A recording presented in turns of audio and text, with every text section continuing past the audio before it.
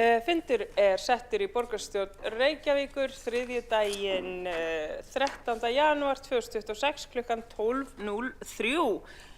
Forseti miðar við að umræða dagskrárliði fram að afgreiðslu fundargerða verði lokið eigi síðar en klukkan 18:30 og mun þá bera upp frestunartillögu vegna þeirra dagskrárliða sem ekki hafa verið teknir fyrir. Einnig mun forseti nýta heimild að umræða sé ekki lengri en 2 tímar með vísan í 25. grein samþykktar stjórn Reykjavíkurborgar og fundarsköp borgarstjórnar og forseti gerir þessar breytingar á dagskrá með vísan til heimilda sinna í 18. grein og samþykktar í samþykktum stjórn Reykjavíkurborgar og fundarsköp borgarstjórnar. Fram hefur komið ósk frá Pírötum að teknar verði inn með afbrigðum kosningar í umhverfis- og skipulagsráð og því verður bætt við á borgarstjórn í beinni vefsíðu fundarins ef engin athugasemd gerð.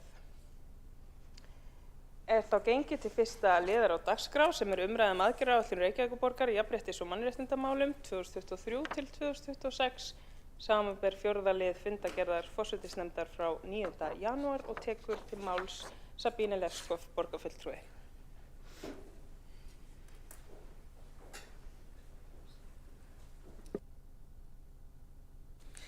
Það er mér mikið heiður að kynna hér umræðu lykilplagg í starfi Reykjavíkurborgar sem sýnir stöðu aðgerðaáætlunar í jafnréttis- og mannréttindamálum. Af hverju lykilplagg? Vegna þess að þetta eru hluti sem þurfa að vera í lagi samhliða öllum þeim verkefnum sem við leysum á öllum öðrum sviðum og stafstöðum borgarinnar. Þetta ekki annarkvort eða. Við búum í dag við stöðu árásir á grunngildi mannréttinda og það einmitt það sem grunngildi ætti nú ekki að vera í. Það sem við þurftum eiginlega ekki að þurfa að þrasa þótt við getum verið ósammála leiðir og ferla til að ná þeim. Þessi áætlun gildir út þetta árs þannig að við leggjum hér línur líka fyrir komandi sveitarstjórn.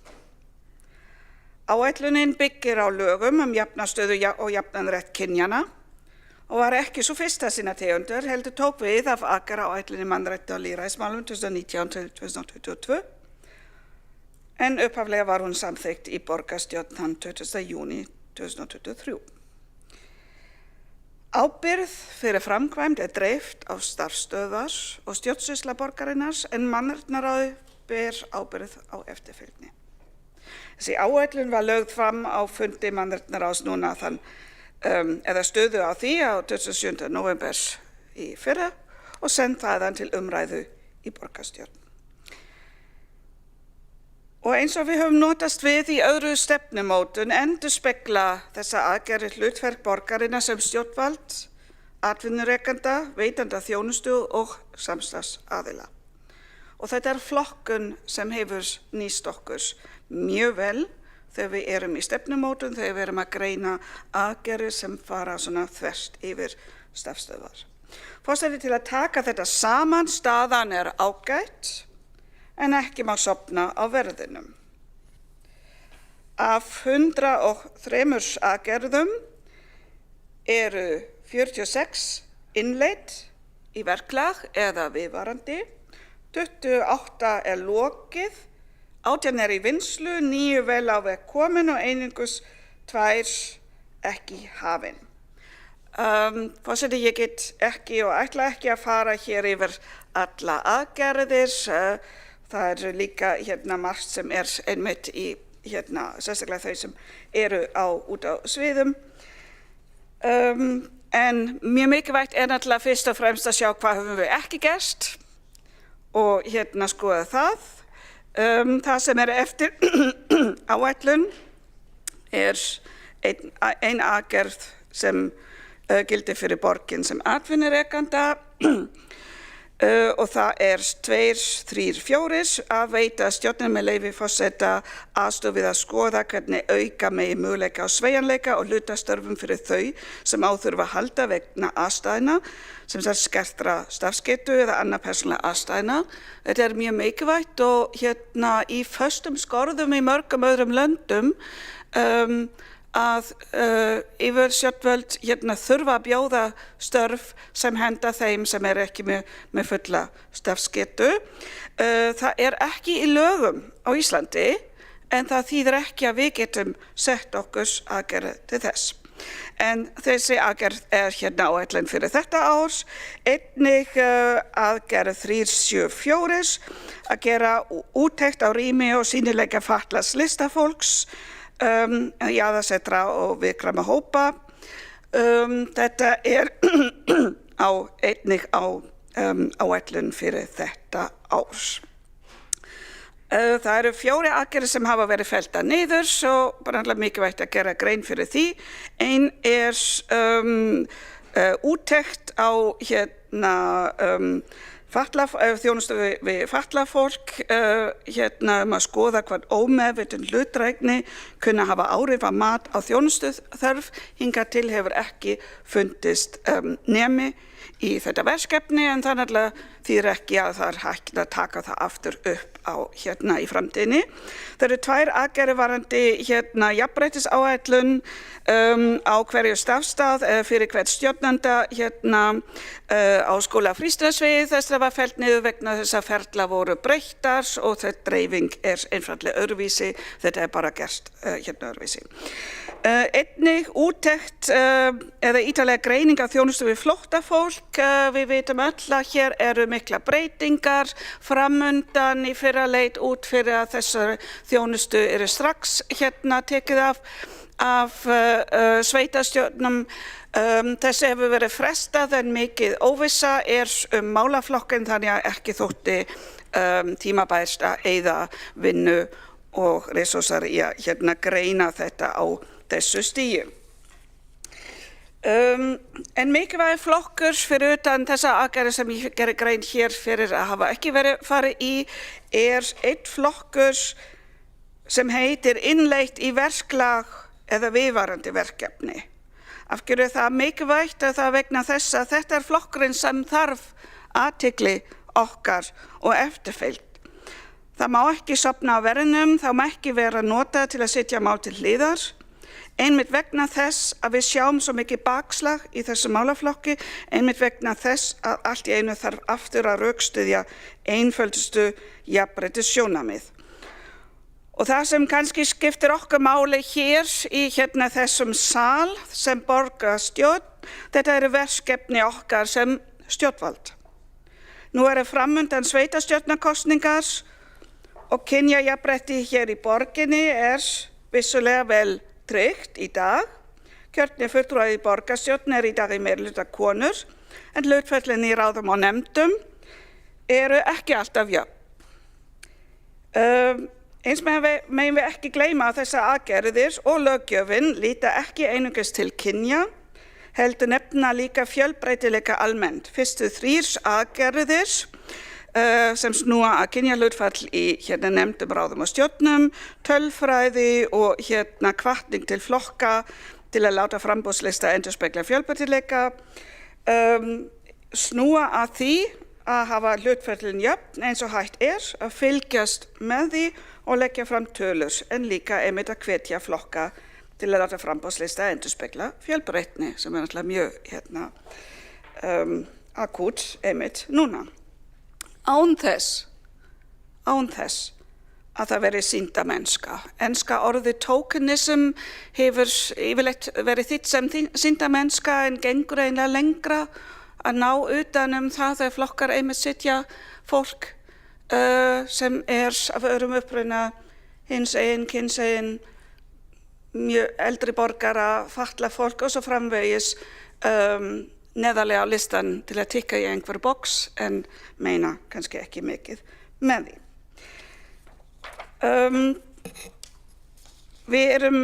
þarna líka með aðgerðum samþættingu, kynja- og jafnréttissjónarmið, mjög mikilvægt að við fylgjumst áfram með tölfræði sem lögð fram í reglulega einu sinni ári af hálfu mannréttindaskrifstofunnar.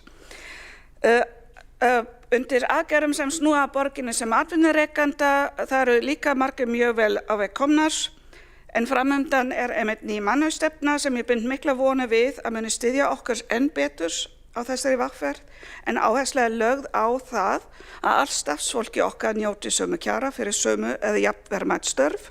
Það sem við þurfum hins vegar að gæta eru aðgerðir sem snúa aðgengi að betri launastörfum, bæði út frá kyni og öðrum breytum, og fylgjast ávallt með tölfræði og endurskoða starfsmatskerfi.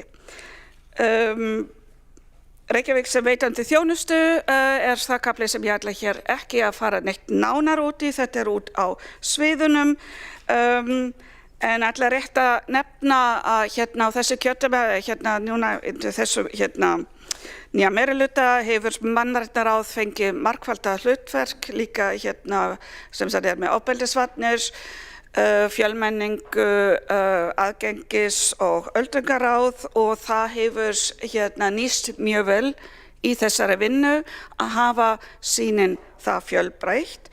Og að lokum ætla ég bara rétt að nefna aðgerðum borgin sem samstarfsaðili, en hér í vinslu nýr innkaupastefnu sem mun taka mjög skýrt á þeim aðgerðum sem hér nefnt. Og ætla bara koma í seinni ræðu í lokin. Takk. Sabine Leskov, borgarfulltrúi, hefur lokið máli sínu og tekur þá til máls Heiða Björg Hilmisdóttir, borgarstjóri.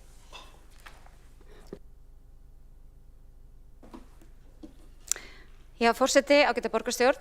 Mér langaði bara að byrja kannski á því að fá að þakka fyrir þessa yfirferð frá formanni mannréttindanefndar. Skiptir miklu máli að þessi vel haldi á spöðunum þegar við ræðum jafnréttismál og að áætlunum, stefnu og aðgerðum sé framfylgt og við tryggjum að við missum ekki boltan í þessari mikilvægu, kannski ekki endilega baráttu, heldur þessari mikilvægu þróun sem á sér stað innan borgarinnar.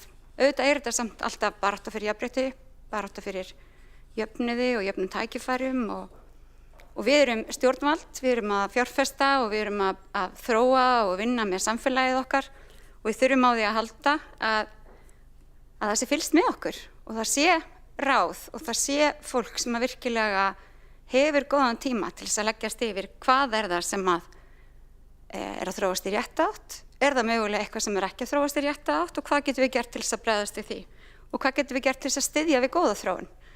Við höfum auðvitað upplifað bakslag, við sem höfum verið í mannréttindabaráttu í mörg ár.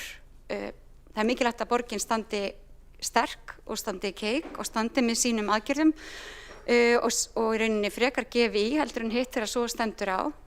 Við auðvitað bættum í jafnréttisskólann sem ég held að hafi verið mjög mikilvægt því að það er mikilvægt að fræða jafnrétti en það er ekki síður mikilvægt að halda dampi eins og í kynnari fjárhags- og starfsáætlunargerð þannig að við séum alltaf að meta áhrif okkar ákvarðana á jafnrétti í víðum skilningi. Eins og Sabine Leskov, borgarfulltrúi, kom inn á þá erum við auðvitað ekki bara að tala jafnrétti kynja.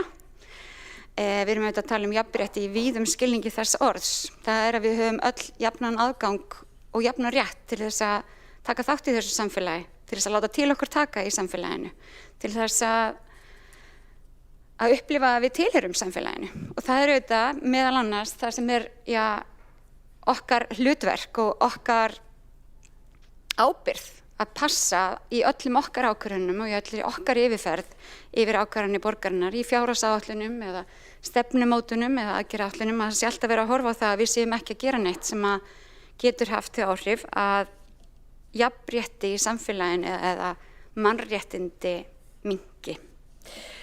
Þess vegna er mikilvægt að þetta sé innlítið verklag eins og hér hefur komið. Við munum skora á stjórnmálaflokka að huga að jafnrétti en ég minnst það stóð mikilvægt sem að borgarfulltrúi Sabine Leskov kemur inn í að það má heldur ekki vera bara til þess að hafa hafa til að geta sagt það.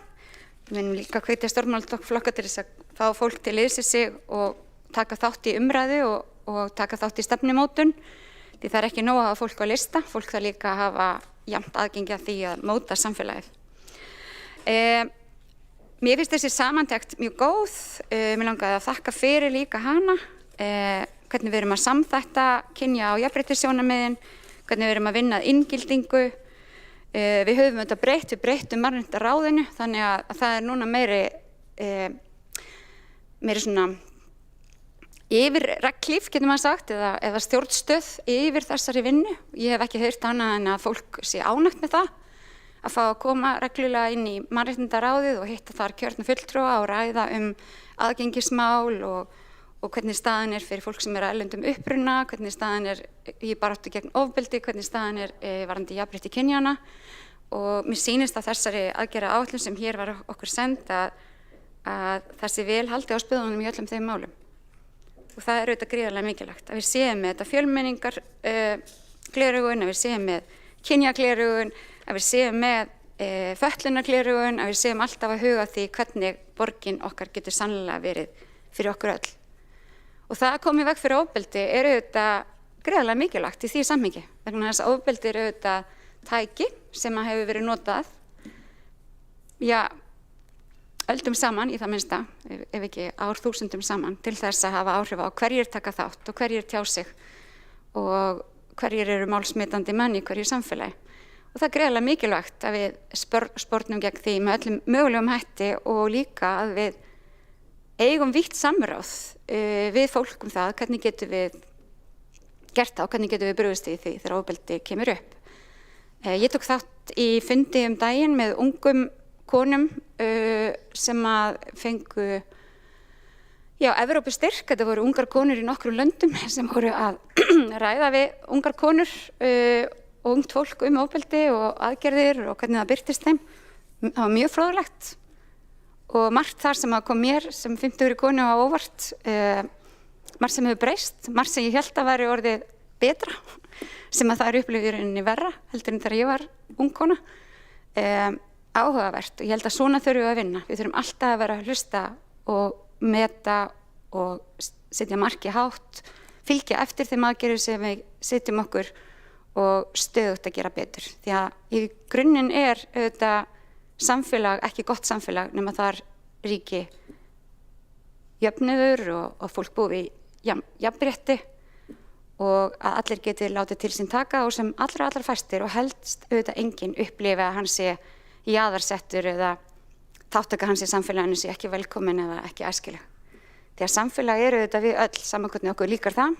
Við erum samsett úr þeim íbúðum sem að búum hér og öll erum við jafn mikilvæg og eigum rétt á að taka þátt á okkar forsendum. Heiða Björk Hilmisdóttir, borgarstjóri, hefur lokið máli sínu og tekur til máls Alexandra Brím, borgarfulltrúi.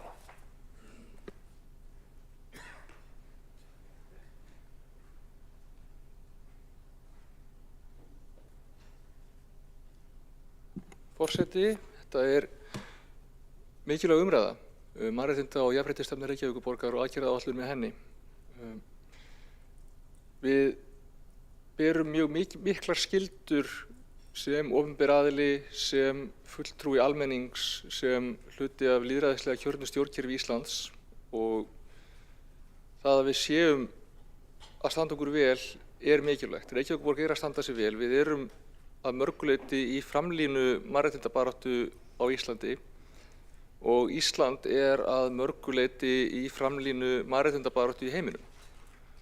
Og ekki er vanþörf á eins og við kannski sjáum þegar við fylgjumst með fréttunum. Ég veit ekki hvort ég er að segja ykkur fréttir en samtök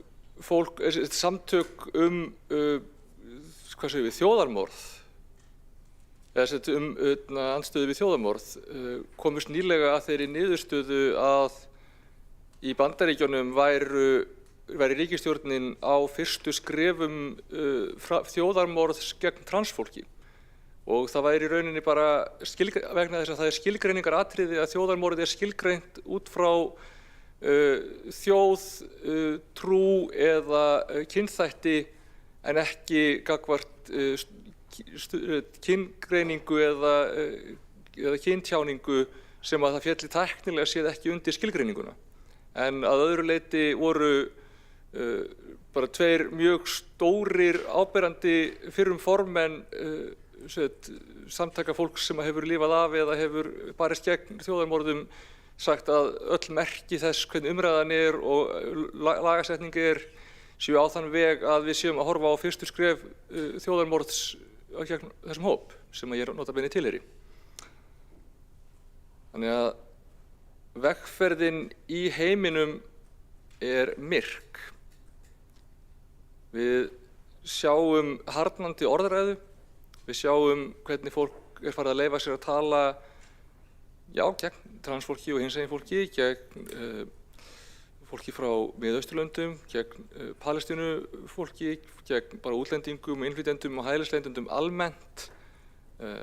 Ég barst nýlega til eyrna að starfsmaður sem vinnur með börnum notaði reglulega N-orðið börn sem hann starfaði með.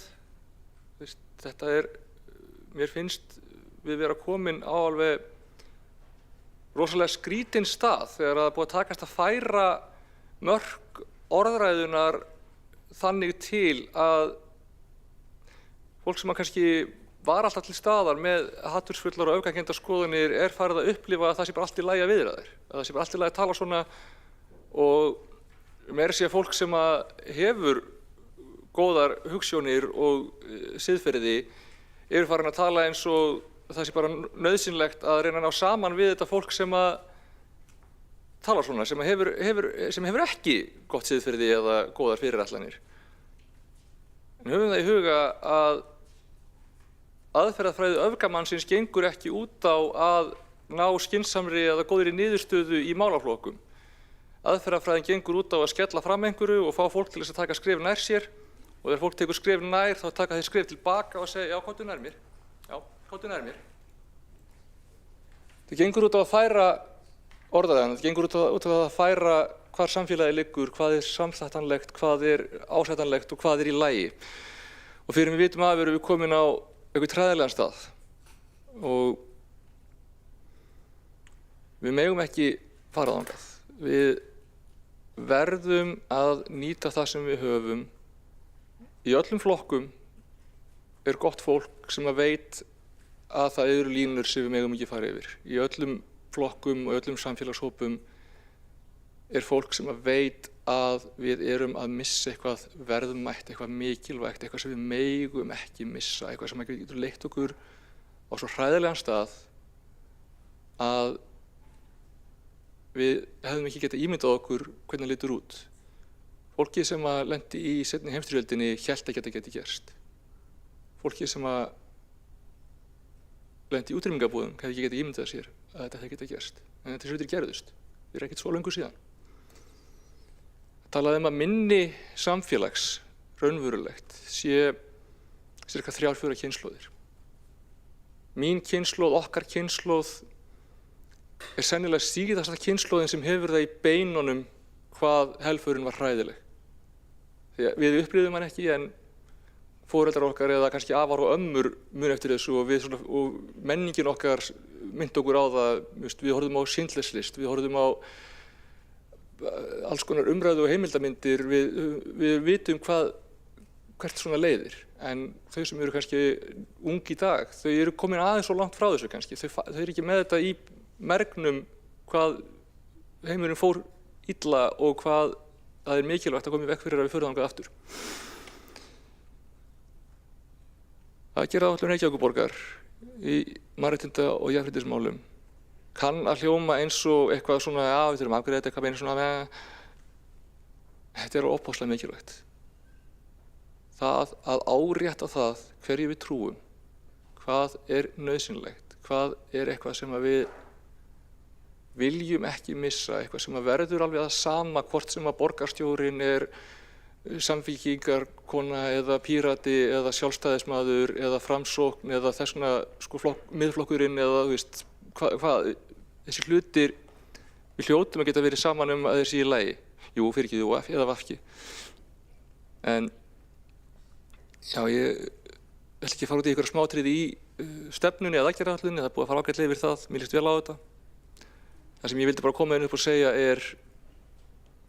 þetta er ekki bara eitthvað bla, þetta er algjörlega síðasta línan sem við megum ekki missa og við þurfum að geta verið saman þetta, við þurfum að geta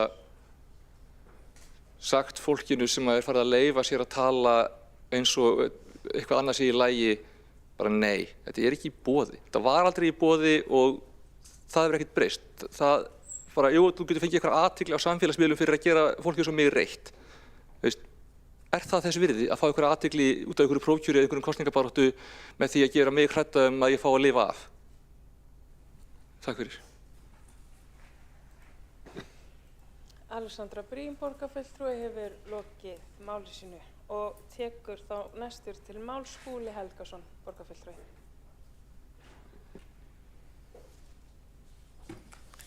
Forseti, ágæta borgarstjórn, ég vildi byrja á því að þakka kærlega fyrir þessa miklu og mikilvægu vinnu sem að hér hefur verið unnin og þá góðu kortlagningu og lýsingu á stöðu einstakra mála í aðgerðaáætluninni. Vildi fara hér yfir nokkrum orðum. Það er aðgerðir sem að tengjast málaflokkum menningar og íþrótta.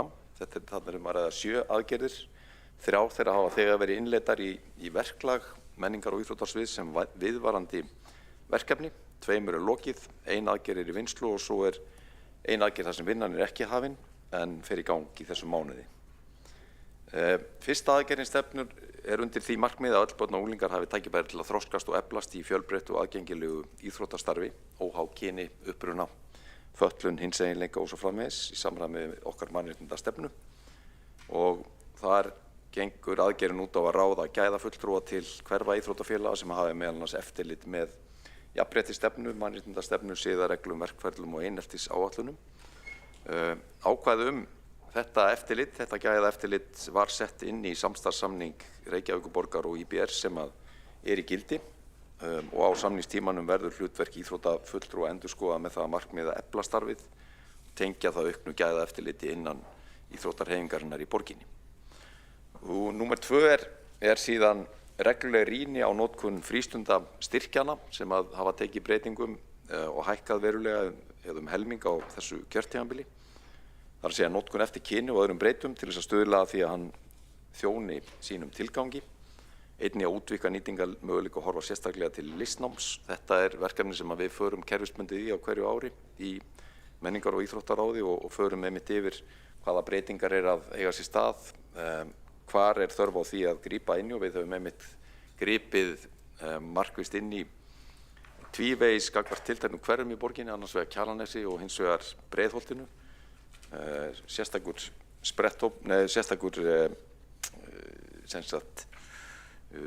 starfshópur Kjalarnesi eða stýrihópur fór af stað og skilaði tillögum sem að beindust einmitt sérstaklega því að auka framboð á frístundatilbúðum fyrir stúlkur því að það var einmitt merkjanlegur og verulegur kynjahalli á því hvernig styrkurinn var nýttur eftir því hvort stráka eða stelpu var að ræða og þarna eru tillögur sem eru í innleiðingarferli núna, til dæmis að auka framboð á dansi, kórastarfi og svo framvegis. Í kjölfarið á þjónustukönnun sem var gerð meðal nemenda í Klébergsskóla. Næsta aðgerð er að skoða þátttöku og hversu vel er komið til móts við börn og ungmenni í menningarstofnunum borgarinnar varðandi aðgengi, aldur og búsetu.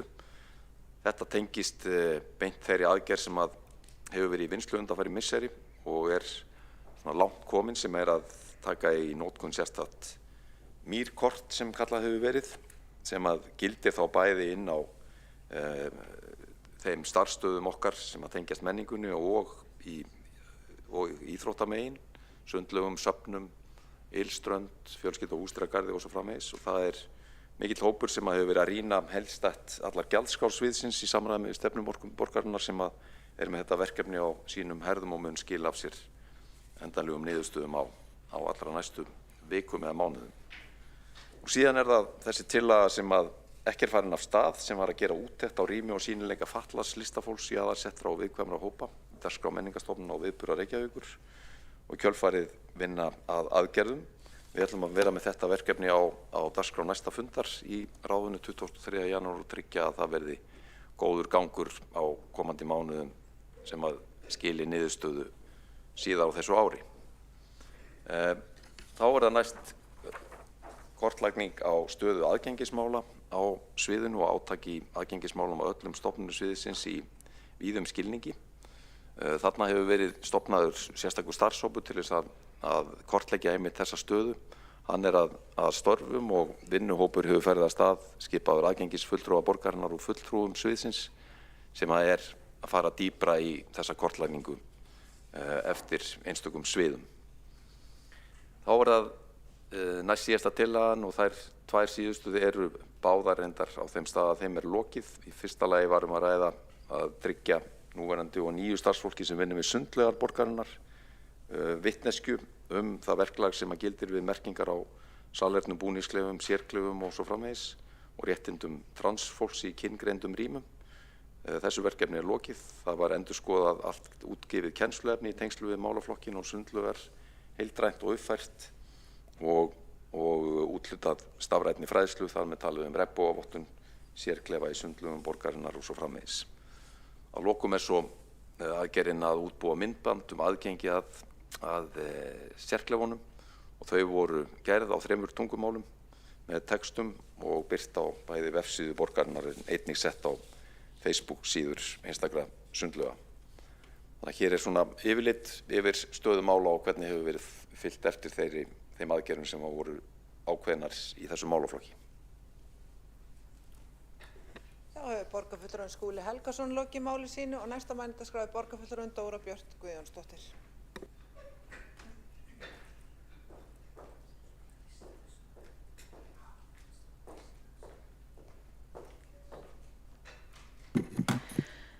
Ágæti forseti, kæra borgarstjórn, góðu íbúar. Ég hef alltaf verið stolt af því að Ísland sé í fararbroddi þegar kemur að vernd og eflingu mannréttinda. Reykjavík hefur svolítið verið þar rjóminn á kökunni. Við höfum lagt mikið á okkur og lagt mikla áherslu á að standa fyrir eflingu mannréttinda og við höfum verið mjög stolt af því. Það hefur meira að vera hluti af okkar mörkun að leggja áherslu á frjálslyndi og að vera opin sem samfélag þar sem alls konar fólk velkomið. Þetta hefur meira að vera hluti af mörkun Íslands á alþjóðavísu þegar kemur að því að laða hingað fólk bæði til að starfa hér og til að koma hingað sem ferðafólk. Þannig að þetta hluti af okkar kjarna, þetta hefur skipt okkur miklu máli. En nú hefur staðið yfir bakslag nokkur sem við þekkjum öll til, það hefur ferðast víðum heim og ákveðið innflutt menningarstríð hefur gert vart við sig hér á landi. Bakslag orðið að staðreynd á Íslandi og það hefur mikil áhrif. Ef samfélagsleg samstaða þetta frjálslyndi, mannréttindavernd og það sem við höfum staðið fyrir að standa vörð jafnrétti og vera opið samfélag, ef samstaða þetta fer að rofna, þá fer okkar innsti kjarni að rofna. Við kjörnir fulltrúar og allir kjörnir fulltrúar, opinbera persónur í valdastöðu hvar sem við berum mikla ábyrgð. Ábyrgð á að fara undan með góðu fordæmi, að draga línu í sandinn og að sama skapi ekki normalisera hegðun eða orðræðu sem óæskileg, særandi eða meiðandi. Þetta bakslag hefur sannarlega áhrif á alvöru fólk af holdi og blóði, eins og við heyrðum borgarfulltrúann Alexander Briem fara yfir hér áðan. Okkur sjálf, okkar vini, okkar vandamenn, þetta ógnar jafnvel öryggi fólks og það alvarlegt og við getum ekki látið slíkt viðgangast eða við getum ekki liðið slíkt. Nú langar mig að nefna nokkur atriði sem eru hér í þessari ágætu aðgerðaáætlun og frábæra yfirliti sem að fylgir stöðu mála. Mér langar til þess að venda kvæði mínu kross og fjalla aðeins jafnrétti þegar kemur að uppruna. Og við sjáum að það kveðið á í ráðningum að það skuli við hafa jákvæða mismunun til að tryggja ákveðinn fjölbreytileika þegar kemur að kyni og fötlun eða færni á starfsstöðum okkar og það vel. Mér finnst full ástæða til að stíga ákveðið skref þegar kemur að uppruna til að tryggja aukinn fjölbreytileika á okkar starfsstöðum þegar kemur að uppruna. Við viljum að okkar starfsstöðvar endurspegli fjölbreytileika samfélagsins og við erum alls konar, við komum víða að og það mikilvægt fyrir okkar samfélag að sjá fólk sem að starfar hjá okkur, að geta séð sig og spegla sig í okkar starfsfólki sömuleiðis.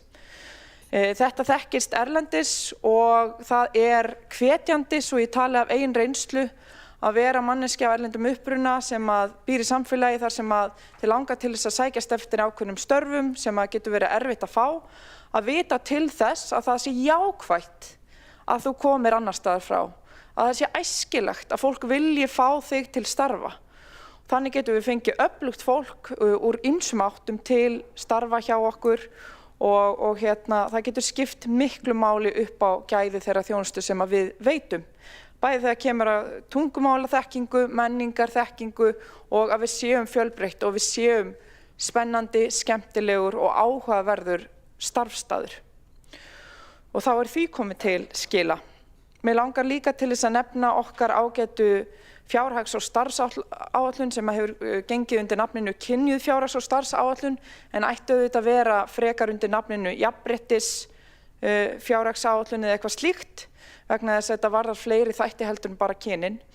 Að það finnst mér komin tími til að við stígum stærri skref í þessu máli vegna þess að það ekki nóg að vera hér að gera mat og rýna og sjá hvað áhrif hver og ein ákvörðun hefur fjárútlát. Þetta á að stýra okkar ákvarðanatöku ef þetta á að hafa tilætluð áhrif. Það verður að rýna þetta fyrirfram, þetta að liggja fyrirfram áður en við samþykkjum fjárhagsáætlun til þess að við getum sniðið af annmarka. Þannig að peningarnir séu að fara á rétta staði og þeir séu að fara út frá okkar sýn jafnrétti. Og mér finnst ofboðslega mikilvægt að núna þegar við erum að vinna nýja forgangsröðun íþróttamannvirkja að þá sé rýnt mjög dyggilega hvert okkar fé í sem dæmi íþróttamannvirki hefur farið síðastliðin ár þegar kemur að íþróttamannvirkjum þá út frá notkun, út frá kyni, uppruna og svo framvegis. Vegna þess að við vitum það að ólíkir hópar sækja í ólíka þjónustu og ólíkar íþróttir. Það eru sem dæmi fleiri stúlkur sem hafa oft sótt í fimleika og dans og slíkt, fleiri börn af erlendum uppruna sem hafa sótt í bardagalistir og slíkt og oft fleiri drengir sem hafa sótt í fótbolta. Það þó ekki eitthvað klassískt og fólk velur alls konar en mér finnst bara óbúslega mikilvægt að við séum með fjölbreytileika í íþróttamannvirkjum og framboði og við séum ekki að láta halla á ákveðna hópa í þessu efni. Þannig að ég bið nú bara það að í þeirri vinnu sem að ég veit að stendur yfir þegar kemur að forgangsröðun íþróttamannvirkja að sé ekki alvarlega, ekki bara skoða framtíðina og hvernig þetta að vera jafnvægi til framtíðar, heldur út frá fortíðinni hvert okkar peningum hefur verið varið.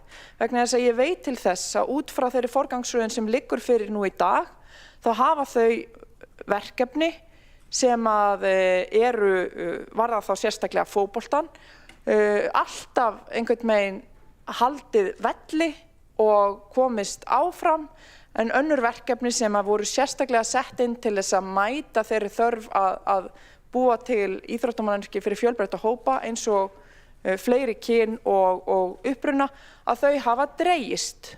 Og nú ætla ég ekki að fullyrða að það sé neinn tilætlun þar að baki eða fólk hafi einfaldlega viljað hafa það svoleiðis, ég ætla ekki að ætla neinum slíkt í því, en mér finnst ofboðslega mikilvægt að við sem berum ábyrgð á þeim stefnum sem að hér hafa verið samþykktar, að við fylgjum þessu eftir og við tökum alvarlega þau orð sem að við höfum kvittað hér undir og kosið með.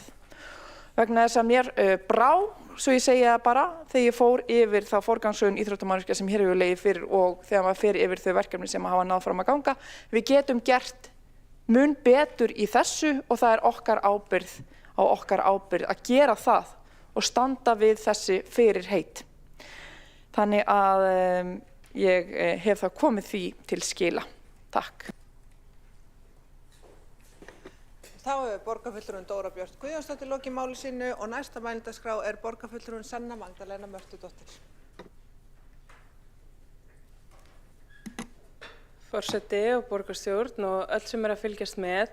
Það alls konar spurningar sem vakna þegar við ræðum jafnrétti og mannréttindi og stöðu ólíkra hópa í samfélaginu. Þar á meðal hvort að sá vettvangur þar sem veigamiklar ákvarðanir eru teknar endurspegli raunverulega þverskurð samfélagsins. Við getum spurt okkur að þessari spurningu þegar við lítum til borgarstjórnar, sveitarstjórna,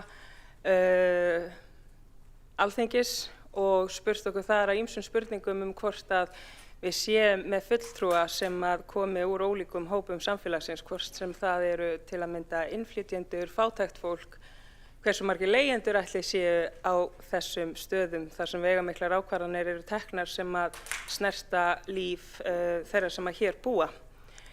Nú, þegar við tölum jafnrétti og mannréttindi þá þarf líka að ræða efnahagslega stöðu fólks og hvernig hún hefur áhrif á alla lífsgöngu fólks og jafnvel niður í svona minnsta atriði sem maður kannski áttar sig ekki alltaf á. Í aðgerðaáætluninni þá er sérstaklega talað þjónustu við heimilislaust fólk og að það þurfi auðvitað að greina þar meðal annars með leyfi forseta heimilisleysi meðal kvenna sem njóta þjónustu velferðarsviðs og skoða hvernig megi mæta þeirra þörfum, tilvitnun lýkur, og í ljósi þess að þá er mjög ánægjulegt að sjá að konukot sé komið í nýtt aðgengilegra og betra húsnæði og að samhliða því að þá opnar í rauninni húsnæði sem hugsað sem svona tímabundið húsnæði til að mæta konum sem hafa verið upplifa heimilisleysi en svona húsnæði myndi henta betur þeirra þörfum.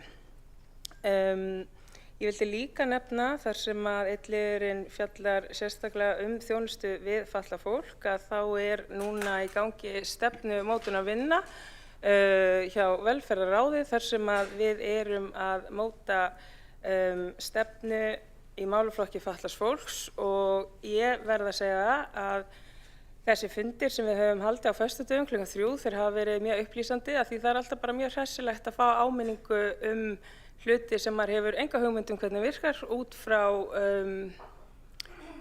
sjónarhóli fólks sem er með annan reynsluheim eða veruleika en maður sjálfur. Ég vil bara þakka hópnum fyrir vinnuna en í hópnum hafa setið sem sagt Rúnar Björn Herrera Þorkelsson sem formar MPA-miðstöðvarinnar, Grímur Atlason sem kemur frá Geðhjálp framkvæmdastjóri og formaður Landssamtakanna Þroskahjálpar og Alma Ýr Ingólfsdóttir formaður ÖBÍ réttindasamtaka ásamt fleirum frá Reykjavíkurborg. Ég bara þakka fyrir þessa umræðu og það er alltaf ýmislegt sem við þurfum að vera meðvituð þegar við mótum síðan framtíðar aðgerðir í þessum efnum. Takk. Þá er borgarfulltrúin Sanna Magdalena Mörtudóttir lokið máli sínu og næsta mælendaskrá er borgarfulltrúin Líf Magnúðardóttir.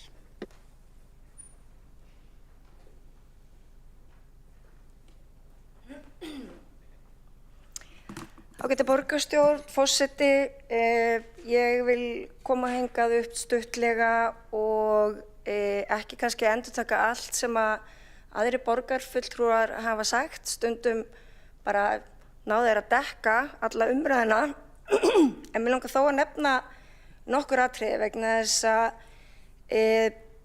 2018 þá fór fram mjög umfangsmikil endurskoðun á mannréttindastefnu Reykjavíkurborgar sem að ég fór fyrir. Og hún var unnin ásamt Sabínu Lesko borgarfulltrúa og fleiri góðu fólki í mjög miklu samráði. Við fengum til okkar á fund ólíka hagsmunahópa, Trans Ísland, Tabú, hernaðarandstæðinga, umhverfisverndafólk, mannréttindafólk og ég get haldið áfram að telja og unnum þetta í mjög miklu samráði. Þá var til dæmis bætt við 3 nýjum köflum sem að varða líka það sem að umlykur okkur, eins og réttinn til heilnæms lofts, að geta dregið andan og ekki verða fyrir mengun. Það að vera ekki ofsóttur af erlendum þjóðum með sínu stríðsbrölti og fleira í þessum dúr. Og svo erum við þetta lögum samkvæmt og ber okkur að leggja fram áætlun í hvernig við sem sveitarstjórn sjáum fyrir okkur að innleiða þetta inn í ekki bara rekstur borgarinnar þegar við erum að skoða útdeilingu fjármagns og hvernig við með réttlátri skiptingu getur komið í veg fyrir það að jafna eitthvað hluta á einhverjum stöðum, heldur líka bara hvernig við hlúum að borgarbúum. Og þetta ekki bara eitthvað ofan á brauð. Þetta gríðarlega mikilvægt stjórntæki eða leiðbeiningar líka, af því að mannréttindi, það auðvelt að það sem að við höfum haft fyrir og barist fyrir, það hægt að svipta okkur því einu vettvangi. Þannig að við þurfum að vera á tánum í þessu. Verkefnin fara ekkert frá okkur, af því að nú höfum við oft komið hingað upp eða aðri flokkar, aðri borgarfulltrúar, ekki við Vinstri græn, og tala að leggja niður mannréttindaskrifstofu eins og það spari stóra fólk og fjár, en við skulum muna það að þetta lögbundið verkefni og okkur ber að sinna þessu, lögum samkvæmt. Þannig að jú, við getum alveg rætt hvar það kunni best að vera staðsett, en verkefni fara ekki frá okkur. Og þetta slíkt verkefni að þetta fer ekkert frá okkur. Mér finnst það vera hlutverk stjórnvalda, mér finnst það vera hlutverk okkar að leggja mikla áherslu á fræðslu og upplýsingar og að miðla upplýsingum sem að meðal annars við höfum samþykkt hérna í borgarstjórn sem að stefna, og reyna svona að skapa líka umræðu í samfélaginu, vegna þess að ég held að með því að þá erum við að uppræta fordóma, við erum að koma í veg fyrir ofbeldi. Og þetta líka þetta í aðallega leik- og grunnskóla, að vera í samtali, vera skipuleggja fræðslu fyrir leikskólabörn og grunnskólabörn, að því lengi býr að fyrstu gerð. Og þetta ekki bara eitthvað átak, þetta þarf að vera sífellt. Hérna hefur verið gert lítið úr einhverjum leiðbeiningum sem reyndar var kallað eftir af gólfinu í grunnskólum. Hérna varðandi einhverja leiðbeinandi reglur. Mér finnst þetta vekur umræðu, einhverjum finnst þetta kjánalegt, en staðan samt bara þannig í dag að þetta viðfangsefni sem við erum að glíma við. Börn verða fyrir ofbeldi af því að þau eitthvað öðruvísi, og eða einhverjum finnst þau framandi og vil ekki nálgast þau, og þið þekkið þetta öll. Og hvernig ætlum við að bregðast við því, við stjórnvald sem að höfum leiðbeiningaskyldu? Jú, við gerum meðal annars einhverjum svona áætlanir og við bregðumst við ákallinu frá leik- og grunnskólum, frá stofnun Reykjavíkurborgar, frá velferðarsviði. Hvernig ætlum við að taka á einmanaleika eldra fólks? Nú, við þurfum líka að setja okkur eitthvað markmið, og við þurfum líka að safna gögnum. Við þurfum að spyrja okkar frábæra starfsfólk hvernig það getur sinnt fjölbreytileika fræðslu með prýði. Ekki að segja hvernig hlutinir eiga að vera gerðir, heldur hvernig getum við aðstoða ykkur í að gera þetta betur og verða betri. Og við líka sem stjórnvald með alla okkar starfsemi og allt okkar starfsfólk, okkur ber líka skylda til þess að starfsfólk okkar á vinnustað verði ekki fyrir ofbeldi eða einelti eða einhverju útskúfun, eða að það sé gert grín að því og það hafða háð á spotti. Og við líka hérna kjörnir fulltrúar, við berum mikla ábyrgð, mjög mikla ábyrgð, hvernig við tölum út í samfélagið, hvernig við tölum okkar starfsfólk, hvernig við tölum hvert við annað, af því að hér hefur verið komið inn á það núna í hérna þessari prófkjörsbaráttu flokka að það geta alltaf náttúrulega allir gert mikið betur, það nú þess vegna sem við erum að bjóða okkur fram, en hérna við erum minnt á það núna að trausti borgarstjórnar, það mælist ekkert sérstaklega hátt. Og það okkar ábyrgð, nota bene. Við eigum að bera ábyrgð á því. Það eitt sem ég sakna hérna, mér fannst Dóra Björt Guðjónsdóttir borgarfulltrúi fara bara dálítið ágætlega yfir það hvernig við erum að skoða líka fjárframlög, og þetta okkar tæki til þess. Hvernig ætlum við að jafna aðstöðumun stelpu og stráka af frístundum og listnámi og íþróttum? Og þess vegna, og það það sem að kynju starfs- og fjárhagsáætlun gengur út á, og það kann að vera að við getum fundið eitthvað betra nafn fyrir það, en á meðan þá þetta bara ágætt og þess ekki lýsandi, vegna þess að ég fór líka fyrir stýrihópi á sínum tíma þar sem að við reyndar útvíkkuðum verkefnið. Og við tókum fleiri þætti inn, við tókum einmitt fólk með erlenda bakgrunn, við tókum fólk í félagslega viðkvæmri stöðu. Það sagt hvernig getum við jafna aðstöðumun ólíkra hópa, þó að það sem að náttúrulega samin okkur alltaf í grunninn er að við erum menn, sko, við höfum tilfinningar og það er miklu meira sem að samin okkur heldur sundrar, en það eru samt hópar þannig úti sem að ná ekki eyrum og þá er það okkar hlutverk að búa til rýmið, að búa til verkefnin og segja hér, komiði, þið getið, verið með. Og þá sakna ég í þessari aðgerðaáætlun og það er enda dekkað af lýðræðisstefnunni sem að gildi til 2030, en þá sakna ég að sameina þessa lýðræðisnálgun. Hvernig getum við gert til dæmis vinnustaðan okkar lýðræðislegri? Hvernig getum við innleitt vinnustaðalýðræði í grunnskóla? Hvernig getur starfsfólki haft meira að segja í meira samtali og það er hlustað á það. En að öllu öðru að þá er það okkar hlutverk að gefa fólki tækifæri, skapa tækifærin og rýmin, karlar, kettlingar, kynsegin og bara eiginlega við öll, sama hvaðan við komum, af því að munið það að öll komum við út úr mömmu okkar. Svo ég segi það. Er það ekki fagurt? Það er nú eitthvað sem sameinar okkur. En gott og vel, ég ætla ekki að hafa þetta lengra. Þetta er auðvitað alltaf verk ráðsins að endurskoða, taka út hvað skiptir máli, leggja áherslu á og nú erum við að skila því til Jafnréttisstofu og bara til hamingju með það. Þá hefur borgarfulltrúinn Líf Magneuðdóttir lokið máli sínu og næsta mælendaskrá er borgarfulltrúinn Sabine Leskov.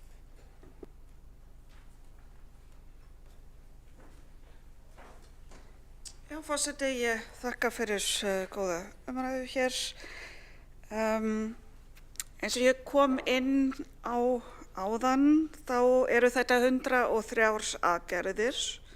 En það sem 4 voru felldar niður, 4 voru felldar niður vegna breytingar á ferlum hjá borginni, eru 99 eftir. 99 luftballons eða 99 red balloons á ensku var ein vinsældasta lag í Þýskalandi á mínum unglingsárum en rataði út í heiminn. Saklaust poplag eða hitt og heldur, en þar er lýst hættan sem stafar okkur af stríðsóðum valdakalli sem nota jafnvel minnsta tilefni til að leggja heiminn í rúst út af ímyndaðri ógn eða því sem við einmitt köllum vókið í dag sem var ekki til þá. Ég ávarpa áðan syndamennsku í uppstillingu listana efst í huganum hjá langflestum hér í dag og þessa vikur og mánuði. Það segir kannski sitt hvað við erum komin langt í kynjajafnrétti á Íslandi, heimsmeistarar. En ekki kannski jafnrétti almennt, að bæði hér innanlands og utanlands erum við að monta okkur af öllum konunum í valdastöðum, en ég efast og það hefur ekki fengið umfjöllun. Ég efast að það sé til stjórn höfuðborgslands í heiminum sem er jafn fjölbreytt á þessi salur hér. Og ég vera stolt af því. Stjórn sem er jafn fjölbreytt varðandi kyn, uppruna, húðlit, aldur, fötlun, kynhneigð eða kynvitund. Og ég er sannfærð að hún er betra fyrir vikið. Í tímamótaskýrslu frá McKinsey kemur fram að fyrirtæki með fjölbreyttar stjórnir eru 21% líklegri til að skila meiri arðsemi og 27% líklegri til að skara fram úr í virðisaukningu. Fjölbreyttar stjórnir stuðla að betri ákvarðanatöku með því að fella inn víðtækara sjónarmið, draga úr hópþrýstingi og ýta undir nýsköpun. Fjölbreytileiki hvað varðar kyn, þjóðerni eða reynslu til dæmis, stuðla að aukinni áhættustýringu, bættum samskiptum við hagsmunaaðila og sterkara eftirliti. Forseti, þess vegna eru aðgerðir í jafnréttis- og mannréttindamálum góð fjárfesting og góð ráðstöfun á fjármunum sveitarfélagsins. Það er nefnilega ekki góð umræða hvort það sé betra að eyða 500 milljóna í gervigrasvelli eða íslenskukennslu fyrir börn af erlendum uppruna. Það er pólitísk ákvörðun forgangsröðun. Það sem við finnum yfirleitt eitthvað samkomulag, millileið, það sem sumum finnst kannski aðeins of mikið þarna og aðeins of mikið hér, en það er ekki jafnréttis eða mannréttindamál. En ef börn af erlendum uppruna eða fötluð börn fá ekki að spila á þessum gervigrasvelli, eða við vitum ekki einu sinni að því og skiptum okkur ekki að því, það er mannréttindamál. Grunngildi sem koma okkur við óháð í hvaða flokki við erum. Þessi áætlun og stefna í mannréttindamálum, mannréttindastefnu Reykjavíkur bara hefur skilað okkur miklu, stór verkefni og smá. Ég ætla bara að nefna þar til dæmis á skóla frístundasviði, jafnréttisskólinn, vika 6, ofbeldisvarnar sem þar eru sett inn. Regnbogavottun, allt er þetta það sem við erum leiðandi og megum vera stolt af. Og ég ætla líka nefna einmitt aftur mannréttindaráð með sínu fyrirkomulag og með sínu fjölbreytileika hvað við skoðum málin saman, og eitt dæmi sem ég er sérstaklega stolt af hvað við höfum komið í gang mikið vitundavakningu í málefnum ofbeldis, heimilisofbeldis í garð eldra fólks. Svona hlutir getum við því. Já, ég ætla að lokin bara einmitt þakka aftur Líf Magnúsdóttur borgarfulltrúa fyrir hennar starf í mótun á stefnu mannréttinda, á mannréttindastefnu, og Magnús Nordahl sem var formaður mannréttindaráðs þegar þessi aðgerðaáætlun var samþykkt á sínum tíma. Takk. Þá hefur borgarfulltrúinn Sabine Leskov lokið máli sínu og ekki hafi fleiri óskað eftir að komast á mælendaskrá, og forseti gerir örstutt fundarhlé. Sem er æsingur í leiðinni.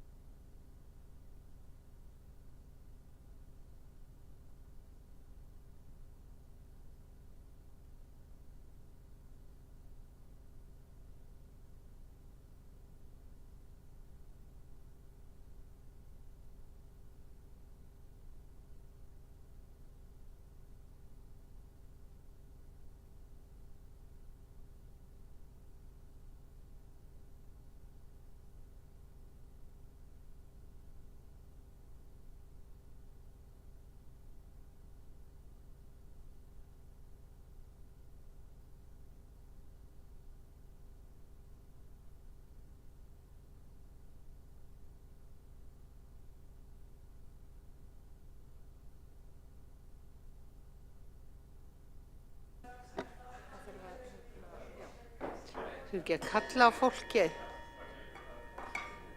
Á ég ekki að gera það? ég myndi bara Áður en ég slæði bjöllunum. Ekki.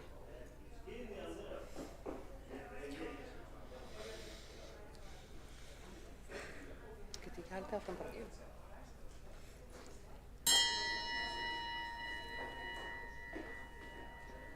Fundi framhaldið klukkan 13:05 og næst á dagskrá tillaga Sjálfstæðisflokksins að fella úr aðalskipulagi Reykjavíkur framlengingu Hallvegar og að Vesturlandsvegi og mæli fyrir því að borgarfulltrúinn Friðjón R. Friðjónsson.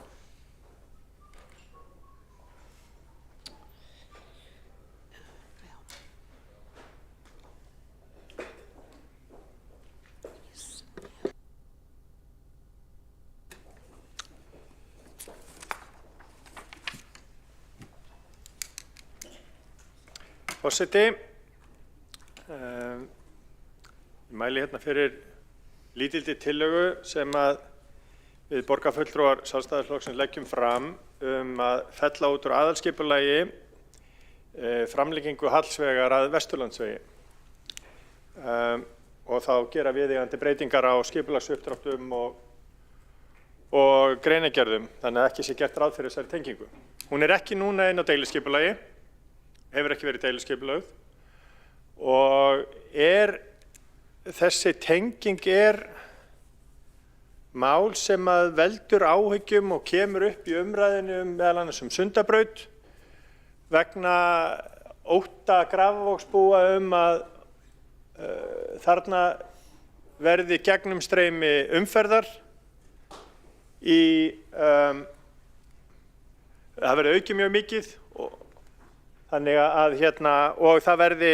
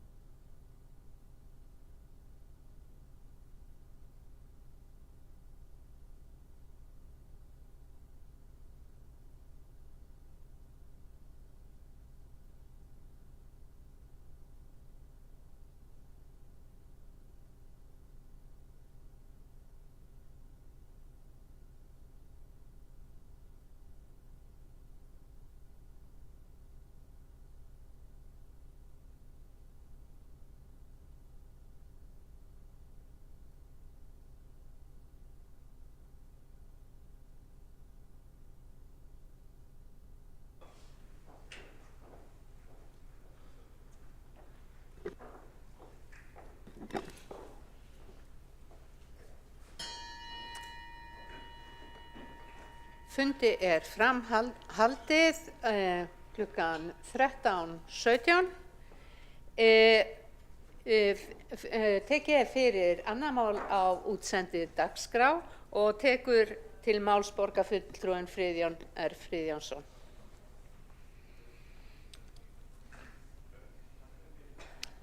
Forseti, ágæta borgarstjórn. Ég að mæla hérna fyrir tillögu sem að lætur ekki mikið yfir sér en skiptir máli sérstaklega fyrir íbúa Grafarvogs. Tillagan snýst það að framlenging Hallsvegar á aðalskipulagi Reykjavíkur til 2040 verði tekin út eða felld út og viðeigandi breytingar gerðar á skipulagsuppdráttum og greinargerð. Þessi tenging ekki í deiliskipulagi og hefur ekki verið deiliskipulögð og eitt af þeim áhyggjuefnum sem að íbúar Grafarvogs nefna sérstaklega í umræðu Sundabraut.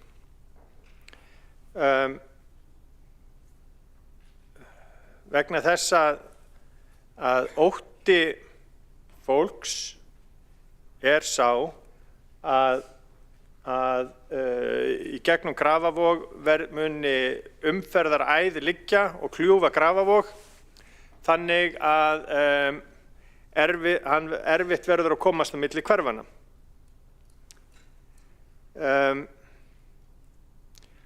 Sem mun þá kalla á ef umferðin eykst, hvernig ætlum við að brúa og þvera þess ágætu götu. Eins og sést á glærunni hérna að þá Hallsvegur þjóðvegur 432 og flýtur þarna Grafarvoginn eins og snákur og hérna og ótengdur við annað stofnvegakerfi. Og í raun og veru þegar við horfum á aðalskipulagið og lesum það þá áttum við okkur á því að Hallsvegur með tengingu við Vesturlandsveg í andstöðu við megin markmið aðalskipulagsins sem að snýst einmitt að vera ekki með umferðaræðar inn í íbúðahverfum og taka umferðina frekar út fyrir. Það sem að óþægindin, það sem áhyggjur íbúa í Grafarvogi snúast meðal annars að umferðin muni aukast og svo framvegis og hérna ég aðeins slegin út af laginu vegna þess að ég var byrjaður áður og ekki viss hvar ég var þegar ég hætti. Það sem að mig langaði til þess að sýna borgarstjórn líka hvernig Hallsvegurinn lítur út og hvernig þverannar líta út.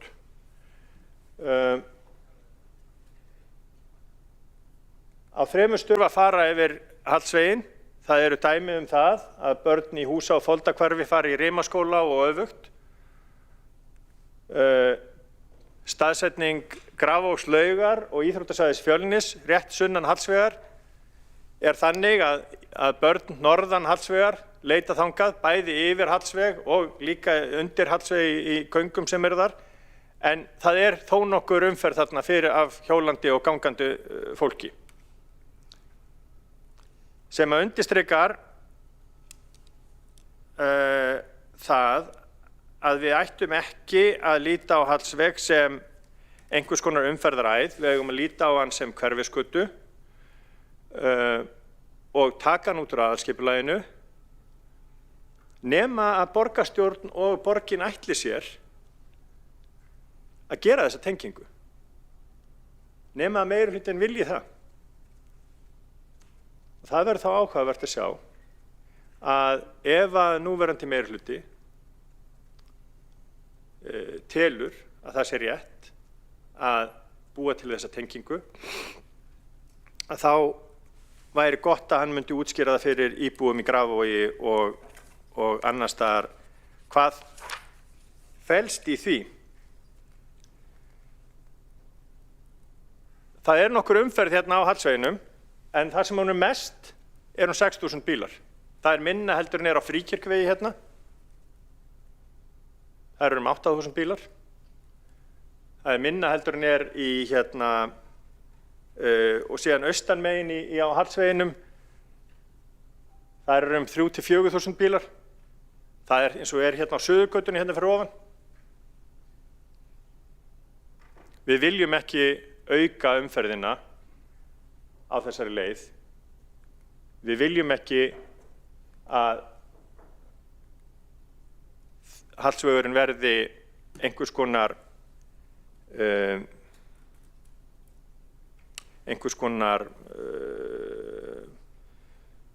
fljót sem aðskilur hverfin í Grafarvogi og þar sem ef hann verður tengdur upp á Vesturlandsveg og umferðin eykst og þá verður ákall að breikka hann frá Mosfellsbæ og ofan úr Úlfarsárdal og utan frá.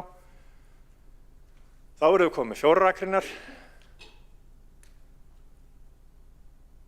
sem ennþá verra. Ég myndi miklu frekar vilja sjá Hallsveginn líta einhvern veginn svona út.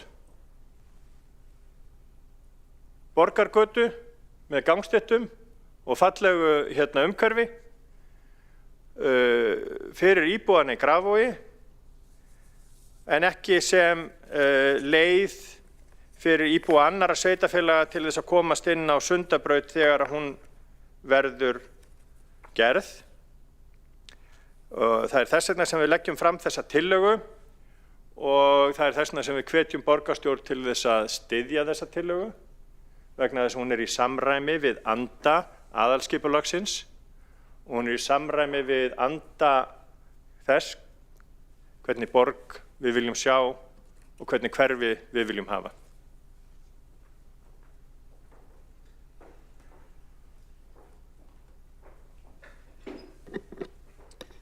Þá hefur borgarfulltrúinn Friðjón R. Friðjónsson lokið máli sínu og næstur á mælendaskrá borgarfulltrúinn Hjálmar Sveinsson.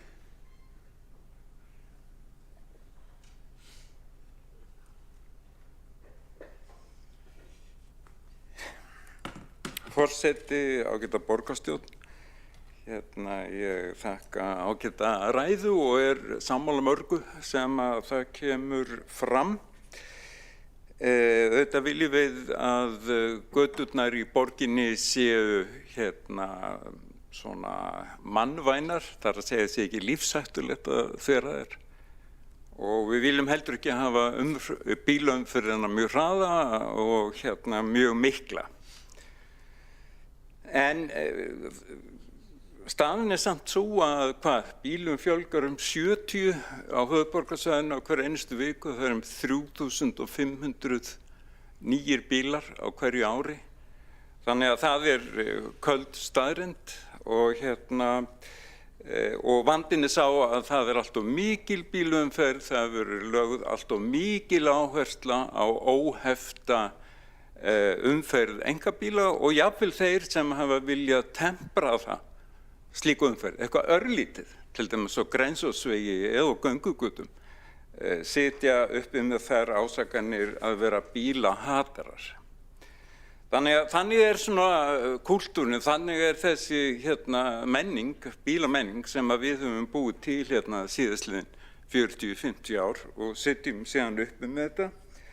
Og ég bendi líka á það að þessi tilhneiging sem aðalskipulagið áreindar að stoppa, að stækka borgina með því að búa til sífellt ný og ný úthverfi og þá voru það eðli málsins samkvæmt ný úthverfi austan við úthverfin sem eru nú þegar. Af því við byggjum ekkert vestan megin borgarinnar, því það sjórinn.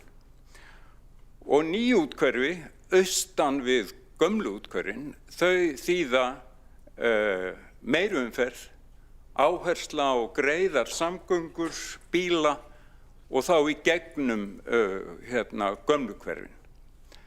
Og mér finnst stundum í umræðinni að það hafi verið skortur á því að fólk svona horfist í augu við það eða viðurkenni þann vanda sem að takmarkalaus útþensla byggðarinnar, takmarkalaus ný úthverfi austan við gömlu úthverfin veldur.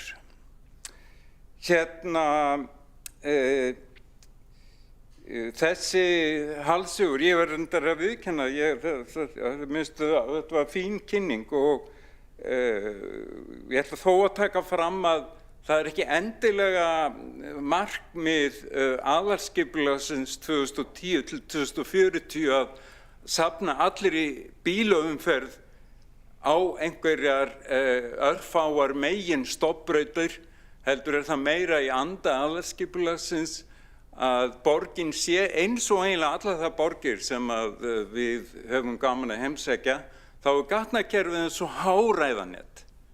Þannig að bílaumferðin seytlast í gegnum hverfin. Og við náttúrulega hér við sem búum hérna í vesturhluta borgarinnar, við náttúrulega þekkjum þetta frá Miklubraut og Hringbraut, en jafnvel þar hafa verið deildar meiningar þann vilja að reyna að takmarka bílaumferðina aðeins til að mynda með því að lækka hámarkshraða. Það voru borgarfulltrúar hér í salnum sem að greiddu atkvæði gegn því að lækka hámarkshraða á Hringbraut niður í 40. Nú, þetta skipulag, þessi hugmynd verður til held ég í aðalskipulaginu 2002 til 2024. Ég fletti því upp að þetta var til umfjöllunar í umhverfisráði í nóvember 2007 og þar var fólk einhug það að þetta þyrfti að gerast í samráði við íbúa og þá í Grafarvoginum. Og en kannski ekki beinlínis lagt gegn þessu en það voru viðvörunarraddir kannski ekki ósvipað því sem núna í dag, næstu 20 árum síðar, borgarfulltrúanum Friðjóni Friðjónssyni.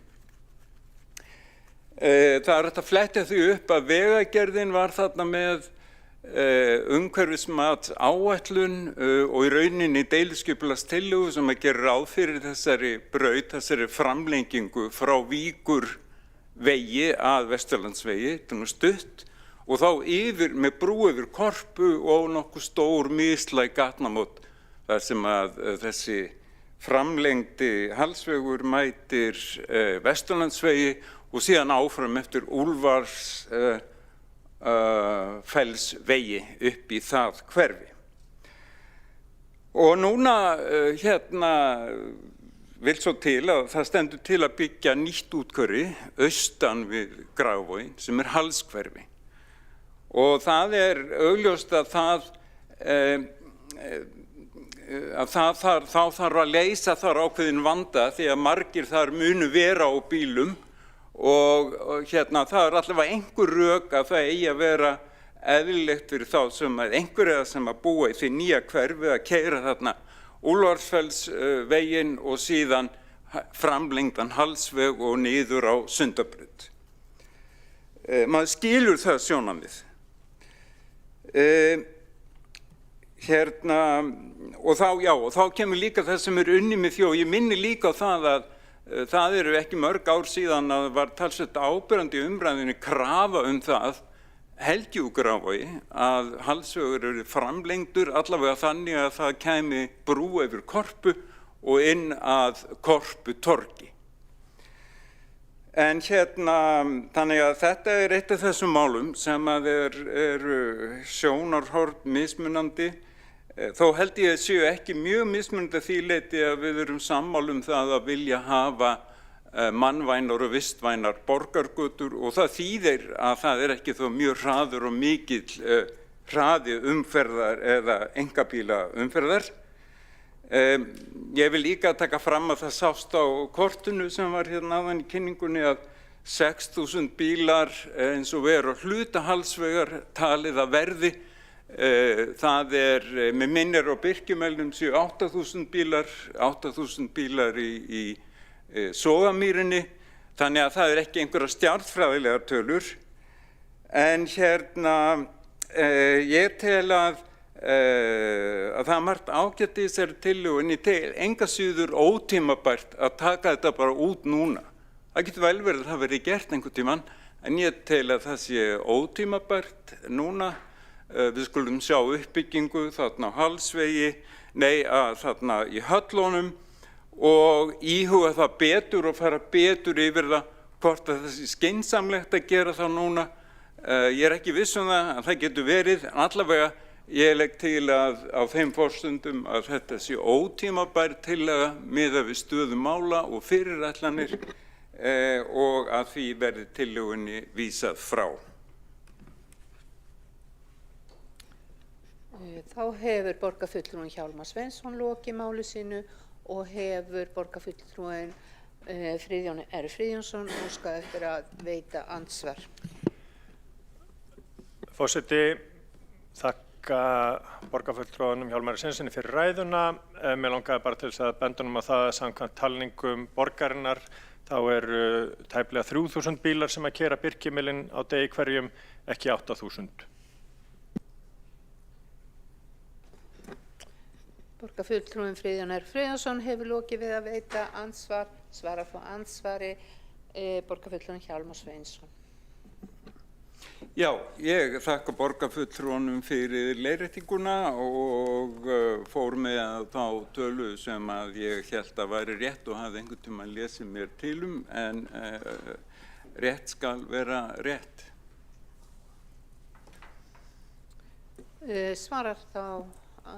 Veitir þá ansvar öðru sinni borgarfulltrúinn Friðjón R. Friðjónsson.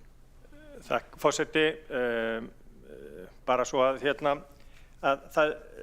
svo ég upplýsi borgarfulltrúann, þetta talning sem var gerð og birtist í borgarvefsjá 27.1.2021, þannig að þetta ekki nýjar tölur, en þarna eru 2.800 bílar, tæplega 2.800 bílar sem að fara Birkimillinn á hverjum degi. Þá hefur borgarfulltrúinn Friðjón R. Friðjónsson veitt ansvar öðru sinni og skar borgarfulltrúi Hjálmar Sveinsson að þá andsvörin lokið við þessa ræðu og næstur á mælendaskrá borgarfulltrúinn Aðalsteinn Haukur Sverrisson.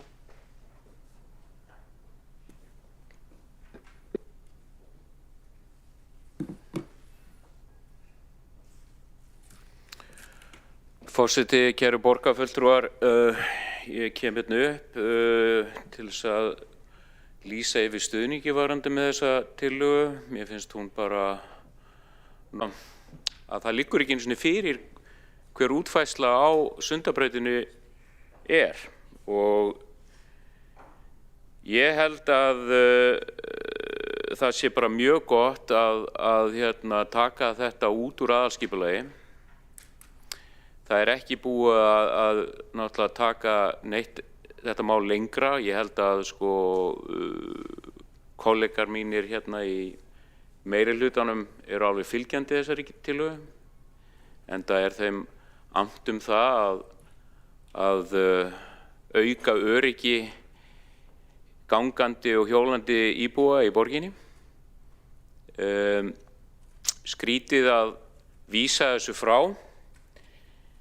Mér finnst það kannski eðlilegra, fyrst að það ekki mikill stuðningur fyrir því að taka efnislega umræðu þessa tillögu hér í borgarstjórnarsalnum, að vísa þessu þá allavega til ussins þar sem þetta fær faglega umfjöllun.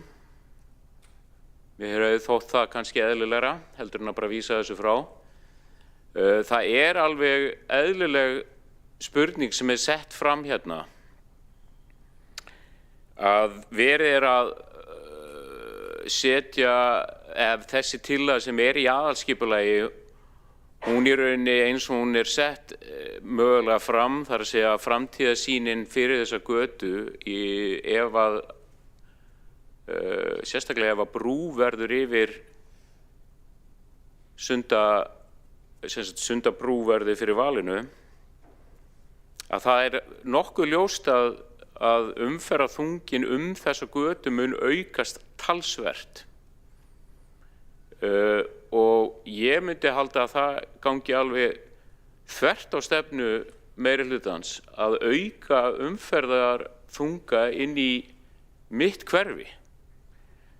Þannig að ég ætla að ítreka það, mér finnst skrítið að þessu sé vísað frá. Ég myndi helst vilja styðja við þetta og vonandi sjá borgarfulltrúar að sér að taka undir frávísunni en að öllu sem sagt til vara þá myndi ég leggja það til að þessu yrði vísa til ussins. Það sem þetta fær þó allavega faglega umfjöllun. Takk kærlega.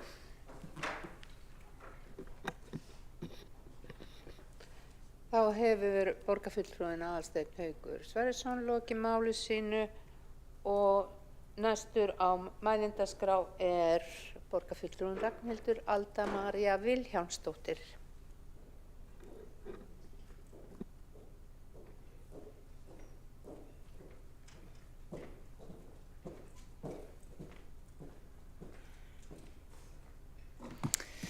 Já, ágæti forseti og borgarstjórn. Þessi tillaga, hún raun og veru frábær. Hún snýst í kjarnanum það að fyrirbyggja aðgerð sem við vitum að verður ekki vel lukkuð og ekki í náð íbúa. Og hvers vegna ekki að taka út eitthvað sem virðist vera meira til einhvers konar, bara, þú veist, eitthvað pennastrik á blaði, ekkert meira en það á þessu tímapunkti. Til þess, ef við getum það, frekar en að vera að halda þessu inni, bara til þess eins að halda þessu inni og taka þetta ekki út núna vegna þess að hvað minni hlutin að leggja það til, eða eitthvað svoleiðis.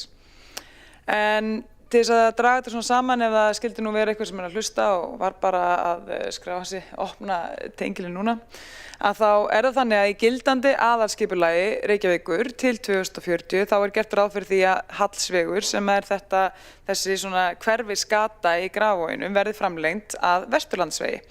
En þetta ekkert meira en pennastrik á blað á þessum tímapunkti. Þessi tenging, hún hefur aldrei verið útfærð í deiliskipulaginu og hún í raun og veru samræmist því ekki bara raunverulegu gatnakerfi þessa hverfis, Grafarvogs. Og íbúar Grafarvogs hafa lýst áhyggjum af því að ef svo skildi vera að menn færi nú ákveða að framlengja Hallsveginn að Vesturlandsvegi og gera þannig svona skurði í gegnum hverfið, að þá myndi það að sjálfsögðu margfalda umferðina í gegnum hverfið og skapa hana þessa beinu leið frá Vesturlandsvegi inn að úthverfum í íbúarhverfi borgarinnar eða bara svona þverunarleið. Og það bara langt umfram það sem að Hallsvegur, þessi umferðarþungi sem að augljóslega myndi þá vera þar, bara umfram það sem að Hallsvegur var hannaður fyrir. Þetta bara Grafarvogur bara mjög vel heppnað hverfi, skipulagt með lífsgæði íbúa í huga, þarna náttúran, þarna gott íþrótta, sem sagt, mikið íþróttir, það góð íþróttaaðstaða, þarna góð sundlaugar aðstaða og þetta raun og veru bara mjög gott hverfi á svo marga vegur sem kannski ástæðan fyrir okkur það svona vinsælt núna. Og það þegar bara mikil umferð Hallsveg, sérstaklega með tilliti til þess að þarna fara börn og ungmenni daglega og í raunar væri bara líkt og kollegi minn, borgarfulltrúinn Friðjón Friðjónsson var að leggja til. Að það væri bara frekar ráð að fara að bæta aðstöðuna fyrir gangandi og hjólandi þessa götu heldur að fara að gera úr henni einhverja safnaði bíla. En borgarfulltrúinn Hjálmar Sveinsson sagði að hugmyndin með núverandi aðalskipulagi væri sú að bílaumferð ætti að seytlast svona í gegnum hverfin. Þetta kannski bara enn eitt dæmið svona rofið að tengingaleysi sem á milli Ráðhússins og íbúa Reykjavíkurborgar. Vegna þess að íbúa Reykjavíkurborgar vilja ekki vera með rosalega mikla umferð í hverfunum sínum. Íbúar Reykjavíkurborgar hafa trekk í trekk lýst því yfir aftur og aftur að það sem að fólkið vill að það sé lítil umferð innan hverfa þar sem að börn eru mikið á gangi og fólk og hjólandi og allt þetta og frekar sé umferðinni safna saman á bara einhverjar safnæðar eða safngötur sem eru þá líka svolítið frá gangandi til þess að gæta öryggis þegar komist líkan umferðarþunga. Þannig að íbúar vilja ekki fá mikinn umferðarþunga inn í hverfi sinn. Þau vilja hið gagnstæða. Og þau vilja bara létta umferðina hverfa og beina þessari þyngri umferð á bara safnvegi. Og við sjáum þetta til dæmis eins og núna með breytinguna sem var gerð á Sæbraut og Kleppsmýravegi að kvörtunum frá íbúum í Vogahverfinu nýja vegna aukinnar umferðar innan þess hverfis, þeim hefur fjölgað. Kvörtunum hefur fjölgað. Og það eru menn að segja þetta sama aftur og aftur. Þau vilja ekki fá svona mikla umferð innan hverfis og þau vilja að það sé farið aðgerði til þess að minnka þá umferð. Og það að fara að lækka hámarkshraða 10 km og 50 í 40, það bara sýndarmennska. Vegna þess að það bara fólk keyrir eins hratt og umferð eða aðstæður leyfa og eins og aðstæður bara eftir því hvernig umhverfi það er verið að skapa fyrir ökumenn og þannig í raun og veru ættum við alltaf frekar að huga því hvernig getum við beint fólki þannig að þungumferðina annars staðar frekar að vera að beina inn í hverfin og segja svo herri nú ætlum við að laga vandann sem við bjökum til með því að lækka hérna hámarkshraðann 10 km. Breytir ekki neinu. En það sem ég vildi líka segja í þessu er aftur, þetta er bara fullkomið tækifæri til þess að koma í veg fyrir mistök áður en þau verða. Af því við sjáum það hér að þetta er ekki það sem íbúar vilja, þetta er ekki eins og í samræmi við stefnu allavega samræmi við það sem að borgarfulltrúar meirihlutann sér segja við íbúa, þótt það greinilega standi henni í aðalskipulaginu en það er hægt að laga það. En svo líka annað sem ég bara mjög hugsi yfir, til dæmis bara við þetta allt saman, það var nú að koma upp eldsvoði mikill í nýja hverfinu eða í Gufunesi í gær og þar var einmitt bara einn vegur þar út og sem að lokaðist út af þessu og það er bara rosalega mikilvægt og ef það er eitthvað sem allt þetta er að kenna okkur, hvort sem að sé þessu umræða hér eða bara atburði gærdagsins eða svoleiðis, er að við þurfum virkilega að gæta þess hvernig við erum að haga umferðaræðum innan hverfa og þau þurfa að vera með lífsgæði og öryggi íbúa í fyrirrúmi og ekki vera að vísa góðum tillögum frá bara vegna þess að nenni ekki að díla við þær því það eru kosningar og fólk eru á upptekið til þess að hugsa aðeins nógu vel út í þetta. Það er nú bara aumingjastskapur segi ég. Við erum kosinina til þess að taka afstöðu til mála, ekki bara vísa þeim frá vegna þess að við nennum ekki að hugsa út í þeim núna. Þannig að þetta er sú brýning sem að ég vildi hafa hér sagt hafa og þakka fyrir mig. Þá hefur borgarfulltrúinn Ragnhildur Alda María Vilhjálmsdóttir lokið máli sínu og hefur borgarfulltrúinn Andrea Helgadóttir óskað eftir að veita andsvar. Eða var Hjálmur, fyrirgefðu, glemdi því. Já, ok. Vorum bæði á undan. Afsakið þetta fór fram hjá forseta. Já, ok, forseti, þetta var svona ræða, óndanlega, en ég ger athugasemd við það að það skipti engu máli, þessi bara sýndarmennska að lækka hraða innan íbúðahverfa úr 50 í 40. Það er fráleit skoðun og sem betur fyrir mjög fáir þeirrar skoðunar og ég minna á þegar að umferðarhraði í íbúðahverfum var lækkaður niður í 30 km og það var nú tím R-listans ef ég man rétt. Þá voru ýmsir sem höfðu efasemdir það og töldu að myndi ekki breyta neinu hvort að bílar keyrðu á 30, 40, 50. Það er rangt, það breytir öllu. Og já, svo ætla ég nú, já, þetta er nú kannski það sem ég fannst nú svona dálítið fráleitt sko og ætla að koma því bara hér með á framfæri. Þá hefur borgarfulltrúinn Hjálmar Sveinsson lokið við að veita ansvar, svarar þá borgarfulltrúinn Ragnhildur Alda Vilhjálmsdóttir. Já, ágæti forseti, þetta voru þetta sjálfstæðismenn sem lækkuðu hámarkshraðann í hverfunum og þá var það alveg, hvað ég held að hafi verið 60 eitthvað hámarkshraðinn og hann var lækkaður niður í 30. Það er alveg umtalsverð lækkun og tekur líka bara mið af göturýminu. Og það er raun og veru kannski mórallinni því sem ég var að reyna að segja hérna að þegar göturýmið og aðstæður í götun eru slíkar að raunveruleikin sá eins og nú að flestir eru nú þegar að keyra þannig á milli 40-50 km hámarkshraða, 40-50 km hraða áður en að þessar breytingar voru gerðar, þá það í raun og veru sýndarmennska vegna þess að það breytir ekki neinu í raun, ekki með við raunhegðun. Ég átti mig alveg á því að þetta fer voðalega í taugarnar á borgarfulltrúanum Hjálmari Sveinssyni en það að hryggja með því að ég keyri þannig margsinnis daglega og þetta bara hraðinn sem ég keyri á vegna þess einfaldlega það ekki götur í mig eða neitt til þess fyrir ykkur. Það hefur ekkert að gera með einhverja gul skilti, þetta bara rýmið á götunni svona. Þá hefur borgarfulltrúinn Ragnhildur Alda Vilhjálmsdóttir lokið við að svara ansvari.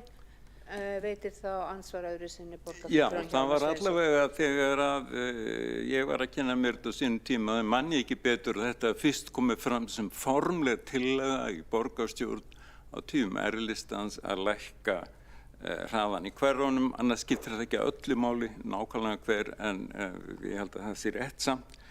Og svo vil ég líka benda á að það hefur verið kvartað mjög mikið yfir hættulegum aðstæðum fyrir börn að þvera hringbraut og þess vegna finnst mér eiginlega með svolítum ólíkindum að það sé talað hér með þeim hætti að það skipti engu máli að lækka hraðan. Borgarfulltrúinn Hjálmar Sveinsson hefur lokið við að veita ansvar öðru sinni, svarar þá ansvari öðru sinni Ragnhildur Alda Vilhjálmsdóttir. Já, og forseti, finnst mér áhugavert að heyra hvað menn eru fljótir að skipta lag eftir í hvað hverfi er verið að ræða. Ef að þetta svona mikilvægt mitt fyrir, sem að ég veit, það sem fyrir börnin hérna í Vesturbænum og bara klárlega var eitthvað sem að foreldrar og margir höfðu áhyggjur af, væri það þá ekki eins fyrir börnin í Grafarvogi að við myndum þá tryggja það að þau myndi ekki þurfa slíkan umferðarþunga eins og á hringbrautinni í Vestri bæ? Ég bara bið hinn ágæta borgarfulltrúa Hjálmar Sveinsson að vera með sömu kröfur til vegaumferðar í Grafarvogi og hann með til Vesturbæinga. Þá hefur borgarfulltrúinn Ragnhildur Alda Vilhjálmsdóttir lokið við að svara ansvari öðru sinni og þá ansvörin lokið undir þessari ræðu og já, afsakið, forseti, borgarstjórn. Þá er borgarfulltrúinn Andrea Helgadóttir hefur óskað eftir að veita andsvar. Já, takk fyrir þetta. Forseti, og ég ætlaði bara af því það var verið að nefna Vogabyggð sem dæmi í þessari ræðu og mér finnst Vogabyggð einmitt vera gott dæmi það að það sé mikilvægt að hafa fleiri heldur en einn útgang út úr hverfi, að það sé gott að geta dreift umferðinni á fleiri en ein gatnamót vegna þess að gatnamótin sem annars myndu eiga allri umferð, þau stíflast gjörsamlega og það að það sé útgangur þarna að keyra áfram Skútuvoginn fyrir bæði íbúahverfisins en líka þá sem eru að koma úr vinnu bara á Skútuvogi og komast bara ekki lönd eða strönd, að það eru fleiri útgangar þarna. Það er einmitt gott einkenni fyrir góða umferðarstjórnun. Það hins vegar er auðvelt að fara í umferðartemprandi aðgerðir eins og hefur verið gert á Skútuvogi þarna og inni á Duggu, heldur þetta heitir Dugguvör þarna á þessum enda. Og það hefur dregið mjög úr umferðarhraða og slíkar aðgerðir eru bara betri leið heldur en að loka alla inni og senda alla bíla vegna þess að það skapar líka afskaplega mikla hættu að vera með gatnamót sem anna ekki umferð og það skapar lífshættu sem ég hef bara sjálf lent í þegar þessi gatnamót hafa verið að stíflast. Þannig ég ætlaði bara að benda þetta, það er ekki góð aðferð að loka og beina öllum inn á sömu gatnamótunum, sömu vegina, heldur að létta á. Það var borgarfulltrúinn Andrea Helgadóttir, lokið við að veita ansvar. Svara þá ansvari borgarfulltrúinn Ragnhildur Alda Vilhjálmsdóttir. Já, ágæti forseti, ég átti mig ekki alveg á því hvort þetta hafi verið ansvar eða meðsvar. Sem stendur eru 3 leiðir út úr Grafarvogi. Vegurinn sem hér til umræðu, hann þverar milli tveggja. Þannig að raun og veru ekki bara milli tveggja, heldur myndi fara af bara stórri safnæð og beina umferð inn í hverfin út þessar 2 Víkurveg og það sem að Gullinbrú kemur eða Strandveg. Og það myndi þá þýða með við það sem að borgarfulltrúin Andrea Helgadóttir var að segja hér að þá hlýtur hún að vera sammála mér það að við ættum ekki að vera að búa til umferðarþunga á þessa punkta út úr hverfinu. Þannig að ég býst við því að hún sé nú bara innst í hjarta sínu ágætlega hlynnt þessari tillögu. Þá hefur borgarfulltrúin Ragnhildur Alda Vilhjálmsdóttir lokið við að svara andsvari. Veitir þá andsvar öðru sinni borgarfulltrúin Andrea Helgadóttir? Já, takk fyrir þetta. Í lykilatriðum ég bara að benda á það að það var gerð gagnrýni við það að umferð væri látin seytla í gegnum svona netkerfi í staðinn fyrir að beina umferð allri á einhverjar svokallaðar stofnæðar.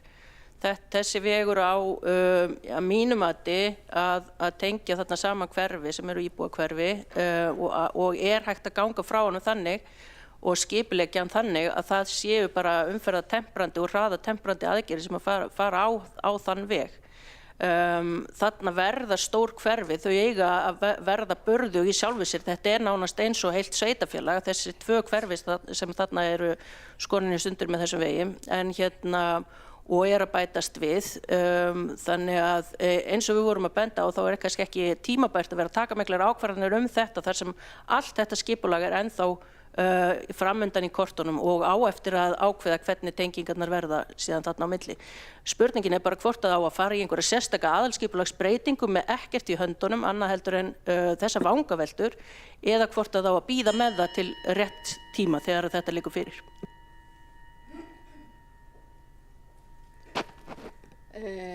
Forseti vill minna fólk á tíma. Þá hefur borgarfulltrúin Andrea Helgadóttir lokið við að veita andsvar öðru sinni. Svarar þá borgarfulltrúin Ragnhildur Alda Vilhjálmsdóttir andsvari öðru sinni. Já, ágæti forseti, það sem ég var að reyna að benda á í ræðu minni að með því að koma í veg fyrir að umferð sé að dreifast inn í hverfin til að byrja með, þá þarf ekki eins og að fara í einhverja sérstakar hraðatemprandi aðgerðir.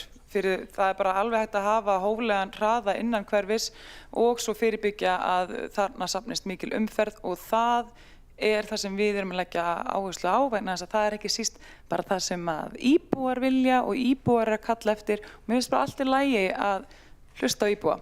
Hitt þetta að eins og hefur komið inn á, þetta bara pennastrik á blaði sem stendur. Það nákvæmlega eins og borgarfulltrúin Andrea kom inn á, ekkert í hendi varðandi hvernig útfærslan á þessu yrði, sem að því að útfærslan ekki einu sinni endanleg í aðalskipulaginu. Myndi það breyta einhverju fyrir þennan borgarstjórnar meirihluta að láta skoða þetta, taka þetta til einhverja skoðunar innan sviðsins? Nei, myndi ekki breyta neinu, en það myndi þá sýna að þau eru mætt hingað í dag í borgarstjórnarsalinn til þess að taka afstöðu til mála en ekki bara vísa þeim frá af letinni einskæri, eins og ég segi. Þá hefur borgarfulltrúin Ragnhildur Alda Vilhjálmsdóttir lokið að veita að svara andsvari öðru sinni og þá andsvörum lokið undir þessari ræðu og næstur á mælendaskrá borgarfulltrúin Alexandra Briem.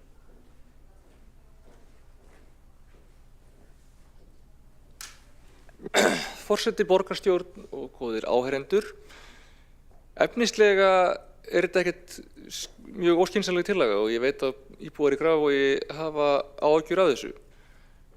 Staðreyndin samt sú að við vitum ekki hvar Sundabraut mun koma til með að liggja nákvæmlega eða með hvaða hætti.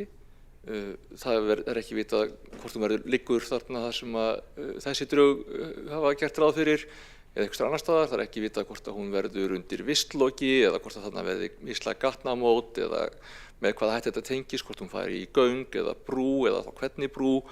Það bara ennþá verið að útfæra þetta. Og ég vil kannski fyrst segja það og taka undir bara orð Hjálmars Sveinssonar áðan, þetta sem að fór mjög vel yfir þetta.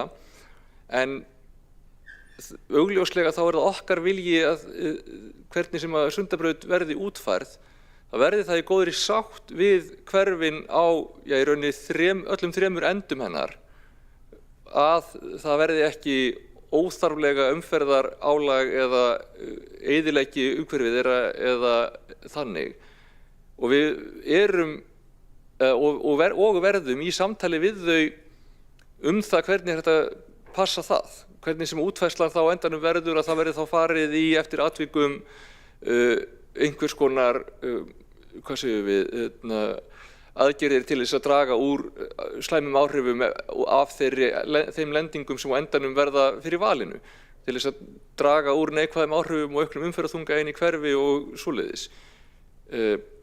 Ástæðan fyrir því að við erum hérna að tala um frávísun sú að þetta ekki tímabært, og það myndi senda svo skrítin skilaboð þegar við vitum ekki einu sinni hvar Sundabrautin eftir að liggja eða hvernig, að fara að pikka út einn og einn veg og hafa áhyggjur af því hvernig hann muni liggja miðað við eina tiltekna mögulega niðurstöðu, og ef við gerum þetta með þessa erum við þá á næsta fundi að fara að koma inn með eitthvað annan veg sem gæti mögulega tengst inn við Sundabraut niður í Laugardalnum, eða erum við að fara að tala um einhverja hjáleið í Sæbrautinni sem það gæti þurft að færa ef að það verður einhver annar útfærslu. Það svo skrítið að mæta inn með aðalskipulagsbreytingu til þess að fyrirbyggja eina ákveðna sviðsmynd þegar við vitum ekki einu sinni við hverju við verðum að bregðast. Mér finnst það mjög óskynsamlegt að ætla að fara í einhverja svoleiðis leikfimi við að taka út eina götu og bregðast við hverja fyrir sig. Jú, ég skil það alveg að fólk vilja senda ákveðin skilaboð að ætla að standa vörð hagsmuni í Grafarvogsbúa. Ég skil það alveg, það sem markmið allt í lagi, en með því að vísa frá erum við ekki að segja nei, við ætlum ekkert að gera það. Við erum bara að segja að það ekki tímabært núna, við vitum ekki hvernig þetta liggur, og það engin skynsemi í því að taka eina götu út fyrir sviga og fara að pæla í henni út frá einni tiltekinni mögulegri lendingu. Rétta aðferðafræðin við svona að skoða hver besta lendingin á leigunni og fara svo í hvaða aðgerðir þurfum að fara til þess að draga úr þeim neikvæðu áhrifum sem verða þá af þeirri lendingu, þá í samræði við íbúana á stöðunum sem það hefur áhrif á. Þannig að það ástæðan fyrir að við erum að tala um frávísunina, ekki vegna þess að við séum löt, ekki vegna þess að við séum á móti þessu, ekki vegna þess að við séum full af einhverju óútskýrðu hatri á Grafarvogsbúum eða eitthvað svoleiðis. Bara aðferðafræðin væri mjög skringileg að gera þetta einhvern veginn öðruvísi heldur en að færi það að velja bestu leguna út frá hvernig sé best að ná markmiðunum með sem minnstu af neikvæðu áhrifunum og fara svo í samtali það hvernig best að draga úr þeim neikvæðu áhrifum sem verða af því. En klárlega setjum við bara þetta á listan okkar það hvaða hlutum við gætum þurft að pæla í ef að þessi tiltekna leið verður fyrir valinu, en það algjörlega ótímabært að fara í að ákveða eitthvað aðalskipulagsbreyting út frá því að þetta gæti orðið og áhrifin af því gætu verið. Takk. Þá hefur borgarfulltrúin Alexandra Brím lokið máli sínu og næstur á mælendaskrá borgarfulltrúin Dóra Björt Guðjónsdóttir.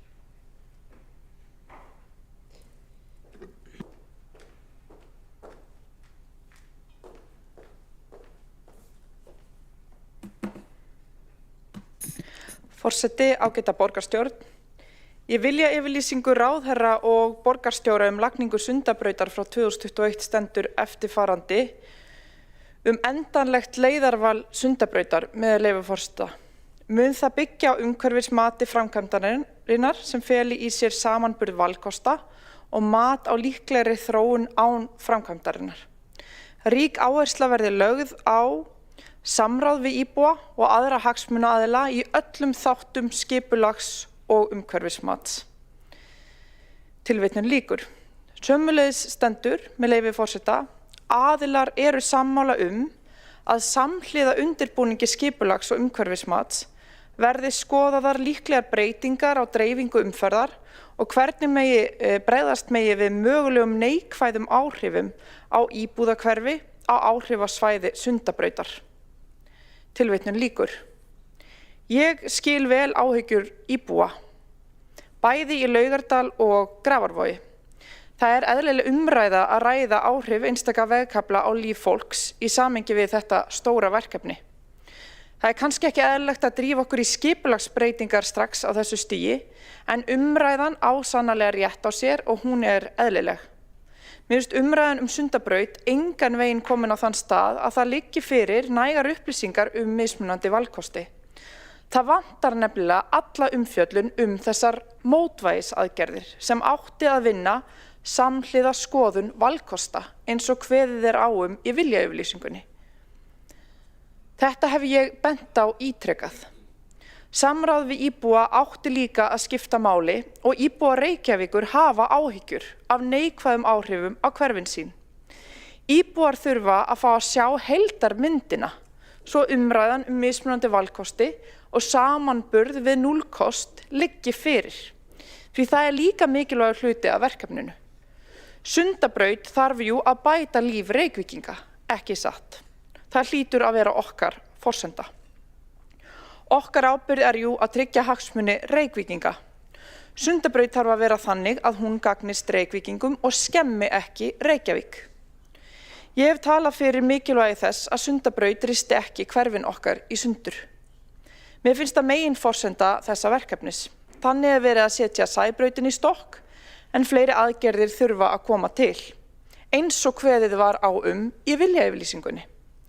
Ég hef talað fyrir mikilvægi þess að Sundabraut risti ekki Gufunesi í sundur og umferðin fari helst undir Gufunesið frekar en að rista þá hverfið í sundur.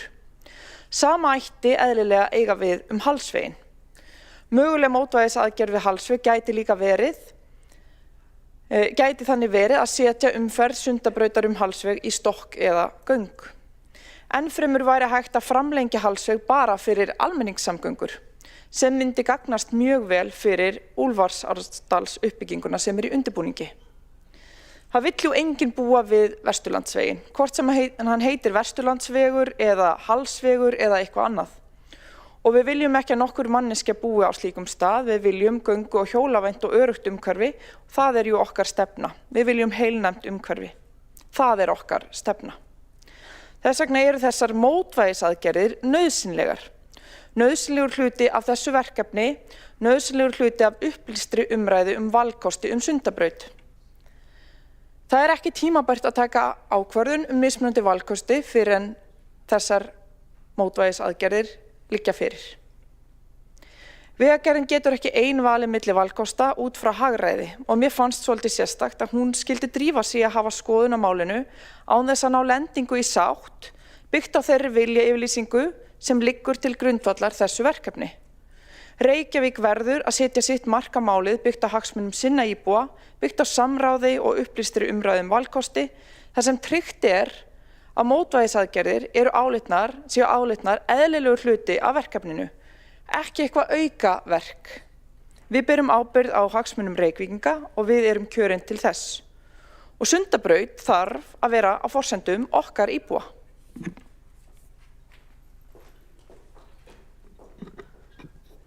Þá hefur borgarfulltrúinn Dóra Björk Guðjónsdóttir lokið máli sínu og næstur á mælendaskrá borgarfulltrúinn Hjálmar Sveinsson.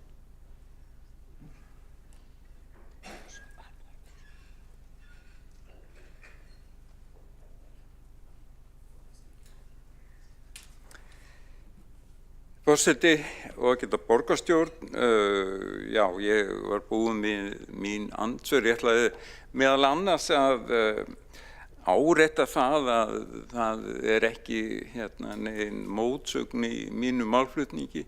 Ég tók einmitt undir þau rök borgarfulltrúans Friðjóns Friðjónssonar að það væri æskilegt að hafa ekki of mikla bílaumferð þarna, hafa hana ekki of hraða, hafa hana öruga, hafa hana mannvæna, vistvæna og það voru held ég svona meðal annars þessi orð sem ég notaði. Og ég sömu skoðunar vestur í bæ í Hringbraut eða í Miklubraut eða á Grensásvegi. Ég bara þeirra skoðunar. En það hefur verið svolítið misbrestur á væga sagt að fólk hafi verið sammála þeirri stefnu og þá bara verður svo að vera. En þetta bara fínasta umræða og ég líka minni á það að sko það hefur verið líka frá íbúum í Grafarvogi, svo ég minninu á það sem að vildu gjarnan hafa vegtengingu þarna yfir Korpu og allavega yfir á Korputorg. Þannig að maður skilur líka vel og ég vil líka segja að þetta ekki alveg eins einfalt og margir hér vilja láta vera að þetta nýja hverfi sem kemur hérna í höllunum, hvort sem það verður nú 2000 íbúðir eða upp í 4000, ég veit það ekki. Það var það mörguleyti lógist að einhverjir þar sem að vilja fara niður í Grafavog, niður í Gufunes eða niður á nýja Sundabraut,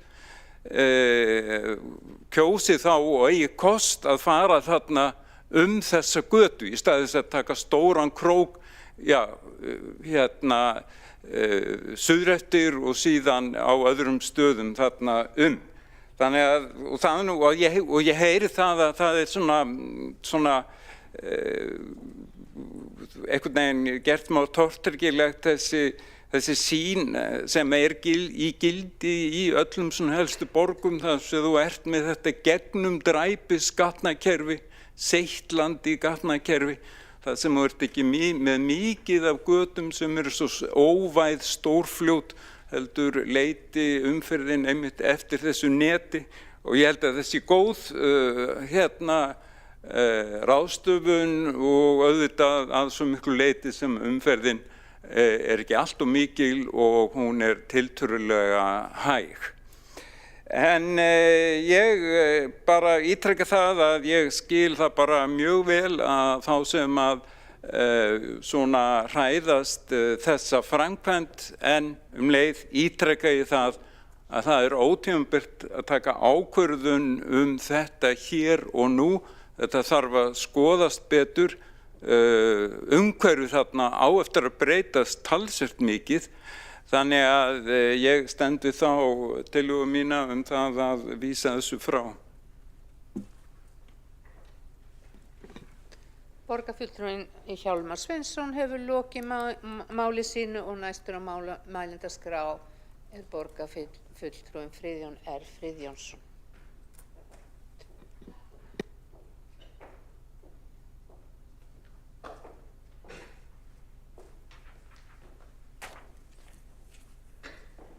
Get ég fengið klærurnar aftur?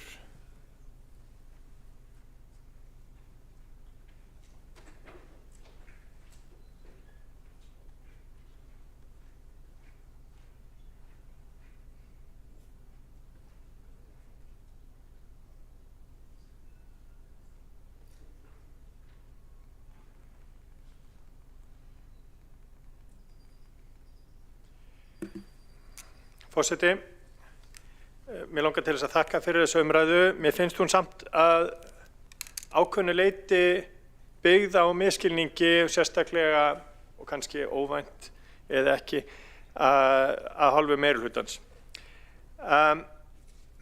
Þetta snýst ekki Sundabrautina sem slíka eða hvaða valkostir verða valdir þar. Þetta snýst það hvernig Grafavogur og byggist upp og heldur áfram að þróast, miklu frekar. Ef að það koma göng, þá minni þrýstingur á Hallsveg kannski. Ef það kemur brú, þá verður meiri þrýstingur á Hallsveg. Hvort heldur þá erum við þeirra skoðunar að þessi tenging eigi ekki að vera. Hvaða valkostir verða valdir í Sundabraut skiptir ekki höfuðmáli fyrir þessa 800 metra sem liggja frá Víkurvegi upp á Vesturlandsveg.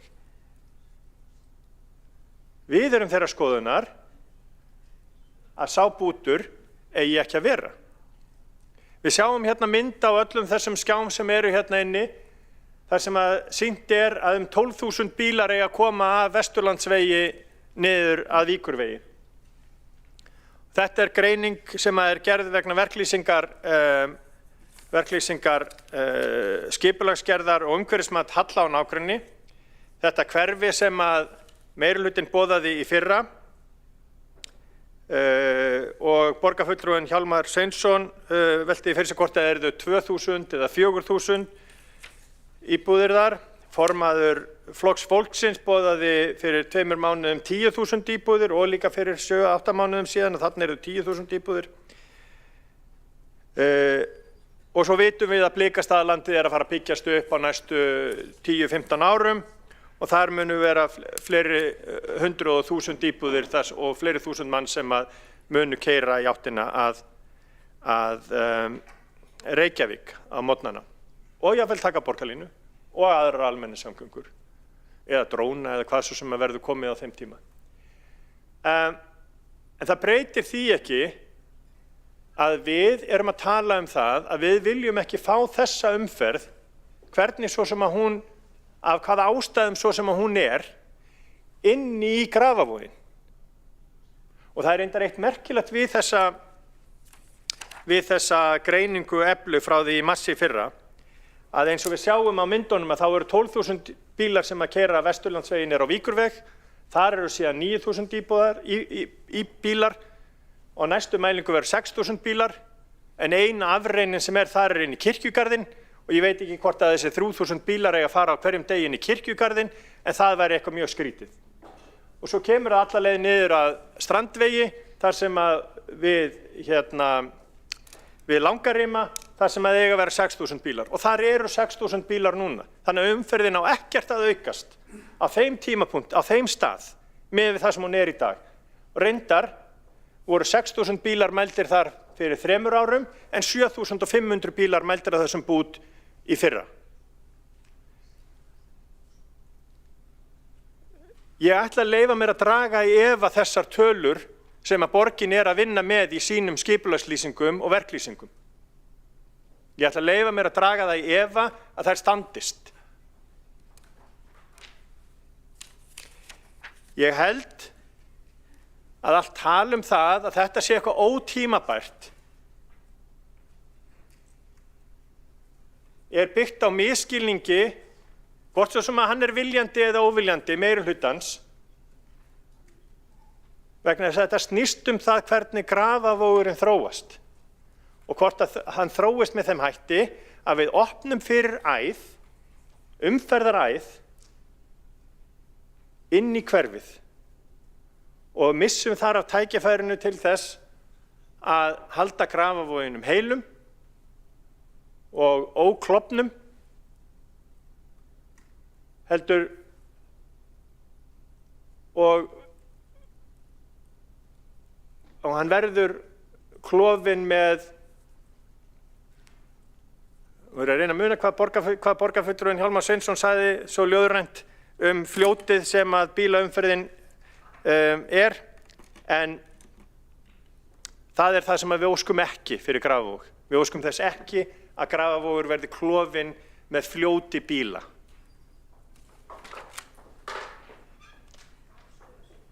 Þá hefur borgarfulltrúinn Friðjón R. Friðjónsson lokið máli sínu og ræðum undir þessari tillögu lokið. Þá komið að því að kjósa tillöguna og komið hefur fram frávísun. Þannig að við kjósum fyrst það eru allir borgarfulltrúar, nei, ekki Marta.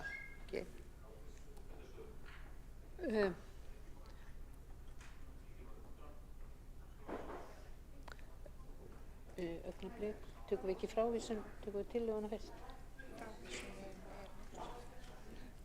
Ekki frávísun málsmeðferðar til það? Málsmeðferðar til það? Já, það segir Dís. Já, hvað það? Nei, þetta hérna. Þetta fundarsköpun, þetta kannski ekki smá. Já, bara, það búið að gera. Smá fundarhlé, hvað segir það?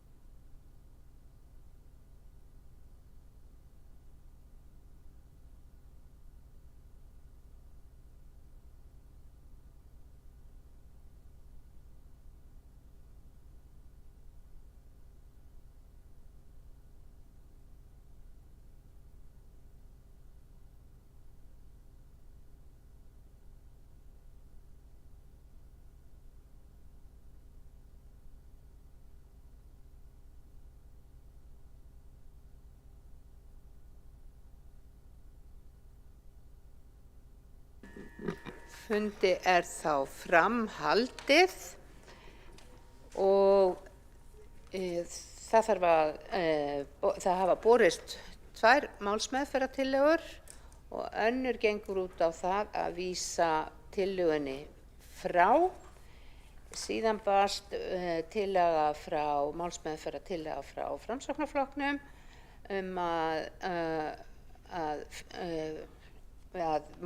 að tillögunni verði vísað til umfjöllunar hjá umhverfis- og skipulagsráði og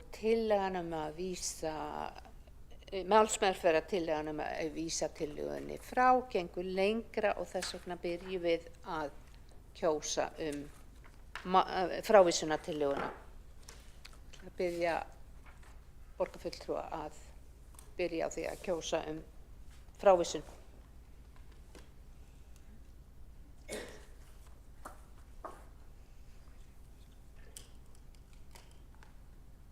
Eru allir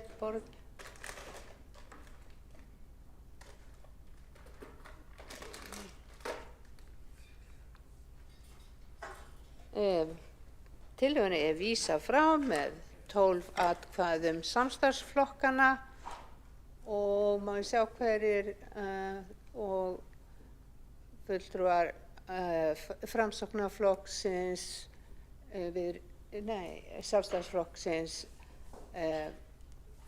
eru á móti og Viðreisn situr hjá. Það nokkuð að kjósa mig. Þá er gengið til næsta liðar á dagskrá. Það er aðgerðaráætlun lýðheilsustefnu 2026 til 2028 sem ber af 12. lið fundargerða borgarráðs frá 8. janúar og tekur þá til máls borgarstjóri Heiða Björk Hilmisdóttir.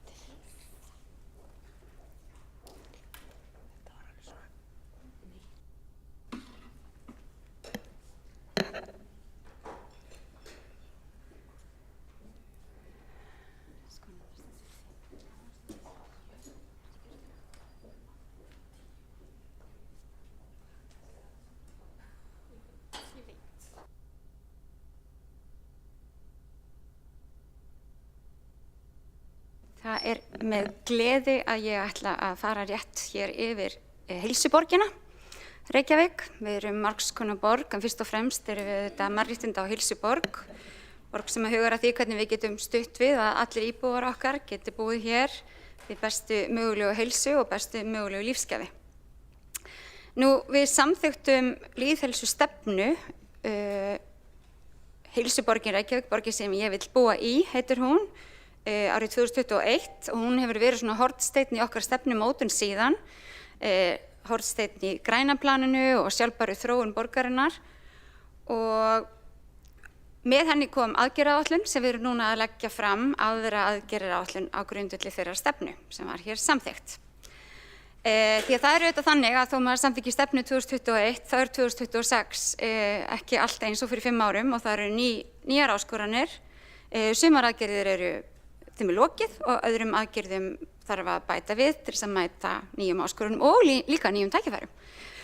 Það er auðvitað markmið okkar alltaf að efla heilsu og lífsgæði borgarbúa frá börnum, ungmennum til eldra fólks og viðkvæmra hópa þannig að allir geti eflt sína heilsu í borgin okkar, að samþætta lýðheilsuna í alla málaflokka borgarinnar. Það er alveg saman hvort það er skipulag eða samgöngur eða frístundir eða menning eða mannauður. Við séum alltaf að huga því hvernig þetta kemur við heilbrigði fólks, andlegt og líkamlegt. Við byggjum upp heilsueflandi samfélag þar sem jafnræði, inngilding og aðgengi eru tryggð og að nota þessa gagnadrifnu nálgun með lýðheilsuvísum og mælaborði borgarbúa til þess að fylgjast með árangrinum okkar. Og svo höfum við lagt áherslu á græn svæði, hreint loft og öruggar samgöngur og holla valkosti þannig að holla eða heilsusamlegra valið, eins og ég kýs yfirleitt að segja það, sé það auðvelda. Þannig verður einhvern veginn lýðheilsan þessi grunnstoð Ef það er auðvelt fyrir fólk að velja svona hollara og heilsusamlegra valið, þá erum við ekki bara að koma í veg fyrir það ef það eru ekki beint að stýra fólki, heldur erum við að gera það auðvelt að bæta sína heilsu. Og það er auðvitað það sem maður er alltaf að reyna, því að fólki líður einfaldlega betur ef það er heilbrigðara og samfélagið er heilbrigðara ef við erum öll heilbrigðari. Þannig að núna er það svona þetta mikilvæga skref sem við erum að taka að borgin, að við séum með heilsu og vellíðan fólks alltaf sem leiðarljós í allri stefnumótun og framkvæmd. Auðvitað er lýðheilsa grunnstoð í velferð og lífsgæðum borgarbúa. Og þetta snýst ekki bara að koma í veg fyrir að verðum lasin. Þetta snýst líka að við séum hamingjusöm, að okkur líði vel, að umhverfið okkar einhvern veginn styðji við okkur og við upplifum að við tökum þátt og að við viljum búa þetta. Því það er líka hluti af því að vera heilsuborg, að fólk velji og finni að því líði vel í borginni. Þannig að þessi aðgerðaáætlun sem við erum núna með er byggð á þessari stefnum. Þið vitið að megin markmið lýðheilsustefnunnar voru þessi 3, bætt heilsa og vellíðan, jöfnuður milli heilsu og vellíðanar, engin skilin eftir og heilsa og vellíðan vegvísir í allri starfsemi. Til þess að fylgja þessu öllu eftir þá höfum við núna sett saman þessar tæplega 30 aðgerðir sem að krefjast svona þverfaglegs samstarfs. Þess vegna ákváðum við að taka þessa aðgerðaáætlun inn í borgarstjórn, þannig að allir í borgarfulltrúar hefðu tækifæri til þess að taka þátt í að samþykkja hana, þar sem í rauninni taka þessar aðgerðir til allra fagráða og allra starfsemi sem ekki endilega tilheyrir neinu fagráði. Því þetta tekur til starfsemi borgarinnar, starfsfólksins, framkvæmda og faglegs starfs allstaðar. Þetta er í rauninni allt frá heilsueflingu í skólunum og frístundinni, innleiðingu matarstefnu, aðgengi að útivist, alls konar aðgerðir sem að miða því að vekja athygli á skógrækt og borgarskógunum okkar, sem að það eflir okkar heilsu. Við erum með aðgerð sem að fjallar það að bæta við bekkjum og skýra gönguleiðir innan borgarinnar sem hvetur okkur til þess að nota virkan faramáta eða bara fara út og til þess að ganga okkur til heilsubótar. Og við höldum áfram að vinna að verkefninu heilbrigðar borgir með Alþjóðaheilbrigðismálastofnuninni og heilsueflandi samfélagi embættis landlæknis. Þetta gefur okkur tækifæri ekki bara til þess að mæla okkar árangur, heldur líka að bera okkar árangur saman við árangur annara og fá hugmyndir og aðgerðir í rauninni svolítið svona ráðgjöf í gegnum það inn til okkar. Það er líka mikilvægt að tala það að við erum í samstarfi við háskólana og sérfræðinga og mér langaði að nefna að við erum sérstaklega núna, við ætlum að greina áfram þetta félagslega landslag innan borgarinnar. Ég held að flesti borgarfulltrúar muni eftir þeirri greiningu sem við fengum fyrir nokkrum árum, þar sem við bárum saman mismunandi hverfi í borginni, félagslega samsetningu þar og hvernig sú þróun hefur verið. Það skiptir okkur máli því við vitum að inngildandi samfélag og samfélag án aðgreiningar, samfélag þar sem að fólk upplifir svona að það tilheyri, er betra samfélag og ég hlakka til að fá næstu niðurstöður og svona leggja upp með það. Í þessari aðgerðaáætlun höfum við lagt svolítið upp með hvernig við ætlum að nýta þessa niðurstöður til þess að bæði nýta til þess að hafa sem undirlag stefnumótunar en líka forgangsröðun inn á sviðum borgarinnar. Með því að setja þetta svona fram þá finnst mér mikilvægt til því sjáu hér þessar aðgerðir undir mismunandi liðunum. Mér finnst mikilvægt að við förum kannski ekki hverja eina aðgerð sem að ég bara hvet ykkur til þess að lesa þetta allt saman og fylgjast með, koma með tillögur því þetta á að vera lifandi skjal, þetta á að vera skjal sem við erum alltaf að íhuga hvernig við getum gert betur. Og að mörgu leyti talar lýðheilsustefnan og mannréttindastefnan sem við vorum að fjalla áðan, jafnréttið og það kallast bara vel á, það fer að mörgu leyti bara mjög vel á því að við tökum þetta hér á sama fundi. Og rétt eins og borgarfulltrúin Lífi Magnúsdóttir kom inn á áðan með loftslagin, að við getum andað okkur heilnæmu lofti. En mannréttindaráð, það er það líka lýðheilsumál. að umhverfið okkar stuðli á okkar góðu líðan og okkar heilsu. Við erum líka með kannski þessa gagnaöflun og hvernig við erum að nota þetta sem vegvísi, og ég veit ekki hvort að borgarfulltrúum öllum ljóst eða hvort ég þekki það, en við gerum sem sagt, við erum þáttakendur í þessu velsældarhagkerfi, við erum með þessa lýðheilsuvísa og lýðheilsumat á stórum aðgerðum sem við höfum farið í og viljum styrkja. Það líka, af því að við erum heilsueflandi samfélag, þá annars vegar miðlægt starfsmaður sem að fer yfir hvernig borgin að þróast þar og hvernig við getum komið inn, en það líka í öllum miðstöðunum. Þannig í hverju einni miðstöð, í hverjum borgarinnar, 4 hverfishlutum borgarinnar, starfsfólk sem að fer verulega kafar ofan í gögnin og vinnur með aðilum inn í hverfunum að því að styrkja það sem þarf að styrkja og vinna á móti því sem þarf að vinna á móti og koma með hugmyndir að hvernig við getum gert þetta betur. Þarna bara gríðarlega mikilvægt að við höldum dampi, höldum áfram að nota þessa gagnadrifnu nálgun. Þetta í rauninni ekkert síður vísindi heldur en pólitík, en það getur líka verið pólitík að afneita vísindum. Það allavega ekki pólitík sem við erum með hér. Þetta ekki bara eitthvað hátíðarhugtak, eitthvað sem talað stundum, af því við þurfum virkilega að hafa þetta alltaf í huga og í rauninni umbreyta orðum og athöfnum til þess að skila þessum alvöru lífsgæðum og hamingju íbúa í hamingju sem borginni Reykjavík. Og það þetta ávinningur sem við erum alltaf að vinna að fólk velji Reykjavík af því að hér sé gott að búa og að borgin sé að stuðla því að við getum lifað hér heilsusamlegu og góðu lífi.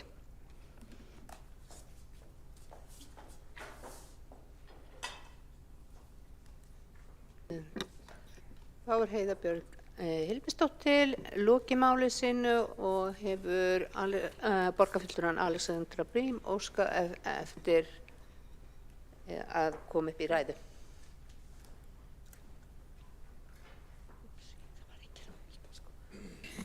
Forseti, borgarstjórn, góðir borgarfulltrúar, aðrir áheyrendur. Já, ég vildi nú kannski bara rétt svo koma upp og lýsa ánægju minni með þessa lýðheilsuáætlun. Hún mjög ítarleg, vel unnin, kostar ekki mikið umfram það sem við erum nú þegar að gera í málaflokknum víðsvegar í borginni eins og sjá má á aðgerðaáætluninni og nú þegar til í kostnaðarliðum hér og þar og við erum kannski bara svona að skerpa á því hvernig við nýtum það fjármagn og nýtum þá vinnu sem við erum nú þegar að vinna. Þetta er búið að vera lengi, búið að vera í mjög góðri vinnslu og ég tel að þetta sé bara virkilega flott og góð niðurstaða. Ég vil bara hrósa öllum sem að komu að þessu. Ég ætla ekki að hafa þetta endilega mikið fleiri orð, bara flott niðurstaða.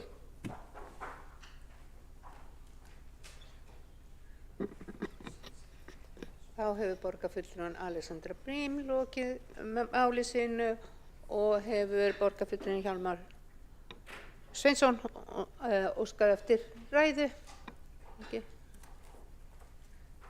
Tekur borgarfulltrúinn Hjálmar Sveinsson til máls.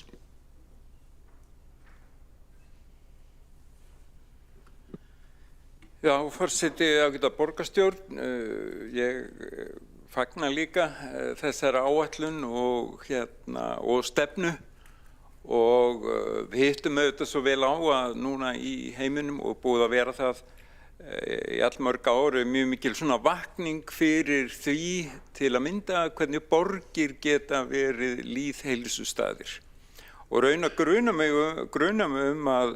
að tölur lífslíkur séu nú borgarbúum fremur í hag heldur en þeir sem búa mjög dreift hvað sem veldur og ég nefni þetta vegna þess að það er oft látið að því liggja að borgarumhverfið sé eitthvað óskaplega óhollt og fólkið vansælt. Það er ekki en það er heldur ekki alveg gert að sjálfu sér.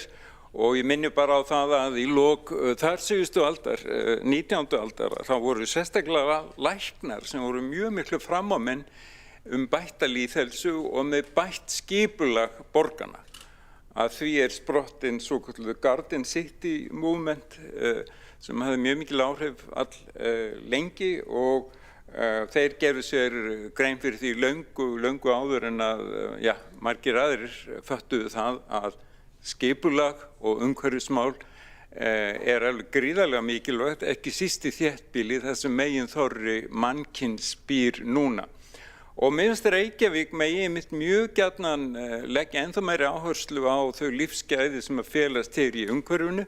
Það var mjög miður að það var felldur hér stór geil í okkar fallegasta og besta útivistarsvæði í Öskjuhlíðinni, alveg skelfilegt að horfa á það svöðusár sem var rist í þann fallega útivistarskóg.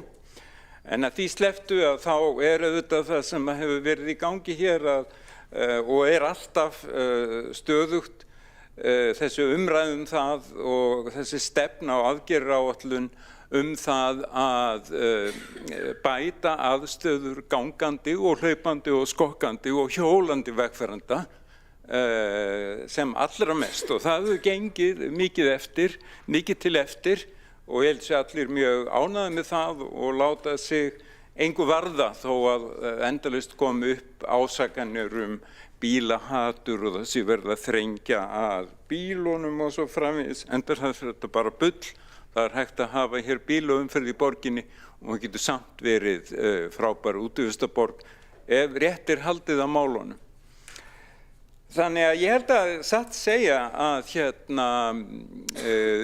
Reykjavík hafi og ég veit að allir sammála það, hafi ótrúlega mikið forskot miðað við, ekkert alla borgir, en býsna margar borgir, og ég ætla að nefna eina smásögu því til staðfestingar að einu sinni fór ég í heildir Reykjavíkur marathon í Reykjavík og var þá samferða fólki sem var talsveit eldri en ég, svisslendingar, það voru einhverju 30 manns sem eru búin að hlaupa í öllum borgum heimsins. Veðrið var ekkert sérstakt og svona í lok hlaups hitti þau og fara að tala við þau. Og bjóst hálfpartinn við því að heyra eitthvað að þetta hefði nú verið erfitt og veðrið ekki gott og svolítið svona lítið skjól og svo framvegis. En nei, það var ekki aldeilis. Þetta fólk sem var búið að hlaupa held í 30 borgum sögðu að Reykjavík væri æðisleg borg, langhlaupaborg, og það var ekki síst út af því að það var hægt að hlaupa svo lengi með sjónum sem náttúrulega svisslendingar þekkja ekki af kunnum ástæðum. En allavega, sem sagt, ég held að við séum stundum sjálfur aðeins blind og þau gæði sem að felast í okkar umhverfi og ég held að þessi og allavega ætti þessi stefna og þessar aðgerðir aðeins að opna betur bæði augu og eyru fyrir þeim gæðum sem við erum svo heppin að búa við, og læti þar með máli mínu lokið. Þá hefur borgarfulltrúinn Hjálmar Sveinsson lokið máli sínu og næstur á mælendaskrá er borgarfulltrúinn Líf Magnúðardóttir. Forseti og ágætu borgarstjórn, ég er á svipuðum nótum á Hjálmar Sveinsson borgarfulltrúi að því að lýðheilsa tengist auðvitað okkur og fólkinu í kringum okkur, og hvað geta borgir gert til þess að stuðla bættri lýðheilsu? Jú, og það er eins og áður sagði með jafnrétti kynjanna og fleira, fjölmenningu og annað, það er að búa til eitthvað rými eða búa til tækifærin líka. Ekki það að stjórnvöld eigi að stýra öllu. Og það sem ég vil líka benda á, og oft er maður nú sakaður að vera að sinna einhverjum gæluverkefnum og við hérna sem stundum förum fyrir málum, að vera að sinna gæluverkefnum þegar við umbreytum götum og leggjum hjólastíga. Ég ætla að nefna Grensásveginn, það var allt brjálað hérna þegar við vorum að laga Grensásveginn. En ef þú byggir það, þá kemur fólk og nú eru margir sem fara hann hjólandi. Og það var sagt þá á þeim tíma, nei, það hjólar enginn upp Grensásveginn, hann er svo hrikalega brattur, en kemur á daginn að það er bara alls ekki satt. Mér langar líka að nefna þá fjárfestingu bara í okkar borgarumhverfi, til dæmis þegar við umbreytum ströndum í baðstaði eða þegar við gefum leyfi fyrir færanlega sánur og hugum vel að því. Þetta er allt saman lýðheilsa og þetta líka kemur í veg fyrir einmanaleika. Og það held ég að verði eitt af okkar stærstu viðfangsefnum bara núna í framtíðinni. Það er einmanaleiki fólks. Það er eldra fólk, það er ungt fólk sem að finnur sér ekki stað í tilverunni og þá erum við líka búin að vera að hugsa hvernig getum við nota menningarstofnanir okkar betur. Menningarsöfnin, bókasöfnin, listasöfnin, getum við ekki búið til fleiri menningarstaði, getum við, hér vantar tónleikastaði til dæmis mikið og hefur verið bent á það að við mættum kannski standa okkur betur í að búa til eitthvað svona tónleikastaði. Ég get bara vel tekið undir það. Við erum núna með tónlistaþróunarmiðstöðina til dæmis hérna úti á Granda.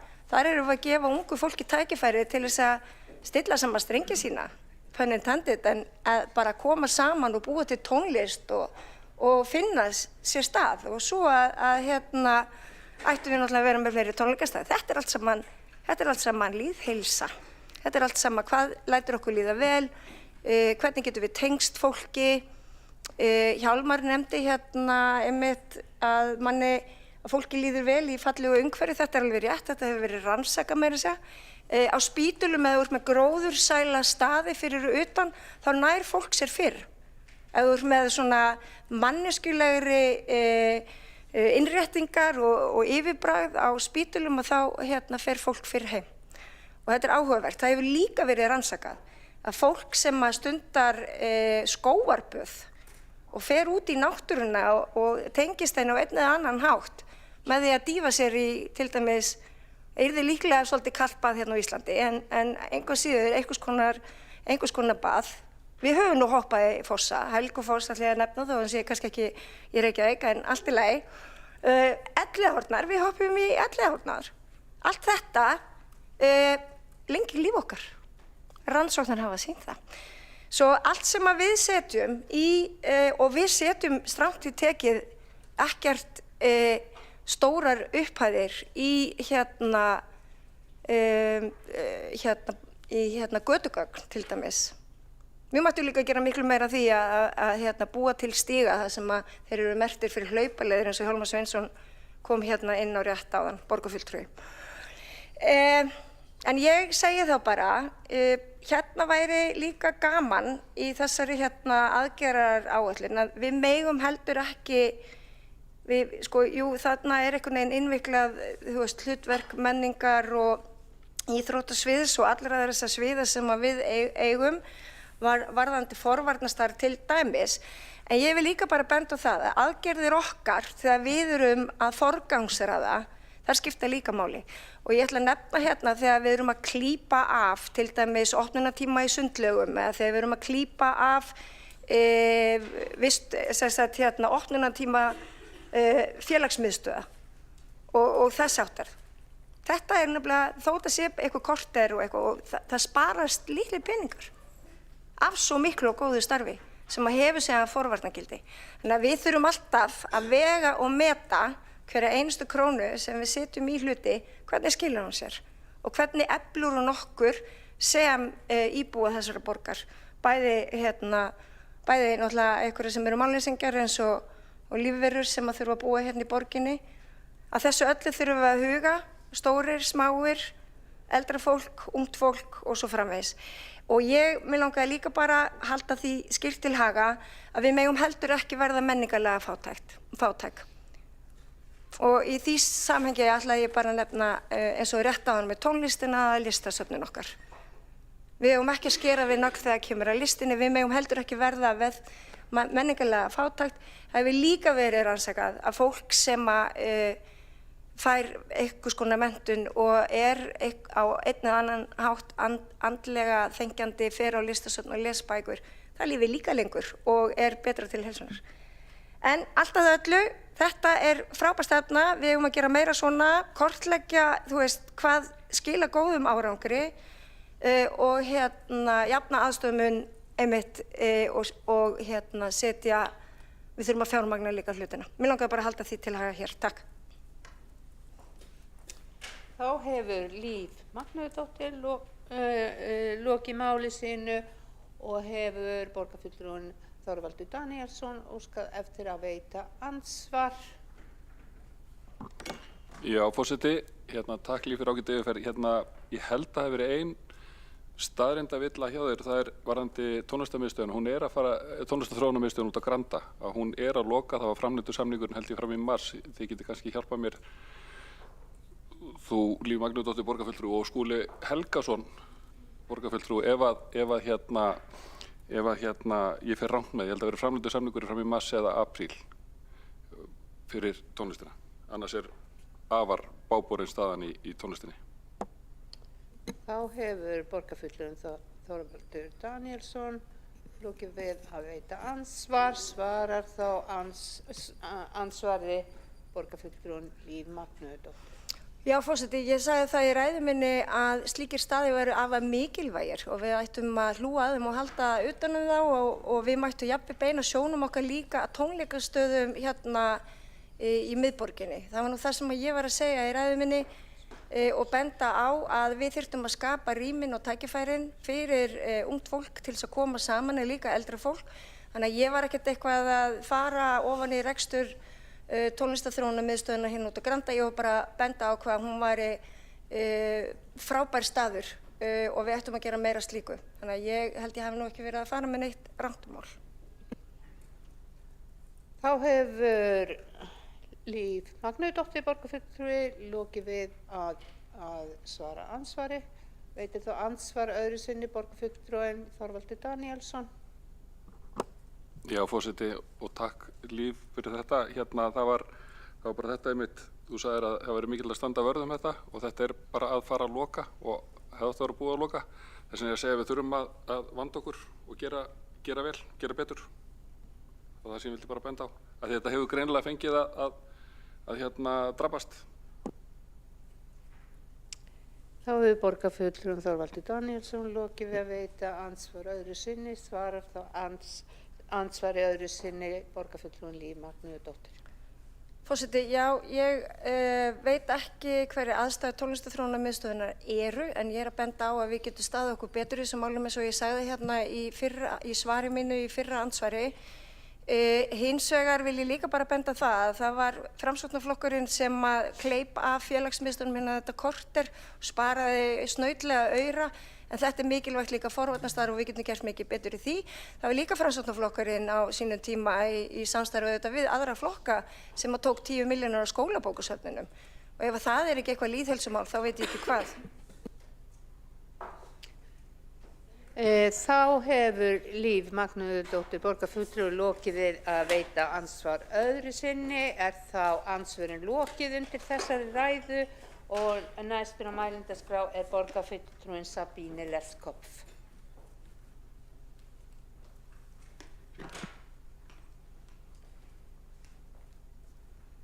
Já, forseti, bara fína umræðu mikilvæga agaráætlun og mikilvægt málefni lýðheilsustefnu. Þetta lifandi plagg, lifandi skjal eins og þetta lifandi borg.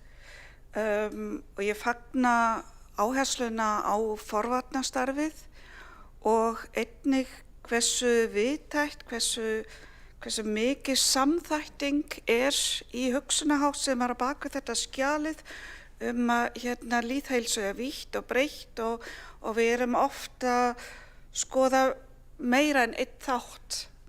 Og þetta einmitt þessi nálgun sem við erum að fylgja eftir í mannréttindaráðin, þar sem við erum að skoða einmitt svona þættir út frá fjölmenningu, út frá málefnum fatlaðs fólks, út frá málefnum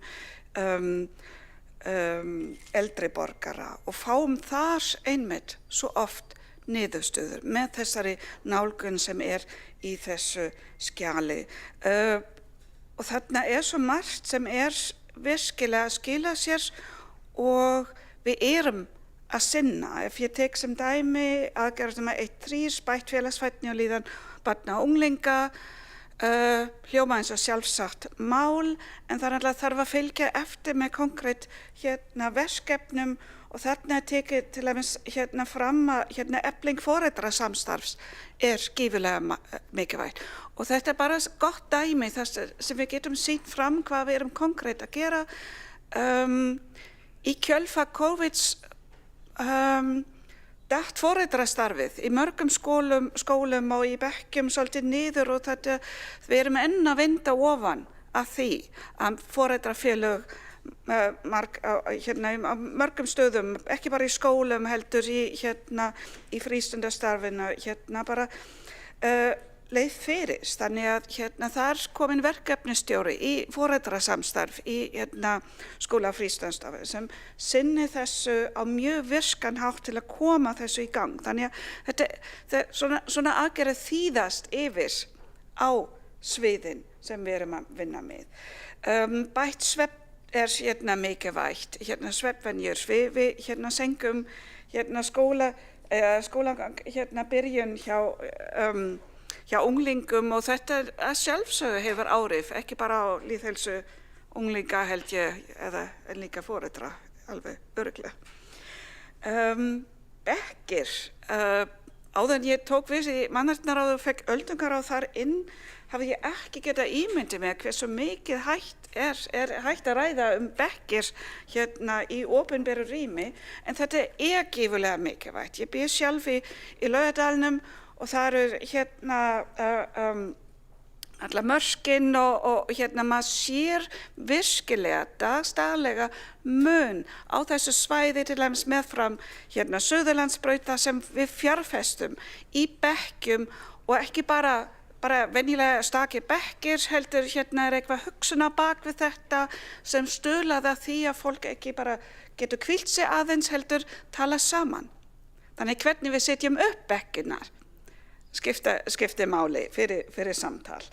Gagnaöflun á félagslega landslagi sem í þessari aðgerðaáætlun, ótrúlega mikilvægt að við höfum hana einmitt fjölbreytta. Svo margt þarna frístundabarni að sjálfsögðu, við höfum oft rætt á vettvangi menningar, íþrótta og tómstundaráðs en líka hér hversu mikilvægt það er að öll börn eru með í þessu, og ef við sjáum að börn séu ekki að taka þátt ákveðna hópa, þá þurfum við að gera eitthvað. Þá við þurfum stundum að taka svolítið óhefðbundnu leiðir þar. Það hefur líka borgað sig fyrir okkur að hafa fulltrúa landlæknis eða heilsugæs í mannréttindaráðinu, einnig í saman gegn ofbeldi hópi, það skiptir líka máli þar.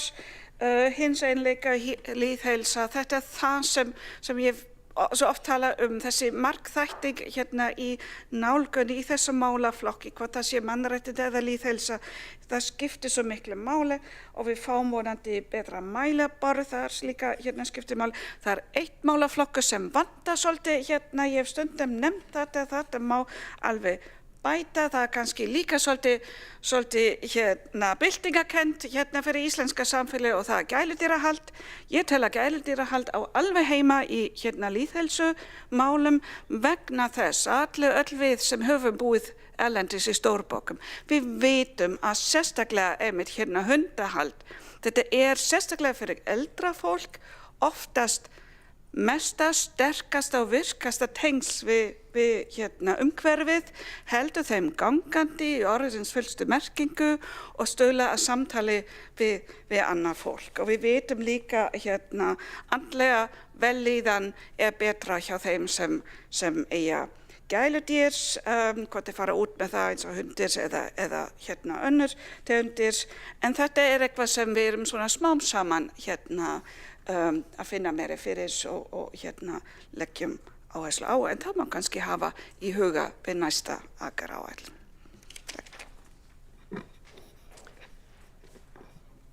Þá hefur borgarfulltrúinn Sabine Leskop lokið máli sínu og næstur á mælendaskrá er borgarfulltrúinn Skúli Helgason.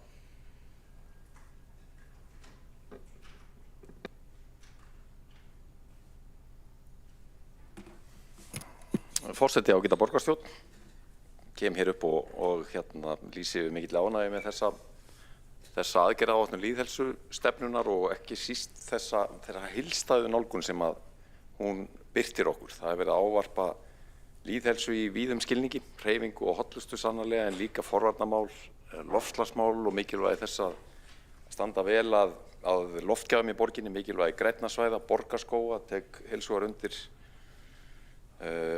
bara sorg yfir þeim skemmdarverkum sem voru unnin á skóginum okkar í Öskjuhlíð í kringum síðustu áramót eða áramótin fyrir rúmu ári síðan, en líka ávarpað borgarskipulag og hönnun og svo nokkur dæmi séu nefnt. Þarna eru líka mikilvægar áherslur sem að ríma vel við nýlega menntastefnu borgarinnar sem enn er í gildi til 2030, meðal annars mikilvægi aukinnar félagsfærni og bættrar líðanar barna og ungmenna, en líka matarstefnu, hollustu, fæði, heilnæmari valkosti og svo framvegis. Ég ætla að fara yfir nokkur atriði svona sem mér finnst skipta máli í þessu samhengi. Það er rétt að benda á það varðandi heilsueflingu eldra fólks sem er þarna mikilvægur kafli að við höfum einmitt á menningar- og íþróttasviði í nýjum samningi við Íþróttabandalag Reykjavíkur tryggt sérstaklega auki fjármagn til heilsueflingar eldra fólks og bara gaman að sjá hvað það er mikil gróska í þessum málaflokki hjá íþróttafélögunum í borginni. Forvarnir barna og ungmenna eru þetta kannski eitt stærsta viðfangsefni okkar, ekki bara undir formerkjum lýðheilsu heldur í raun og veru í samfélaginu öllu og kallar að mínum mati á það að við þurfum að rifja upp þetta stóra forvarnarátak sem farið var í hér í upphafi aldarinnar og teygja þá okkar anga út fyrir raðir borgarinnar til ríkisins, til allra þeirra sem að koma að bara almanna þjónustu verkefnum í samfélaginu. Og þetta er verkefni sem að við þurfum að setja í mikla fjármuni, mikla vinnu og bara í fyrsta forgang að mínum mati. Nú, verkefni sem við kalla allir með, kannski ætti það að heita frekar öll með, en þetta er samstarfsverkefni ISÍ, Ungmennafélags Íslands og Íþróttasambands fatlara. Þetta er í nákvæmni og mikilli skoðun inni á menningar- og íþróttasviði, hvernig við getum fjölga tækifærum fyrir fötluð börn í íþróttarhreyfingunni. Stendur yfir gagnasöfnun á raun og veru því stöðun í dag, hvernig er staðan varðandi þáttöku og aðgengi fatlara barna að mismunandi íþróttum, og við munum í kjölfar þessa niðurstöðu liggi fyrir þar á stöðunni vinna aðgerðir til þess að bæta úr til framtíðar litið. Hér hafa verið ávörpuð mál sem tengjast menningun og ég fagna því sérstaklega, bæði sundlaugamenningunni sem að nýlega komst á skrá UNESCO yfir óáþreifanlegar menningarminjar.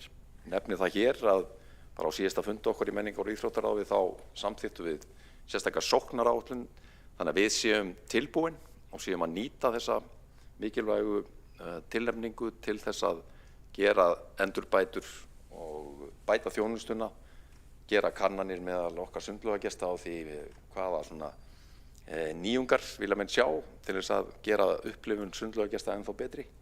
Líka að horfa til framtíðar, hvar er heppilegt að setja niður nýjar sundlaugar á komandi áratugum, á það að vera í nýjum uppbyggingahverfum í borginni eða annar staðar, og þetta er allt saman hluti sem verður farið yfir í þessari vinnu á komandi mánuðum.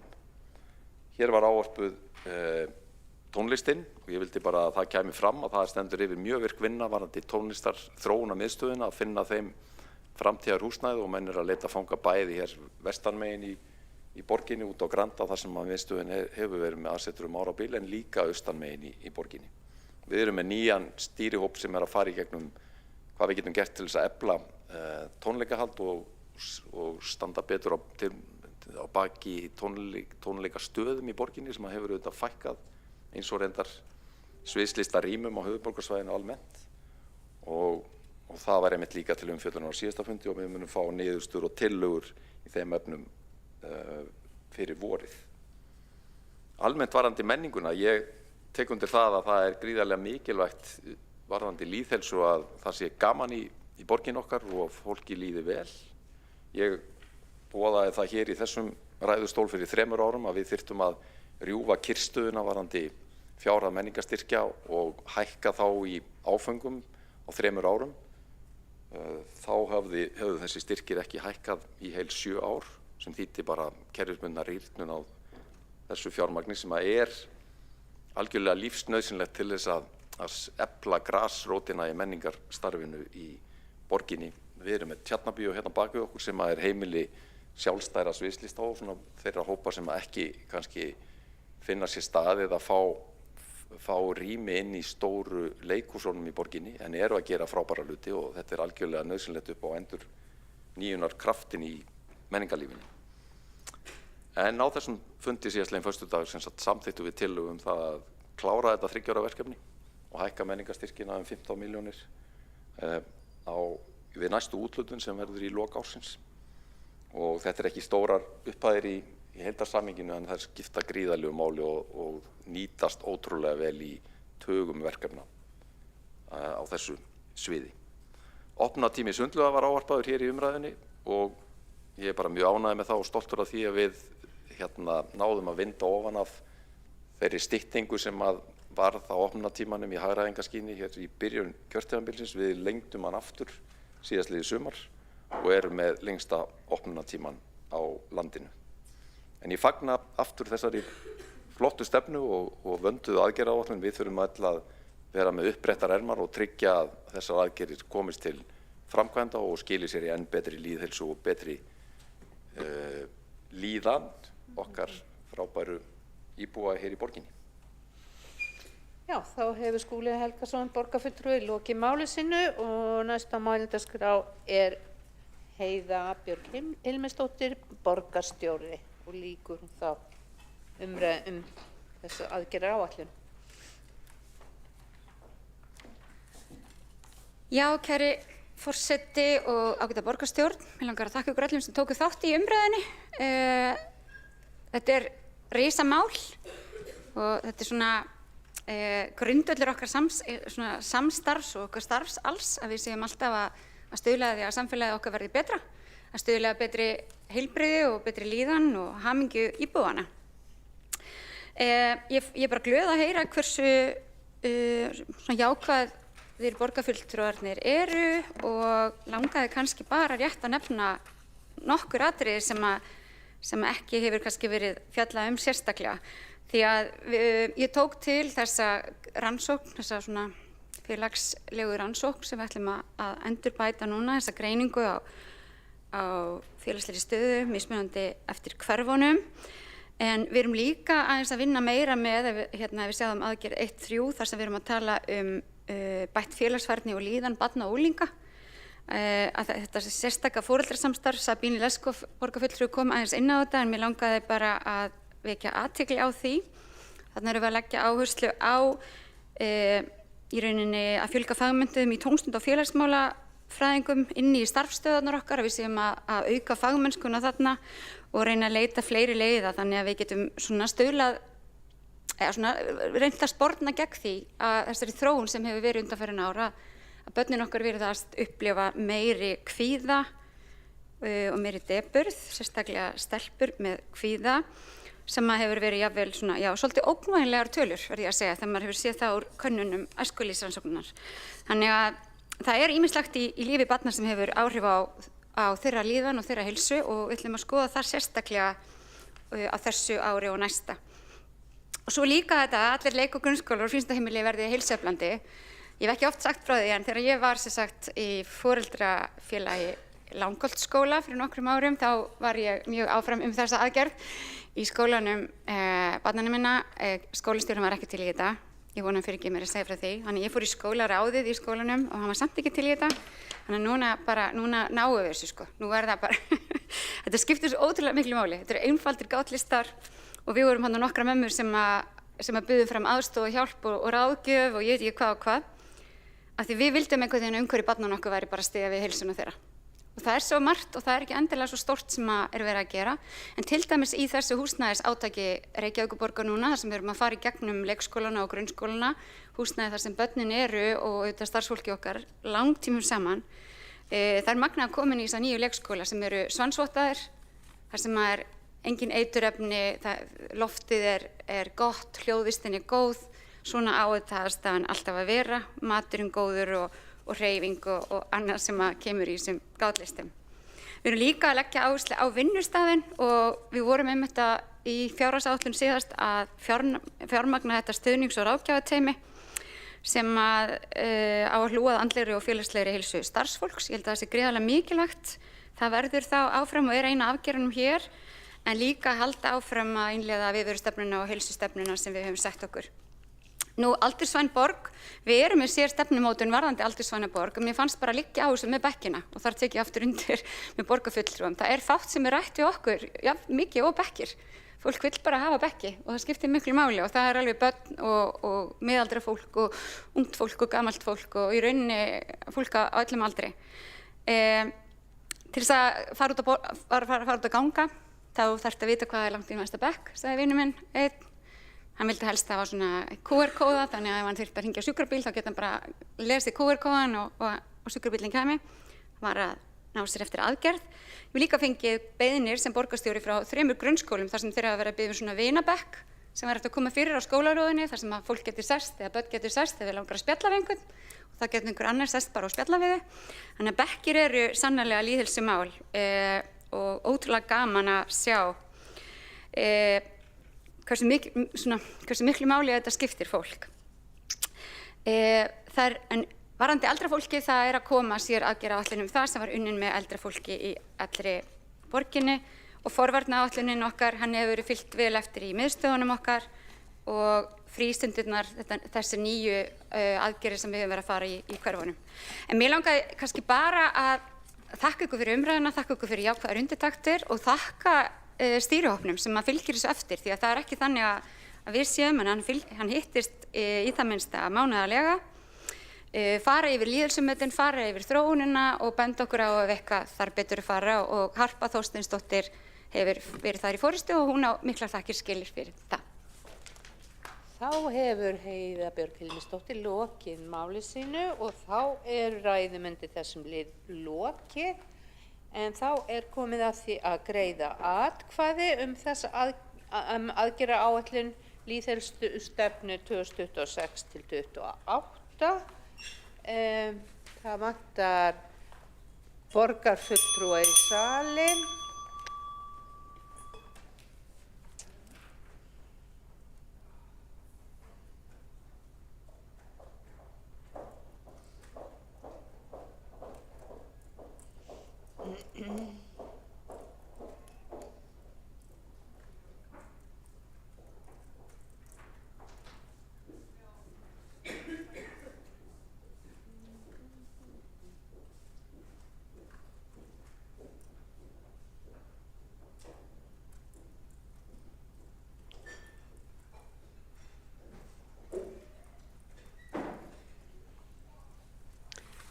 Já, ekki allir í salnum.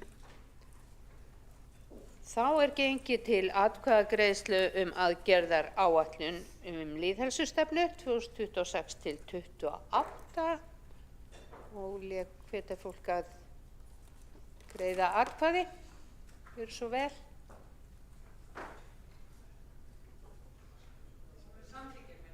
Samþykkið þessari aðgerð. Já. Biðja fólk að sýna þau sitja hjá, já. Þá aðgerðaráætlunin samþykkt með hvað var það, 12 atkvæðum og Framsókn, hvað gerði? Já, og með samþykkt með Framsóknarflokknum og Viðreisn og samstarfsflokkarnir og það Sjálfstæðisflokkurinn situr hjá. Er ég nokkuð að telja atkvæði? Nei, fínt. Heyrðu, þá þessu lokið og þá ætlar forseti að taka 15 mínútna fundarhlé. Við gera svona.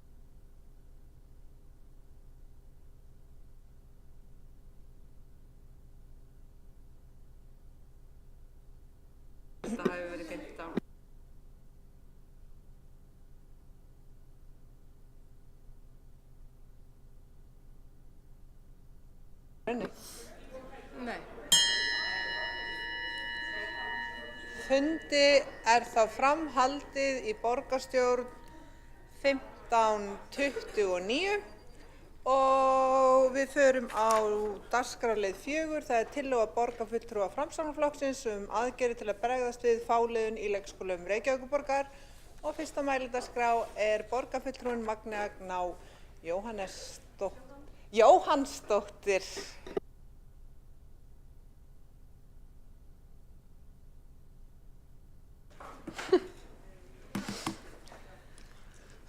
Forseti, ágæta borgarstjórn, við í Framsókn leggjum hér til 4 tillögur sem snúa að fáliðun í leikskólum og þeim fáliðunar aðgerðum sem borgin hefur gripið til og fela í sér lokunum á leikskólum. Fyrsta tillagan snýr fyrst og fremst að því að mæta foreldrum barna sem að lenda í fáliðunar aðgerðum. Tillögur 2-3 snúa að fjölgun fagfólks í leikskólum og tillaga 4 snýr að fjölgun sumarstarfa til framtíðarinnar sem getur leitt til aukins áhuga á leikskólum sem vinnustað. Í leikskólum borgarinnar hefur verið gripið til svokallar fáliðunar aðgerða til að mæta viðvarandi manneklu. Foreldrar á leikskólanum í Funaborg þurfa nú að taka 1,5 frídag frá vinnu í hverju viku vegna fáliðunar. Það jafngildir 32 dögum út voruna eða út maí og bætast þeir ofan á alltaf 20 daga sumarfrí leikskólana. Samtals er þetta með því minnsta 52 frídagar á þessu ári en hinn almenni launþegi á aðeins rétt á 25 til 30 dagar sumarfríi árlega. Haldi áfram aðgerðirnar næsta haust má reikna að dagafjöldin getur farið að nálgast 100. Það dylst engum að dæmi gengur ekki upp án þess að komi til verulegs tekjutaps fyrir fjölskyldur og mikils óhagræðis fyrir bæði heimili og atvinnulífið. Lokanir vegna fáliðunar eru þó ekki tilkomnar af ástæðulausu. Heldur er ráðist í þær til að tryggja öryggi barna. Það er algjört forgangsatriði. Aðgerðirnar eru íþyngjandi fyrir börn og foreldra og geta haft veruleg fjárhagsleg áhrif á heimilin í borginni, ekki síst fyrir einstæða foreldra. Við í Framsókn viljum mæta fjölskyldum í þessari aðstöðu strax og leggjum til að foreldrum barna sem lenda í fáliðunar aðgerðum verði greiddar 20.000 krónur fyrir hvert barn hver dag sem það standa yfir. Flestir foreldrar eru með skuldbindingar á vinnumarkaði og þurfa að grípa til ráðstafana eins og að skiptast á að vera með börnin hjá sér, kaupa passun með tilheyrandi kostnaði eða taka sér launalaust frí. Það vegur þungt í heimilisbókhaldi, sér í lagi í því efnahagsástandi sem við búum við í. Fáliðunar aðgerðir leiða þá jafnframt til ójafnræðis barna að leikskóladvöl eftir því hvort að leikskólinn þeirra er fullmannaður eða ekki. Fáliðun hefur það í för með sér að fjármagn sem áætlar í laun fullmannaðra leikskóla situr eftir og eðlilegra er að greiða það út til foreldra til að létta undir með heimilunum. Slíkar greiðslur skapa þá fjárhagslegan hvata fyrir borgina til að leysa mönnunarvanda til framtíðar. En tillagan gerir ráð fyrir að borgin þurfi að meta kostnað borgarinnar vegna aðgerðarinnar áður en ákveðir að ráðast í þær. Stóra verkefni er þó, hér eftir sem hingað til, að tryggja mönnun leikskólana enda er samfélagslega ósjálfbært að keyra á fáliðunar aðgerðum í leikskólum mánuðum eða árum saman. Til að fjölga leikskólakennarum til framtíðar leggjum við til að borgin opni á frekari samtal við þær menntastofnanir sem kenna leikskólafræði. Samtal annars vegar fjölgun nema og hins vegar fjölgun hlutastarfa fyrir nemendur í leikskólakennslufræði eða leikskólaliða. Við verðum að nálgast verkefnið að manna leikskóla með skapandi og lausnamiðuðum augum og skoða hvort að Reykjavíkurborg geti orðið liði þegar kemur því að fjölga starfsfólki í leikskóla. Leikskólar eru fyrsta menntunarstigið og grunnur alls náms. Það er rauninni eitt mikilvægasta starf okkar samfélags með því dýrmætasta sem við eigum, börnunum okkar. Leikskólar gegna jafnframt lykilhlutverki í jafnréttismálum en þau lönd sem að fjárfest markvisst í leikskólum standa mun betur þegar kemur á jafnrétti kynja. Það er því brýnt að við sofnum aldrei á verðinum í uppbyggingu leikskólastigsins og leggjum allt kapp á það að tryggja þá mikilvæga menntun og þjónustu sem þar er veitt. Til að bregðast við stöðunni þarf aukið samstarf ríkis, sveitarfélaga, kennara og menntastofnana með það markmið að fjölga starfsfólki í leikskólum. Með markvissum árangri er hægt að ná árangri. Með markvissum aðgerðum er hægt að ná árangri. Til marks það var 160% aukning í kennaranámi eftir að Lilja Alfreðsdóttir, þáverandi mennta- og menningarmálaráðherra, beitti sig fyrir því að kennaranemar fengu launað starfsnám og námsstyrki vegna lokaverkefna árið 2019. Það kennir okkur að rétt útfærðar aðgerðir skila raunverulegum árangri. En verkefni er þó ekki lokið.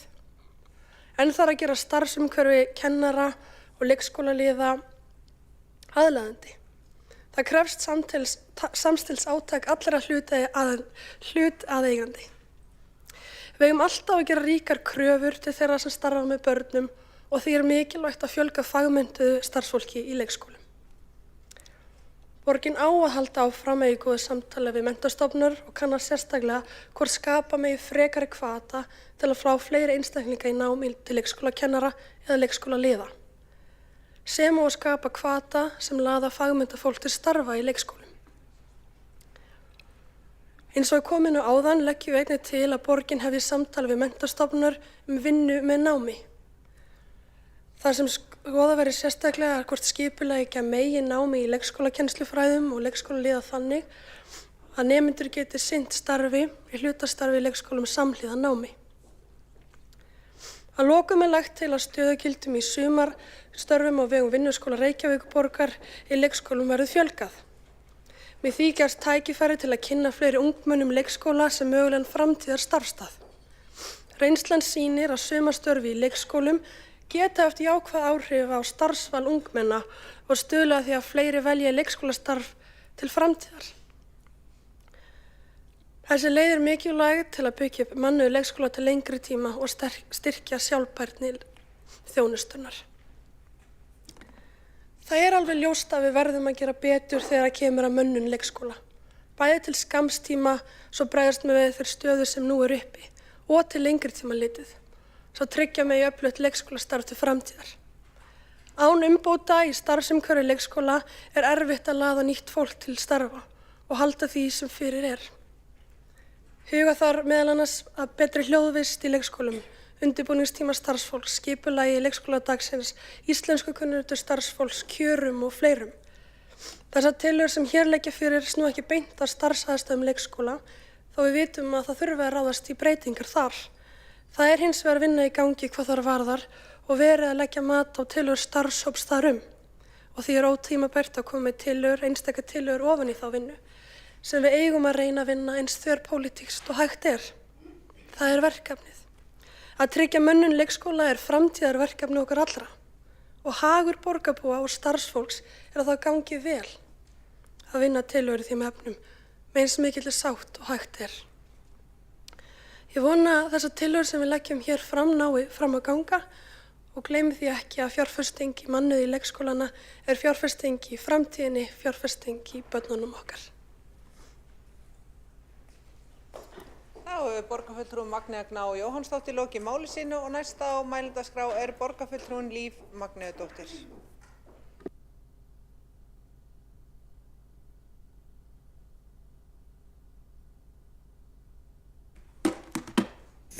Forseti, ágæta borgarstjórn, ég þakka Magneu Gná Jóhannsdóttir borgarfulltrúa fyrir bara fínar tillögur, kannski að einni undanskilinni, en ég kannski fer yfir það hér í ræðu minni. Ég ætla ekki að hafa þetta langt, borgarfulltrúin fór ágætlega yfir það svo sem er verið að gera. Það er þessi spretthópur á störfum sem mun ljúka vinnu sinni hvað á hverju. Tillögurnar eru jafnréttismati, þær snúa að bættum náms- og starfsaðstæðum í leikskólum. Mjög mikilvægt að bregðast við. Öll önnur sveitarfélög hér á höfuðborgarsvæðinu hafa ráðist í aðgerðir og þar eru fáliðunardagarnir miklu færri. Þannig að það er mikilvægt að gera eitthvað og við erum kjörin til þess að gera það. Hins vegar ætla ég að leggja til við forseta og borgarstjórn að við greiðum hverja og eina tillögu sér og ég ber það hingað og bið borgarstjórn að verða við því. Það er einfaldast þannig að tillaga 1-4 verði borin upp sér. Við ætlum hins vegar að leggja til að tillaga 1 verði felld og ég mun einnig leggja til, eða við leggjum einnig til að tillögu 2 og 3 verði vísað inn í skóla- og frístundaráð og tillögu 4 verði vísað inn í umhverfis- og skipulagsráð til meðferðar og umsagnar. Það er ráðin auðvitað ráða því hvaða farveg þá þessar tillögur fá. Ég ætla svo sem ekki að fara yfir af hverju, það er hins vegar talsvert búið að gera og það er talsvert í gangi. Og það er kannski ágætt að fá bara yfirlit yfir það og þá sér í lagi tillögu 2, samstarf við menntastofnanir fjölgun leikskólakennara og 3, samtal við menntastofnanir vinnu með námi. Það er gott að fá yfirlit yfir þetta, ráðið með taka það að sér og kannski þarf að gera eitthvað fleira í framhaldinu. Er þetta nógu gott? En við leifum bara fagráðina að fara vel yfir það. Eins varðandi fjölgun sumarstarfsfólks vinnuskólans í leikskólum. Sá málaflokkur inn á umhverfis- og skipulagssviði þannig að það er eðlilegt að það sé tekið upp þar og þá skoðað á vettvangi vinnuskólans. Mér langar líka að nefna það að við fórum auðvitað í það að fjölga sumarstörfum fyrir 17 ára og eldri. Sérstaklega ungu fólki viðkvæmri stöðu. En ég sé mörg tækifæri til þess að vinnuskólinn og þá kannski líka eldri krakkar, ungt fólk, fá tækifæri til þess að starfa á leikskóla á sumrin og það finnst mér að væri bara gott að fá umræðan það í umhverfis- og skipulagsfræði þar sem að ég er formaður. Það er eitt sem að situr aðeins í manni, það er þessi tillaga varðandi 20.000 krónur á barn fyrir hvern dag sem fáliðin stendur yfir.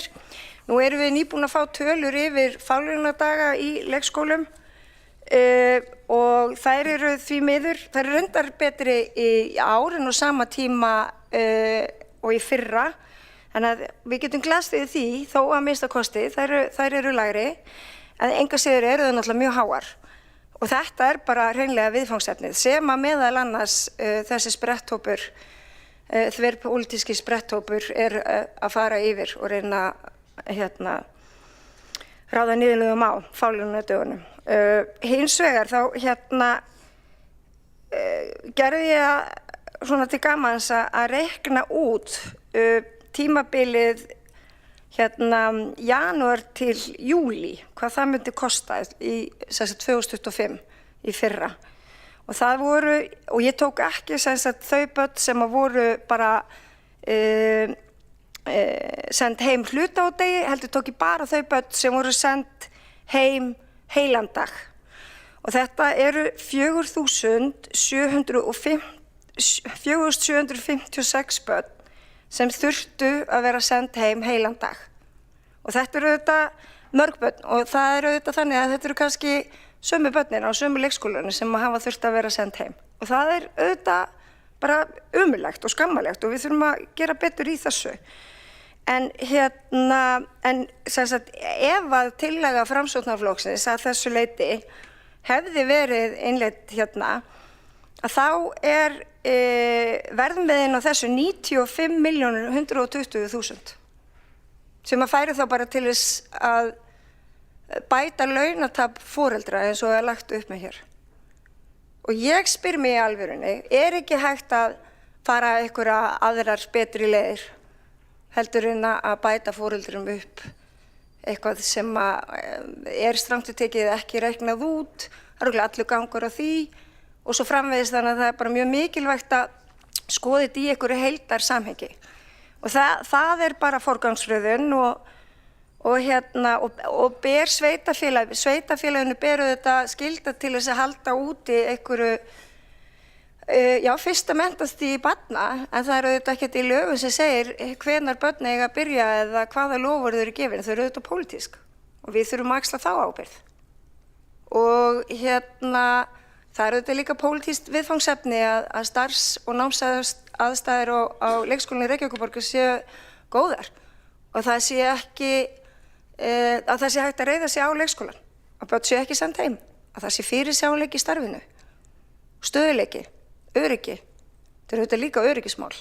En leikskólan er fyrsta menntastig barna og það var bara líka ágætt að setja þetta í eitthvað svona fjárhagslegt samhengi. Það sama þetta með frá ágúst til desember 2024 þegar tölurnar voru hærri, eða börnin voru fleiri og þá hefðu við þurft, ef að tillaga Framsóknarflokksins hefði verið samþykkt, að greiða 105 milljónir til foreldra barna. Og við getum tekið pólitíska umræðu hvort og hvernig það er skynsamlegt að verja fjármunum borgarinnar og hvað sé sanngjarnt í því, en við að minnsta kosti vorum sammála að leggja til að þessari tillögu, að hún yrði felld að minnsta kosti og hinum eins og ég fór yfir að þeim yrði vísað í 2 fagráð til meðferðar og umsagnar.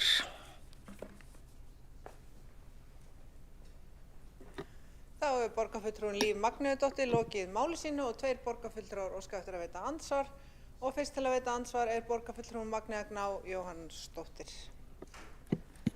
Já, forseti, ég þakka borgarfulltrúanum fyrir sína ræðu, margt gott sem kom þar fram og gleður mig að heyra allan hluti til hann að nái fram að ganga allan inn í ráðum.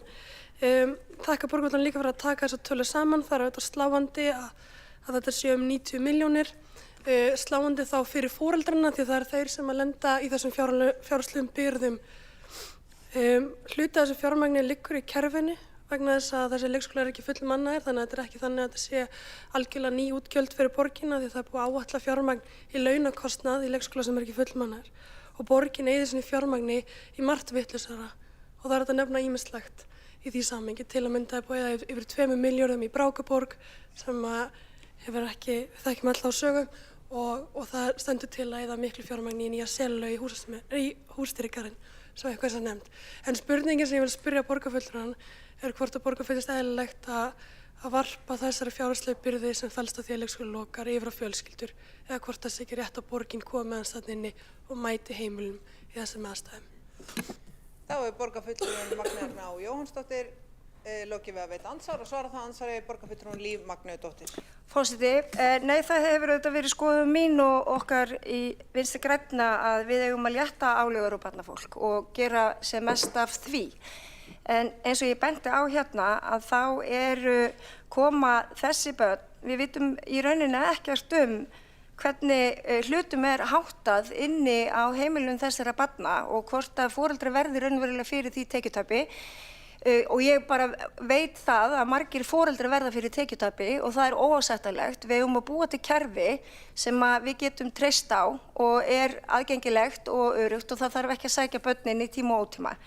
Hins vegar þá verði ég að nefna það að leikskólagjöldin, þessar 20.000 krónur, þau strangt til tekið myndi bara dekka leikskólagjöldin fyrir mjög marga foreldra. Af því að sumir foreldrar greiða lægri upphæð til leikskólans fyrir vistun barna sinna heldur en þessar 20.000 krónur. Þannig að ég held að þetta þyrfti miklu meiri yfirlegu ef það ætti að bæta foreldrum upp eitthvað tekjutap og hugsa það og svo er líka hver ábyrgð borgarinnar í því. Ábyrgð borgarinnar er fyrst og fremst að reka fyrsta menntastig ungra barna vel. Forseti minni borgarfulltrúa að virða tímamörk en þá hefur borgarfulltrúinn Líf Magnúsdóttir lokið við að svara andsvari og veitir það andsvar öðru sinni borgarfulltrúinn Magnea Gná Jóhannsdóttir. Já, forseti, ég held að við Líf Magnúsdóttir borgarfulltrúum séum saman það að það er hlutverk borgarinnar að reka fyrsta skólastigið vel og auðvitað er það verkefni okkar að tryggja mönnun í þessum leikskólum og öllum leikskólum og nýjum leikskólum sem við þurfum að bæta við. En staðan er svo að það hefur búið að grípa til fáliðnaraðgerða vegna þess að það hefur ekki gengið nægilega vel og það eru fjölskyldur í borginni sem þurfa að taka alltaf 32 daga á þessari vorun í frí til þess að manna þess að geta verið með börnunum sínum og auðvitað vilja allir foreldrar sinna börnunum sínum en það er mjög erfitt fjárhagslega fyrir foreldra að vera í þessari stöðu. Og hvað ætlum við að gera til þess að mæta þessari stöðu núna? Langtímaverkefnið er að fjölga leikskólakennurum og starfsfólki í leikskólum, bæta starfsaðstöður og horfa til fjölbreyttar lausna í þeim efnum en akkurat núna verðum við að gera eitthvað fyrir þessi heimili. Þá borgarfulltrúinn Magnea Gná Jóhannsdóttir lokið við að veita andsvar öðru sinni og svara það andsvar öðru sinni borgarfulltrúinn Líf Magneuðdóttir. Forseti, við Magnea Gná Jóhannsdóttir, borgarfulltrúi, erum alveg hjartanlega sammála að eitthvað þurfi að gera. Við þurfum að ráða niðurlögum fáliðunar í leikskólum og við leysum auðvitað ekki þessa fáliðunar aðgerði með því að greiða foreldrum fyrir að vera með börnin sín heima. Eða er það? Þá borgarfulltrúinn Líf Magneuðdóttir lokið við að svara andsvari öðru sinni og veitir þá næst andsvar borgarfulltrúinn Þórdís Lóa Þórhallsdóttir. Forseti, mér finnst þetta nú bara mjög áhugavert því að ef við myndum samþykkja svona, sko þetta vandamál er 40 ára gamalt, það er ekkert nýtt í þessu. Undanfarin 40 ár erum við búin að vera með fáliðun, það er ekkert nýtt í því að það séu fjölskyldur núna sem þurfa að bregðast við fáliðun.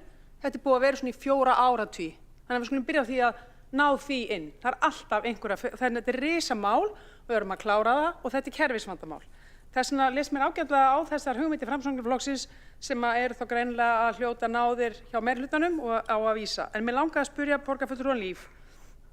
Hún segir 4.000 börn. Það getur náttúrulega ekki verið að séu 4.000 börn, þetta hlýtur að vera 4 skipti. Bara svo ég vil ekki að hér komi einhverjar fyrirsagnir, sko, 4.000 börn af 6.000 börnum á leikskólum eru í fáliðun, það getur ekki verið rétt. Það hlýtur að vera 4.000 skipti, er það ekki? Ég vil bara fá það staðfest, hvort að það sé ekki það sem að borgarfulltrúinn hafi verið að reikna. Takk fyrir. Þá borgarfulltrúinn Þórdís Lóa Þórhallsdóttir lokið við að veita andsvar og svara það andsvari borgarfulltrúinn Líf Magneuðdóttir. Forseti, fyrst langar mig að bregðast við því að það er auðvitað óásættanlegt að í 40 ár, eins og borgarfulltrúinn heldur fram, að hér hafi verið fáliðun og við bara reddum okkur. Ég held að við séum komin á það stig að viðurkenna að menntun ungra barna eigi að vera stöður rétt eins og í grunnskólum og hana þarf að leysa. Þannig að við þurfum að ráðast á rót vandans varðandi fáliðun og grípa til þeirra aðgerða sem að hafa sannað sig best. Og það er það sem við erum að skoða. Hins vegar til þess að svara hinni spurningunni að þá eru þetta bara liggur á vefnum með gögnum frá fundi skóla- og frístundaráðs í gær og þá stendur hérna fjöldi barna send heim hluta úr degi og fjöldi barna send heim heilan dag. Og á þessu tímabili sem að umræðir frá janúar til júlí 2025 þá voru sem sagt 4.756 börn send heim í heilan dag eða í skipti. Þetta eru gögn frá skóla- og frístunda ráði og sviði og eins og ég nefndi í ræðu minni að þá getur verið sama barni send heim oftar en einu sinni. Tillöga Framsóknarflokksins gengur út á hvert skipti sé 20.000 kall.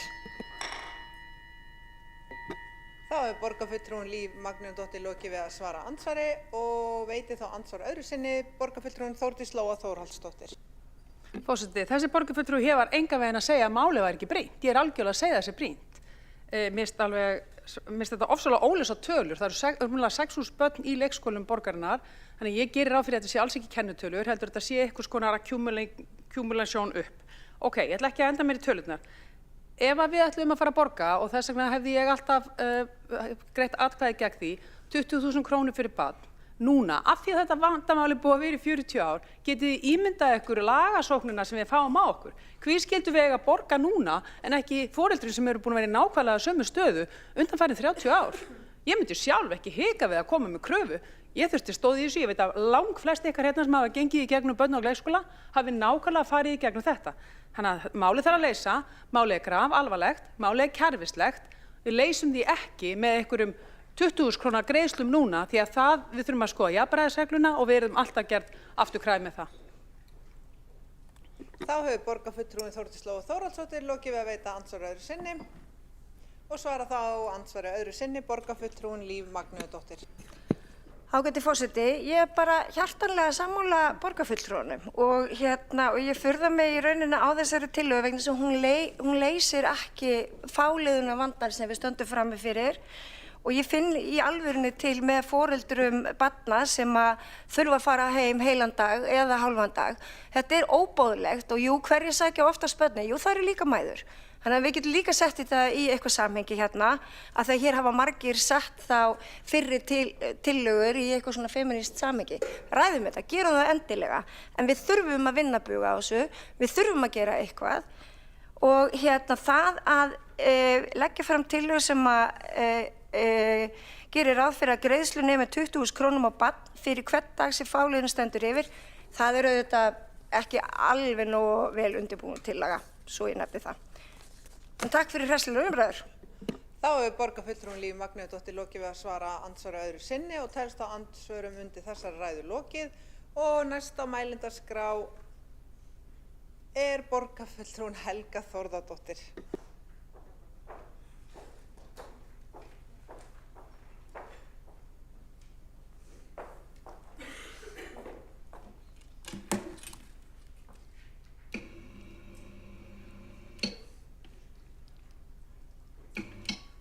Já, forseti og ágætu borgarfulltrúar.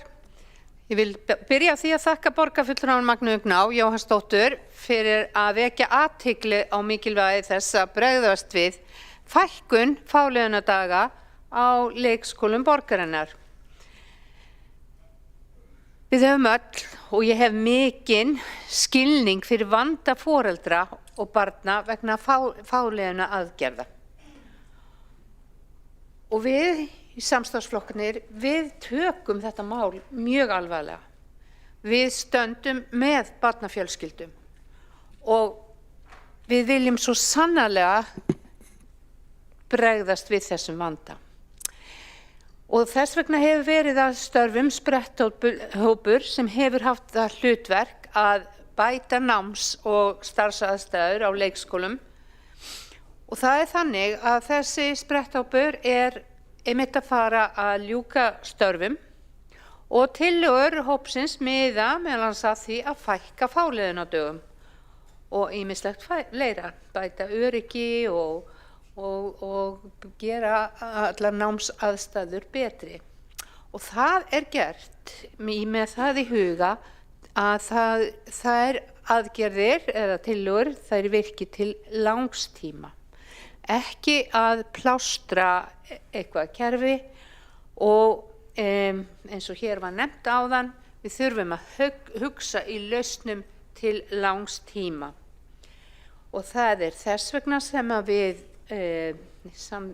erum ekki til í þessar 20.000 króna greiðslur til foreldra, þó við vissulega skiljum vanda þeirra, því við trúum því að okkar tillögur sem verða bara birtar á næstu vikum eða viku, að þær verði mun meiri lausn á vandanum. Mér langar að tala aðeins tillöguna sem við ætlum að vísa inn í skóla- og frístundaráðið, þar sem lagt er til að það verði meira samstarf við menntastofnanir fjölgun leikskólastarfsfólks og það er nefnt hérna að svið óski eftir samstarfi við menntavísindasvið Háskóla Íslands og Háskólann á Akureyri og skoða hvort Reykjavíkurborg geti orðið að liði þegar kemur að því að fjölga starfsfólki leikskóla. Síðan er liður 3, samtal við menntastofnanir vinnu með námi og lagt til að Reykjavíkurborg hefji formlegt samtal við framangreinda skóla og skoða verið sérstaklega hvort skipuleggja megi kennslu í leikskólakennslufræði og námi til leikskólaliða með þeim hætti að nemendur geti samhliða námi starfað í hlutastarfi í leikskólum borgarinnar. Allt gott og gilt að þá vil ég upplýsa borgarfulltrúa að það er nú þegar mikið og gott samstarf við háskólastofnanir og þá sérstaklega við Háskóla Íslands. Og því að þar með samstarfssamningi milli skólans og sviðsins. Samtal hefur verið fyrirkomulag námsins þannig að það henti sem best nemum í vinnu. Þeir sérfræðingar sviðsins sem mest koma að þessu telja að stór hluti nema í leikskólakennarafræðum á mennta- og vísindasviðinu sé einmitt í vinnu samhliða náminu, enda námið svo sannarlega byggt þannig upp að það er gott að vinna samtvinna með starf og nám. Það er skipulagt þannig. En borgin er í stöðugu samtali við menntastofnanir hvernig við getum fjölgað umsækjendum í leikskólakennaranám og stjórnendur eru duglegir við að hvetja fólk í nám til að fá réttindi, sem stjórnendur á leikskólum borgarinnar. Og það eru reglulega haldnar kynningar á náminu á mennta- og vísindasviði og námsleyfum og leyfum fyrir starfsfólk sviðsins.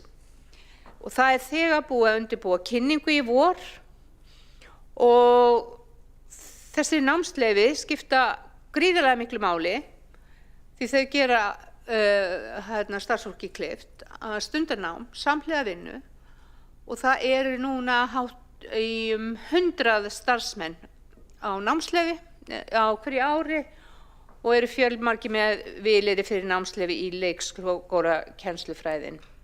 En hvað það? Það er alltaf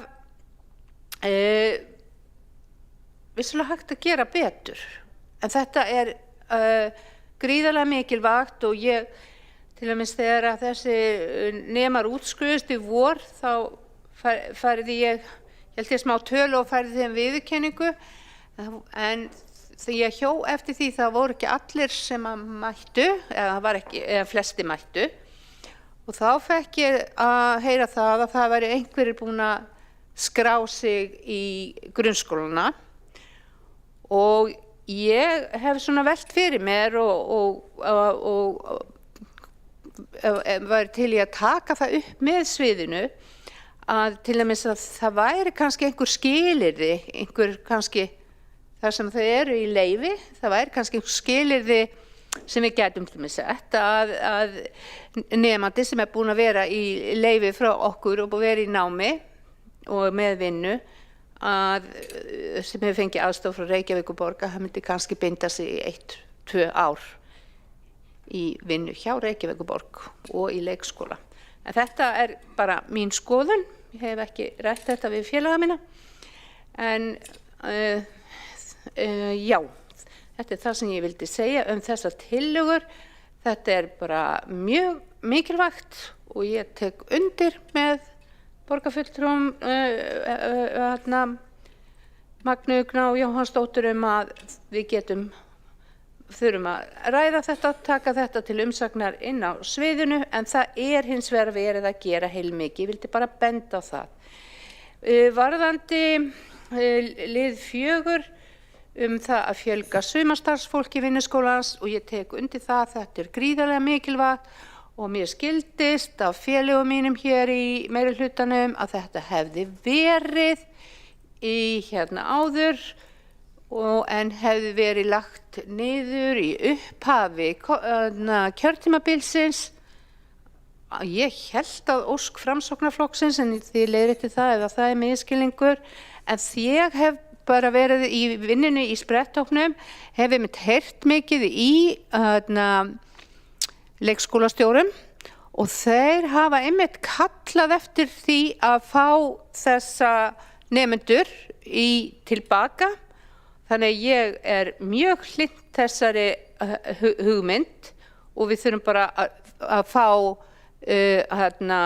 sviði til að skoða það. En þessari tillögu er vísað inn til er lagt til að henni verið vísað inn til umhverfis- og skipulagsráðs af því þeir eru með vinnuskóla Reykjavíkur. Já, þannig að þá ætla ég ekki að hafa þetta lengra.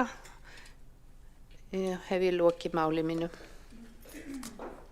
Þá hefur borgarfulltrúin Helga Þórðardóttir lokið máli sínu og einn borgarfulltrúi óska eftir að veita andsvar. Það er borgarfulltrúi Magnea Gná Jóhannsdóttir. Já, forseti, ég þakka borgarfulltrúnum fyrir sína ræðu. Það er gott að vita að við erum sammála meginstefnu. Mig langar nú að leirta það hvað var það þessi sumarstörf. Þetta nú er ekkert sérstakt áhugamál Framsóknarflokksins að minnka sumarstörf fyrir námsmenn. En staðan var auðvitað mjög erfið þegar við komum inn í upphafs kjörtímabils þar sem að borgin var í 15 milljarða króna halla eins og við þekkjum öll og þurfti að grípa til ýmiss konar ráðstafana sem að voru erfiðar. En ég held að þessi ráðstöfun hafi kannski ekkert verið svo besta og ekki ráðstöfun sem ég var mjög hlynd. En mig langaði að spyrja borgarfulltrúan hver hennar afstaða er til liðs nummer 1 sem að miðar að því að greiða foreldrum sem lendi í fáliðnar aðgerðum og þá er ekki verið að tala tilfellandi fáliðin 1 dag heldur sérstaklega fáliðnar aðgerðum sem að eru þá 2 leikskólar núna í. Hver þeirra afstaða borgarfulltrúan sér til þeirra tillagna, eða tillögu, afsakið. Þá er borgarfulltrúi Magnea Gná Jóhannsdóttir lokið við að veita andsvar og svara það andsvari borgarfulltrúin Helga Þórðardóttir. Já, forseti. Já, það er gott að heyra að borgarfulltrúin hafi ekki verið hrifin af þessum sparnaði þar sem það var hægt með að hafa ungmenni á leikskólum borgarinnar. Já, varðandi tillögu 1 þá er ég ekki, mér finnst hún vera plástur og eins og kom fram í máli mínu þá er ég bara að sjá fram á miklu stærri aðgerðir og ég ítreka að það er gríðarlega mikilvægt að bregðast við þessu og síðan er líka annað, við þurfum kannski líka að nýta okkur, starfsfólk þurfum að standa kannski betur á bakvið sviðið að fá starfsfólk. Þannig að það er hægt að gera með ýmsum öðrum hætti en ég held að þetta sé bara plástur og ég vil horfa til framtíðar en vissulega finn ég til með foreldrum og við þurfum að bregðast við þessu. Þá er borgarfulltrúin Helga Þórðardóttir lokið við að svara andsvari og veiti þá andsvar öðru sinni borgarfulltrúin Magnea Gná Jóhannsdóttir. Já, forseti, þakka borgarfulltrúnum fyrir sitt andsvar. Ég get alveg tekið undir borgarfulltrúnum að þetta er ákveðin plástur. En það er líka hugsun að það sé bráðabirgðaaðgerð þar til að við náum að efla mönnun í leikskólum, í þessum leikskólum sem hefur gripið til sérstakra fáliðnar aðgerða. Þetta er ekki hugsað sem langtíma lausn á fáliðinni í leikskólum, alls ekki. Og þess vegna erum við líka að leggja fram hinar tillögurnar og þess vegna munum við taka þátt í umræðinni tillögur starfshópsins og örugglega styðja fullt af góðum tillögum. En þetta er ákveðin bráðabirgðalausn til þess að mæta foreldrum núna. Að því að raunveruleikinn er sá að foreldrar eru í þessari stöðu núna og hún er erfið og leggst þungt á ungt fólk sem er að stíga sín fyrstu skref á vinnumarkaði, koma undir sér fótunum með há fasteignalán á leigumarkaði. Við þekkjum öll þessa stöðu þessa fólks. Og það er rosalega þungbært að þurfa að taka 32 daga í launalaust frí. Þá hefur borgarfulltrúi Magnea Gná Jóhannsdóttir lokið við að veita andsvar og svara þá andsvari öðru sinni borgarfulltrúin Helga Þórðardóttir. Já, forseti.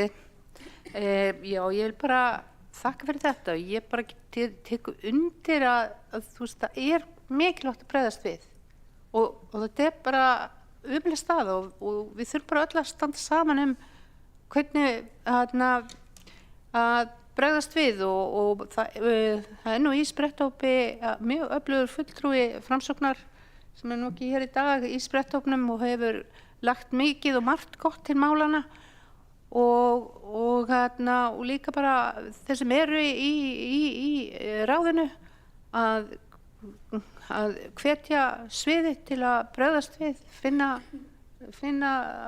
starfsfólk og það er, mér skilst að sé einhver hópur sem að getur hlaupið á milli og bara vonandi, já, er hægt að bregðast við þessum vanda? Ég get lítið annað sagt en ég bara held við séum öll sammála um það að þetta áhyggjuefni.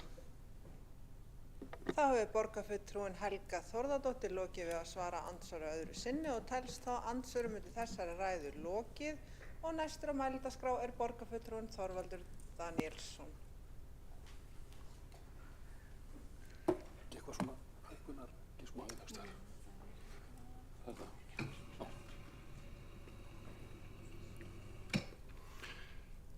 Forseti, ágæta borgarstjórn, við í Framsókn leggjum hér fram í dag tillögu aðgerð til að bregðast við fáliðun á leikskólum borgarinnar. Þetta er ekki í fyrsta skipti sem við í Framsókn leggjum fram tillögu sem snúa að börnum og barnafjölskyldum hér í þessum sal. Það er nefnilega þannig að börnin eru forgangsmál og ekki að vera pólitísk bitbein eða fórnarlömb kreddupólitíkur.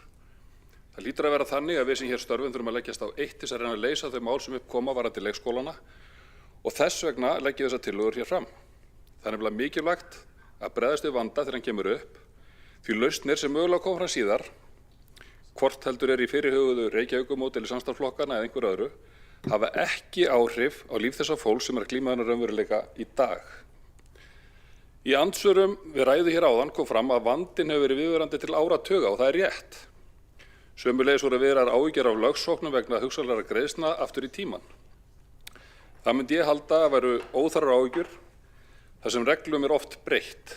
Sem dæmi má nefna einhvern tímann byrjuðu að greiða frístundastyrki sem ekki voru í ráður og sömuleiðis má nefna endurgreiðslu námslána hefur verið breytt án þess að fólk sé að fara í mál. En hér er líka, Marka Mór, borgarstjóri, viðtalið við Fréttastofu RÚV á dögunum verið að tala um aðeins 2 leikskóla þar sem gripið hefur verið til fáliðunar aðgerða.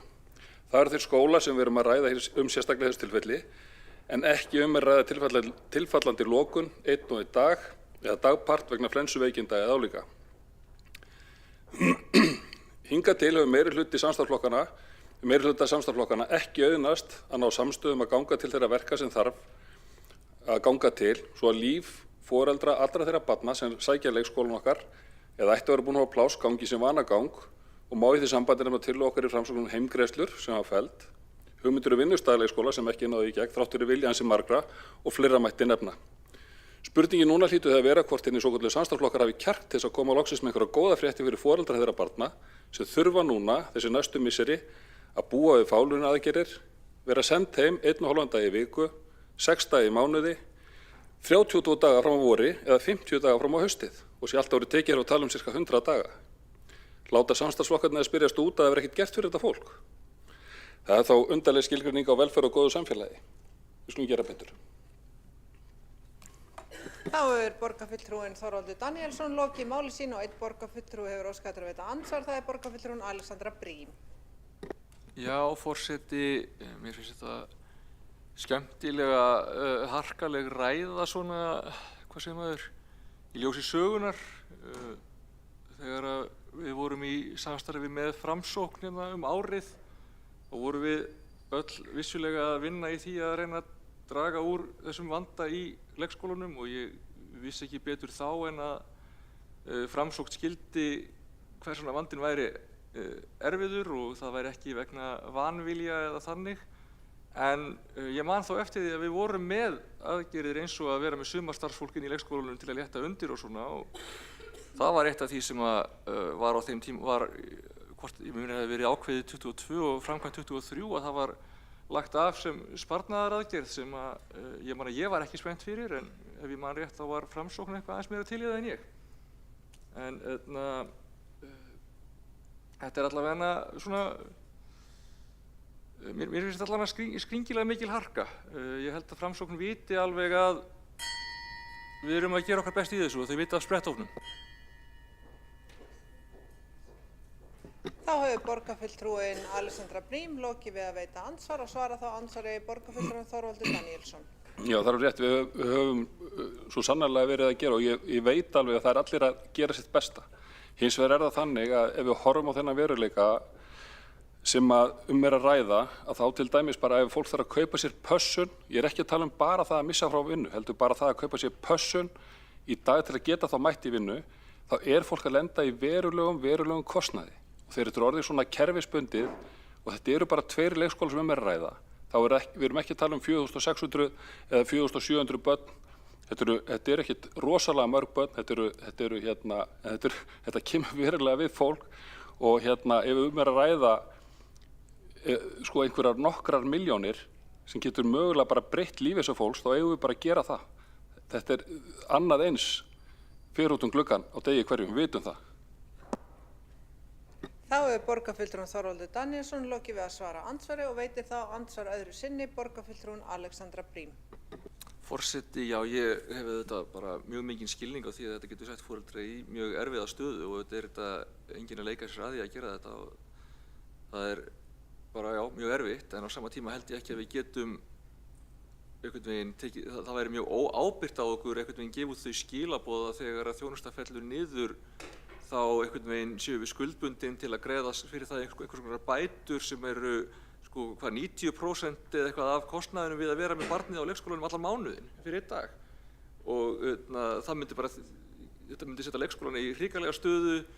Þetta samt í sjálfur ekki að breyta það miklu kannski fyrir foreldri fyrir þann daginn en gerir það að verkum að bara fjárhagur leikskólana fer á hliðina og þetta er ekki lögbundin þjónusta þannig að mér þetta mjög skringilega ákvörðulega að taka þó augljóslega skilja það að við viljum koma til móts við barnafjölskyldur, þetta bara, við getum ekki gert það með þessum hætti og ég á mjög erfitt með að skilja hvað vakir fyrir fólki sem myndi stinga upp á þessu. Þá hefur borgarfulltrúinn Alexandra Brím lokið við að veita andsvar öðru sinni og svara það andsvar öðru sinni borgarfulltrúinn Þorvaldur Daníelsson. Já, forseti.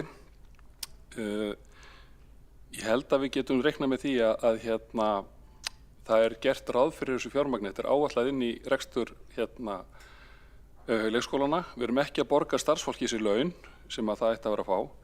Þannig að ég held að við eigum alveg fyrir þessu. Þannig að ég held að við þurfum ekki að hafa stórar áhyggjur af því að þetta sé verið að við erum ekki að auka á útgjöldin í rauninni. Þá hefur borgarfulltrúinn Þorvaldur Daníelsson lokið við að svara andsvari öðru sinni og næstur á mælendaskrá er borgarfulltrúinn Skúli Helgason.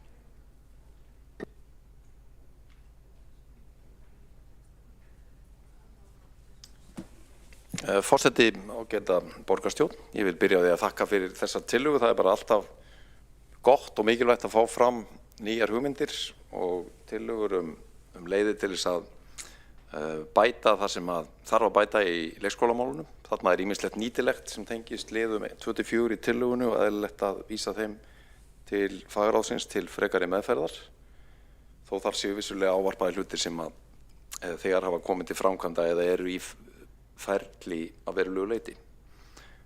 Eins og fram hefur komið í umræðunni þá er spretthópur að vinna tillögur starfsaðstæður leikskólana sem ég hef trú á að geti haft mjög jákvæð áhrif á umhverfi þeirra.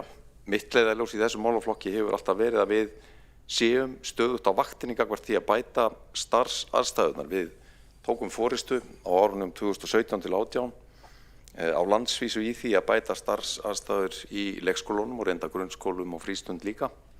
Og þar var fækka börnum á deild heil 7% í 2 áföngum, fjölgað undirbúningstímum, fjármagn aukið til faglegs starfs, liðsheildarvinnu og margt fleira. Þetta voru einir 4 milljarðar á síðastliðnu kjörtímabili og allar þessar aðgerðir hafa haldið sér inni þannig að þessi fjárfestings er farin að nálgast 10 milljarða á undanförnum 7 árum eða svo.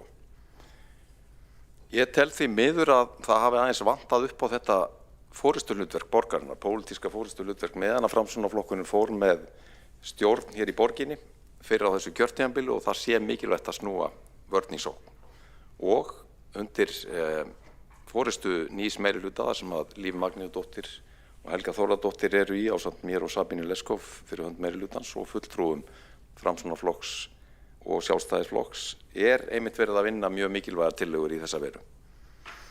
Áður en ég kem að tillögu Framsóknarflokksins vil ég benda á eitt sem er ekki komið fram í umræðinu og það held ég að sé mjög mikilvægt í þessari stöðu og það er vinna sem hefur átt sér stað undanfarna mánuði á vegum aðgerðahóps á vegum forsætisráðuneytisins þar sem að okkar borgarstjóri Heiða Björg Hilmisdóttir hefur átt sæti. Þar sem hafa verið unnar tillögur leiðir til þess að brúa umönnunarbilið frá lokum fæðingarorlofs og þar til leikskólavistin hefst. Aðeins bara þróunina undanfarna áratugi. Við höfum séð það að fæðingarorlofið hefur verið lengt í 12 mánuði. Leikskólaplássum í landinu hefur fjölgað 5.000 frá aldamótum. Það sem að mér finnst merkilegast í tillögum aðgerðahópsins hjá ráðuneytinu það að þar boðuð lögfesting leikskóla og samkomulag verkaskiptingu ríkis og sveitarfélaga varðandi brúun umönnunarbilsins. Rekstur leikskóla verði þar með lögbundið hlutverk sveitarfélaga og samhliða því verði teknar upp viðræður uppbyggingu, kostnaðarskiptingu og tekjustofna og samkomulag gert milli ríkis og sveitarfélaga verkaskiptingu við að brúa þetta bil. Þetta tillaga sem markar þáttaskil að mínu mati, því það myndi þá gerast ef að hún yrði samþykkt á Alþingi, auðvitað á ríkisstjórnin eftir að taka afstöðu til þess og málið að komast til þings, að þá myndi ríkið koma inn með fjármagn til málaflokks leikskóla sem að ég tel að mörgu leyti eðlilegt, því að ábyrgð ríkisins á stöðu leikskólans, ekki síst mönnunarvandanum, mjög mikil. Hann hefur verið við lýði í marga áratugi, hið minnsta frá því að kennaranámið var lengt í 5 ár, árið 2008, en líka ákvörðun stjórnvalda á sínum tíma að taka upp 1 leyfisbréf sem leiddi til þess að á tímabili 200-300 leikskólakennarar fluttu sig úr leikskólum yfir í grunnskóla en staðan í dag svona í kringum 150 eftir því sem kemur fram í skýrslunni. 150 leikskólakennarar í kerfi þar sem þegar var mikill mönnunarvandi gerðu þetta ekkit annað en að auka vandann. Það líka í þessum tillögum lagt til að það verði lögfestur réttur barna til leikskólapláss að loknu fæðingarorlofi og það verði innleitt í skrefum fram til 2030. Það líka áhugaverð tillaga sem að rétt að fá í góða og vandaða umfjöllun. Hér hefur verið rakið hvað að tillögu Framsóknarflokksins hér og það kannski sérstaklega þessi fyrsti liður að verði greiddar bætur til foreldra fyrir hvern fáliðunardag. Þetta bæði mjög kostnaðarsamt fyrir borgina.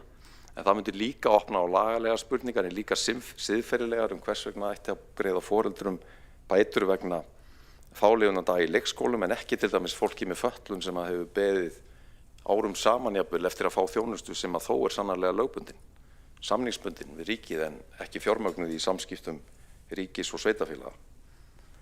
Þannig að þarna væru menn að opna að mínum dómi algjört Pandorubox sem að við myndum aldrei sjá fyrir endan á. Við að takast á við langan vistunartíma barna á Íslandi. Hann með því lengsta sem gerist í Evrópu. Við erum líka að takast á við það að hér atvinnuþátttaka kvenna meiri en víðast hvar annars staðar og auðvitað samhengi þarna á milli sem við þurfum að passa upp á. Þannig að öll skref sem við stígum þurfa að vera vandlega ígrunduð og taka með af þessum aðstæðum. Lokaliður tillögunar sumarstörf, ég bara tek undir að það eðlilegt að vísa honum til vinnuskólans. Ég minni líka á það að undir okkar forystu var lögð fram tillöga í skóla- og frístundaráði á sínum tíma að það yrði farið í að ráða 17 ára ungmenni í sumarstörf í leikskólum. Það var til hliðar við það sem var gert hjá vinnuskólunum. Þetta var mjög jákvætt mál og skilaði miklum ávinningi og einmitt fjölgun kennaranema því það voru jákvæðar afleiðingar af þessu sem var að þegar að viðkomandi ungmenni hófu störf á sumrin í leikskólum þá bara fengu mörg þeirra brennandi áhuga á þessu starfi og innrituðu sig í námi í leikskólakennarafræðum og hafa síðan skilað sér inn í þetta kerfi sem frábært og nákvæmlega það sem við vonuðumst að myndi gerast. Þetta fyrirkomulag var illu heilli lagt af í hagræðingaraðgerðum en ég hvet eindregið til þess að við skoðum það að taka þetta aftur upp hið fyrsta. Hvað þarf að gera? Við þurfum að draga úr álagi á starfsemina með því að ávarpa þennan langa vistunartíma. Við erum ekki á þeim stað að vilja stytta opnunartímann en viljum hvetja foreldra sem hafa aðstöðu til að stytta sinn dvalartíma barna sinna til þess að koma með okkur í það verkefni þannig að hægt sé að segja endanlega bless við fáliðun að það gerir í borginni. Tólið að beita jákvæðum hvötum í þessu efni og vonandi sjáum við góðar móttökur hjá foreldrum við þeim tillögum sem framundan eru. En það alltaf og mikilvægur skilningur á því að það ekki allir sem geta sinnt í kalli að breyta sínu skipulagi út af stöðu á vinnumarkaði, takmörkuðu baklandi eða annarra þátta og því mikilvægt að þetta sé ekki neinar þvingunaraðgerðir heldur hvatar sem að þeir sem að hafa aðstöðu til að mæta þeim geti þá nýtt sér. Hér hafa verið nefndar heimgreiðslur og vinnustaðaleikskólar sem að Framsóknarflokkurinn og fleiri voru hér hrifnir af. Ég hef aldrei verið hrifinn af þeim tillögum og bara ítreka það hér. Hvort tveggja er ávísun á ójafnræði og atlagaða leikskólanum sem fyrsta menntastigi barnanna og ekki síst hugmyndafræðin að leikskólinn sé fyrir öll börn. Ekki bara þau sem eru börn starfsmanna í tilteknum velstæðum fyrirtækjum og heimgreiðslur er bara mál sem var rætt og ítt út af borðinu í borgarpólitíkinni fyrir mörgum áratugum sem hreinni atluga jafnrétti kynjanna og þau rök eiga sannarlega enn við í dag. Við viljum með aðgerðum okkar létta álag barnafjölskyldna, létta álag á starfsemina og verja hið góða starfsemi á hverjum degi er unni í leikskólanum. Það er yfir 90% ánægja foreldra með starfið í leikskóla barna sína. Geri aðrir betur, segi ég bara. Við eigum að gera meira því að tala þetta starfi upp, hrósa því öfluga starfi sem að unnið er af starfsfólki og stjórnendum í leikskólanum á hverjum einasta degi og halda síðan áfram því sem við erum að gera og ræða hér, leita að leiðum til þess að gera gott kerfi enn betra. Þá hefur borgarfulltrúinn Skúli Helgason lokið máli sínu og einn borgarfulltrúi óskað eftir að veita andsvar og það er borgarfulltrúinn Þorvaldur Daníelsson. Já, forseti, þakka borgarfulltrúanum Skúla Helgasyni fyrir ágætt erindi og hann svo sem segir þar bara margt það sem við vissum fyrir eins og hann var ekki hrifinn af heimgreiðslum eða vinnustæðaleikskólum. En það sem ég ætlaði aðalega kannski að gera athugasemd við er það sem hefast vera kannski ódýr pólitík var að gera lítið úr pólitískri forystu Framsóknarflokksins sem kom að málum í stuttan tíma og þessi mál hafa verið í ólestri ansi lengi og það er bara verið að reyna að bregðast við. Við höfum öll verið að róa í sömu átt og finnst það bara sorglegt að umræðan skuli fara í þessa átt. Þá hefur borgarfulltrúinn Þorvaldur Daníelsson lokið við að veita andsvar og svara þá andsvari borgarfulltrúinn Skúli Helgason. Forseti, ágæta borgarstjórn, ég held að við verðum öll sem erum í pólitík að þola það að fá gagnrýni á okkar störf og ég held að við verðum bara að viðurkenna það. Við erum við lok kjörtímabilsins, Framsóknarflokkurinn stýrði þessu málaflokki allt kjörtímabilið meira og minna eða fram á síðasta ár, fyrstu 3 árin og við erum hér núna undir lokin að fjalla tillögur hvernig að bæta starfsaðstæðurnar.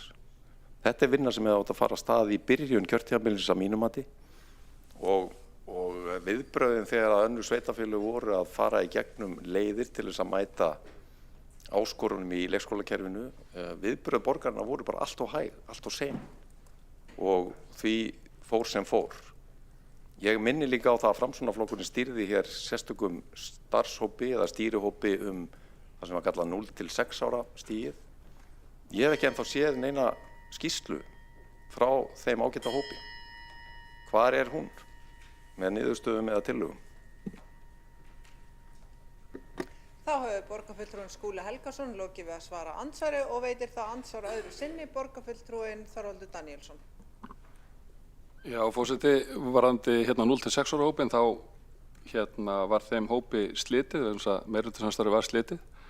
Þannig að svo vinna datt hreinlega upp fyrir og ég veit ekki til þess að henni hefur haldið áfram af samstarfsflokkunum svokölluðu.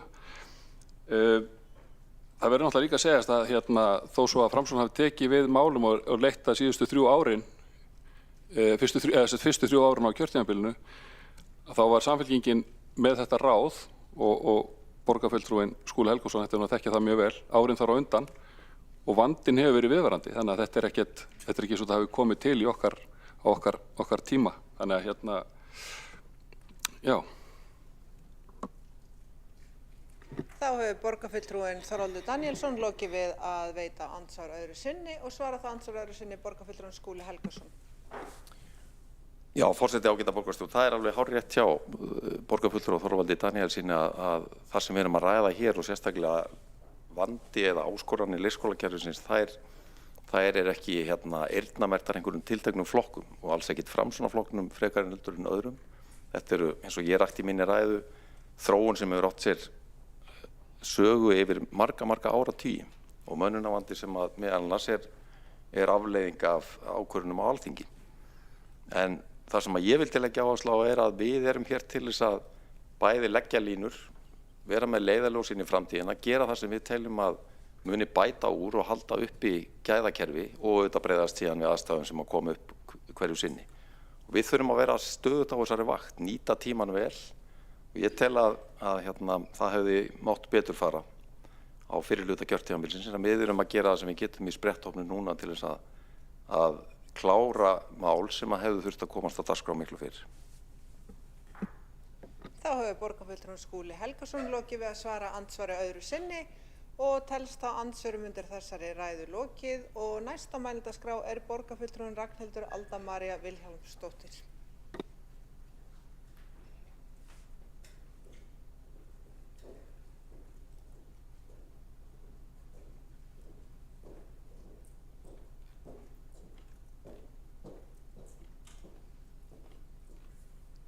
Já, ágæti forseti, ég ætla nú ekki að lengja þetta mikið meira, en ég vildi hins vegar, venst það var aðeins verið að koma inn á heimgreiðslurina og það var svona að vera að tala ágæti forseti borgarstjórn, glemdi nú að ávarpa ykkur rétt, en það var aðeins verið að tala það að þetta hafi svona almennt verið slegið út af borðinu hérlendis og þetta nú alveg ómögulegt, en ég var bara að gjóa augunum að skýrslu frá Jafnréttisstofu sem við fengum öll sendað. Það er að skoða heimgreiðslur eftir sveitarfélögum og það eru alveg 19 sveitarfélög á landinu sem eru með heimgreiðslur, bara ekki Reykjavíkurborg, og upphæðin sem greidd hún alveg alls konar, allt frá svona 100 til 200 skalli og þetta í raun og veru ekki endilega heimgreiðslur í þeirri meiningu að það sé að borga fólki að vera heima, þetta eru biðlistabætur. Sem fyrir fólk sem fær ekki leikskólapláss fyrir börnin sín, að þar til að þau fá leikskólapláss að þá þetta er bara það sem við vorum að leggja til til þess að aðstofa fólk sem að lenda í miklum tekjutapi og setjum með rosalega há húsnæðislán og bara að lepja dauðan og skel út af því að það fær ekki leikskólapláss eins og því að lofa. Þannig að það alls ekki þannig að hér sé eitthvað svona samfélagsleg sátt það að heimgreiðslur séu ómögulegar, bara þvert á móti, það bara Reykjavíkurborg sem eitt af þeim sveitarfélögum sem hefur ekki vilja að fara þessa leið. Það bara raun og veru það sem ég vildi koma áleiðis. Þá hefur borgarfulltrúinn Ragnhildur Alda María Vilhjálmsdóttir lokið máli sínu og næst á mælendaskrá er borgarfulltrúinn Magnea Gná Jóhannsdóttir.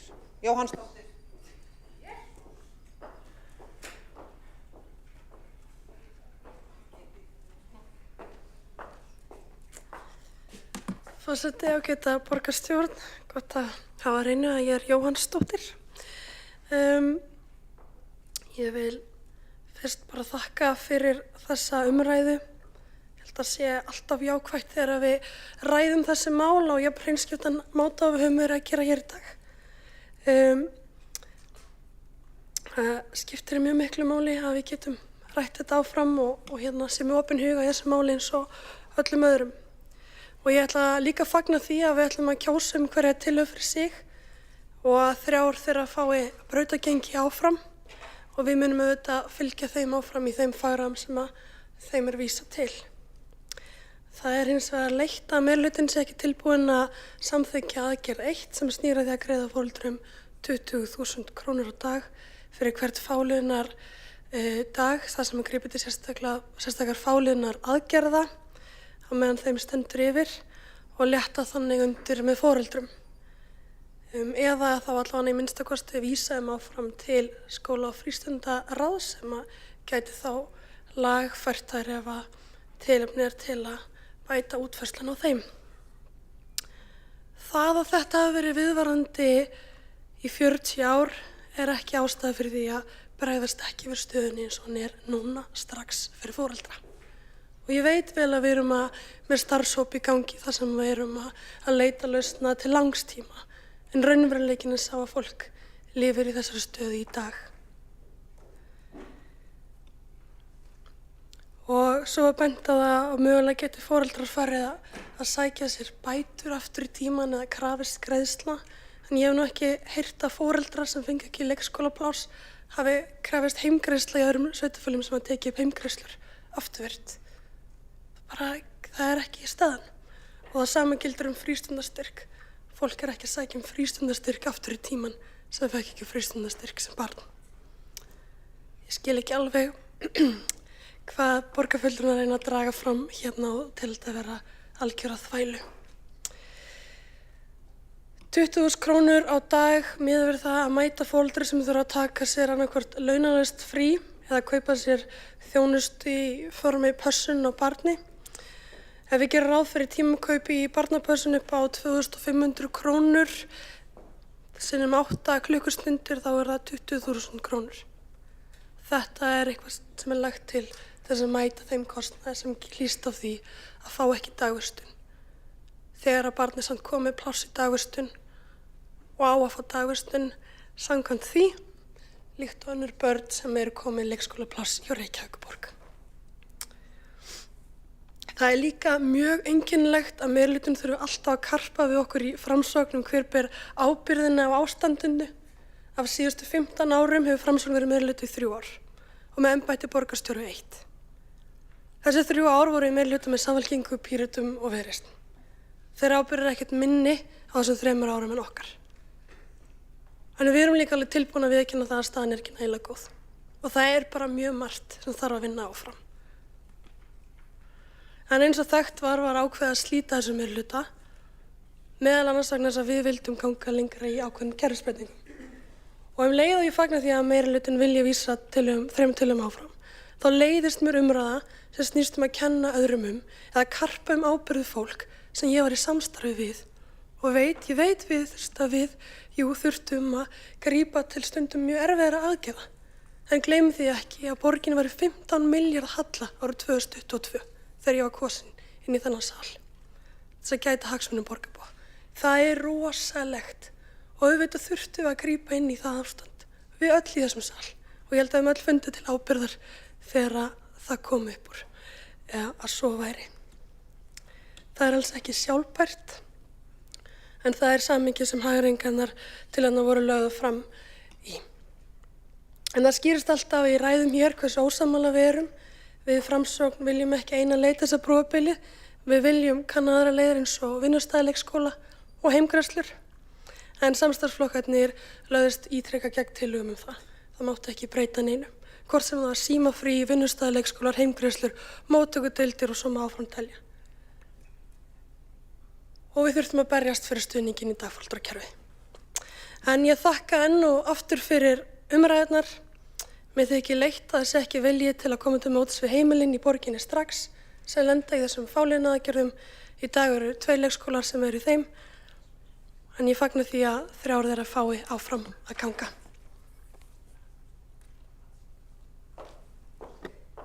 Þá er borgarfulltrúin Magnea Gná Jóhannsdóttir lokið máli sínu og 3 borgarfulltrúar hafa óskað eftir að veita andsvar og fyrst til að veita andsvar er borgarfulltrúin Alexandra Brím. Forseti, já, ég kannski tek undir það að kenna öðrum leikurinn er einstaklega leiðilegur. En mér finnst ég nú kannski ekki vera aðalþáttakandinn í þeim leik og fannst kannski bara svona ástæða til þess að svara örlítið fyrir það sem að ég upplifði sem kannski ítrekaðar tilraunir til þess að kenna okkur allt sem miður fer þrátt fyrir að borgarfulltrúar Framsóknarflokksins ættu að vita ósköp vel að mönnunarvandinn er bara einfaldlega mjög erfiður og snýr að löggjöf, snýr að bara mikilli fjölgun barna á síðustu árum, því að fólk er að færa sig yfir í grunnskólana og því hvernig við semjum bara alls konar og það að bæta inn vinnustaðaleikskólum til dæmis er síst að fara að fjölga starfsfólki. Það gæti mögulega verið leið til þess að fjölga húsnæði eða plássum en það býr ekki til leikskólakennara á engu. Bara þetta veit Framsókn og eins og ég segi, mér finnst ég ekki vera aðal ástundandi umkenningarleiksins hérna. Þá hefur borgarfulltrúin Alexandra Brím lokið við að veita andsvar og svara þá andsvari borgarfulltrúin Magnea Gná Jóhannsdóttir. Forseti, þakka borgarfulltrúanum fyrir sitt andsvar. Ég tek fram að þetta er ekki beint að einhverjum einum sérstaklega, heldur bara svona gegnum gangandi þema umræðunar og ég skil að fólk er að fara í prófkjör í sínum flokkum og styttast í kosningar og það er hiti á fólki. Og auðvitað vitum við þá, ég er búin að segja ítrekka í þessar umræðu að þetta er flókinn vandi og það þarf fjölbreyttar lausnir og þess vegna erum við að leggja til líka samstarf við menntastofnanir, hvernig getur borgin komið til móts við ungt fólk sem vill koma inn í þennan starfsgeira, getum við skapað hvata, getum við búið upp á fyrir hlutastörf og annað til þess að koma fleiri fólki inn í þetta mikilvæga starf. Og getum við breytt starfsaðstæðum og við vitum það að það er starfshópur í gangi og við erum að bíða eftir niðurstöðum og þess vegna fjalla þessar tillögur ekki beint starfsaðstæður af því við viljum bíða eftir þeim tillögum. Því að það er réttara að við vinnum þær saman heldur en að við séum endalaust að leggja fram nýjar tillögur inn í þá vinnu. Þá hefur borgarfulltrúi Magnea Gná Jóhannsdóttir lokið máli sínu og næst til að veita andsvar er borgarfulltrúin Andrea Helgadóttir. Já, takk forseti. Mér langaði bara til þess að vegna þess að það sat aðeins í mér hérna í umræðinni hjá sumum og kom fram í máli borgarfulltrúans Magneu Gná Vilhjálmsdóttur, eða ekki? Jóhanns, fyrirgefiði.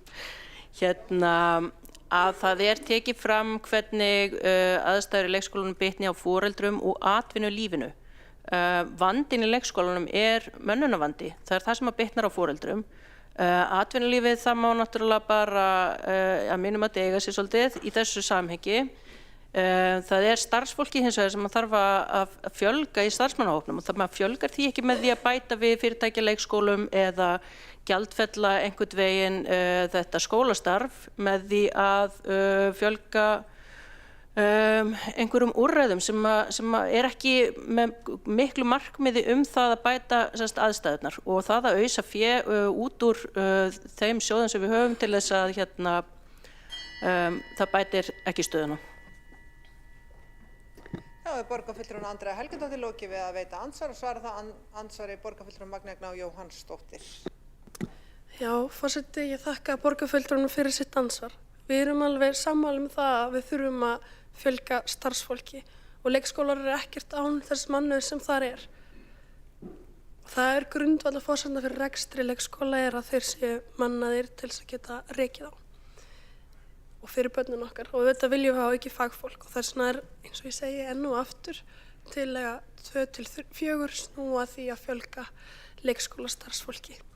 Það eru í vinnslu tillögur starfsaðstæður, þess vegna er það ekki lagt sérstaklega fram hérna, en þetta er auðvitað líka í samtengt af því að leikskólar eru staður þar sem er fyrstu menntunarstig barnanna okkar, þar eru þau í 8 tíma, yfirleitt eru foreldrar með skuldbindingar á vinnumarkaði og á sama tíma fólk þarf laun til þess að lifa af, þetta er samtvinnað og auðvitað tengist það líka starfsaðstæðum leikskólana en það eru tillögur sem eru annars staðar í vinnslu.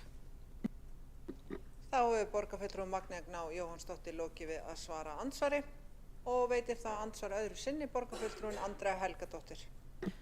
Já, mín gagnrýni, já takk forseti og mín gagnrýni hún snýr svona mest að þessu tali uppgjöf eða því að það sé í að því að ekki sé verið að reyna að vinna þessum málum á einhvern faglegan og svona skilmerkilega máta sem að leitast að því að leysa vandamálið í raun, ekki að fara í skyndi út hlutanir á fjármunum sem eins og aðrir hafa farið yfir hérna í dag myndi bara vera meiri háttar vandamál. Þá hefur borgarfulltrúin Andrea Helgadóttir lokið við að veita andsvar öðru sinni og svara það andsvar öðru sinni borgarfulltrúin Magnea Gná Jóhannsdóttir. Forseti, ég hef aldrei sagt að þessi málaflokkur einkennist á uppgjöf. Ég held að við séum öll bara mikinn áhuga á því að gera betra í þessum málaflokki. Ég held að við séum öll með eldmóð í því og ég held ég treysti öllum sem segjast vilja breyta og bæta leikskólakerfið okkar. Ég vil auðvitað bæta mönnun í leikskólum og það er stóra verkefnið. Lykilatriðið er að fjölga starfsfólki. Svo er það hitt að fólki er í þessum aðstæðum núna og það er spurningin hvort viljum einhvern veginn ekki reyna að mæta því fólki eins og staðan er í dag strax. Þannig að þetta er raun og veru tvennt. Það er annars vegar lengri tíma til þess að gera kerfi sjálfbært þannig að fólk vilji vinna í leikskólanum okkar, þannig að það sé tryggðina í mönnun í leikskólanum okkar og svo mæta fólki sem að lendir í fáliðunaraðgerðum sem mjög íþyngjandi, bæði fyrir börn og fyrir fjölskyldur og foreldra. Þá borgarfulltrúi Magnea Gná Jóhannsdóttir lokið við að svara andsvari öðru sinni og næst til að veita andsvari borgarfulltrúi Þórdís Lóa Þórhallsdóttir.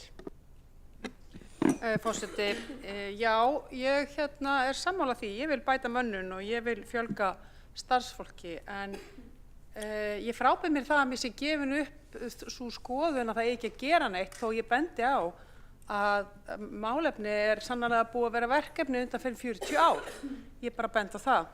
Það má vel vera að borgarfulltrúnum finnist að þvæla að hugsa út frá jafnræðisreglu varðandi svona greiðslur.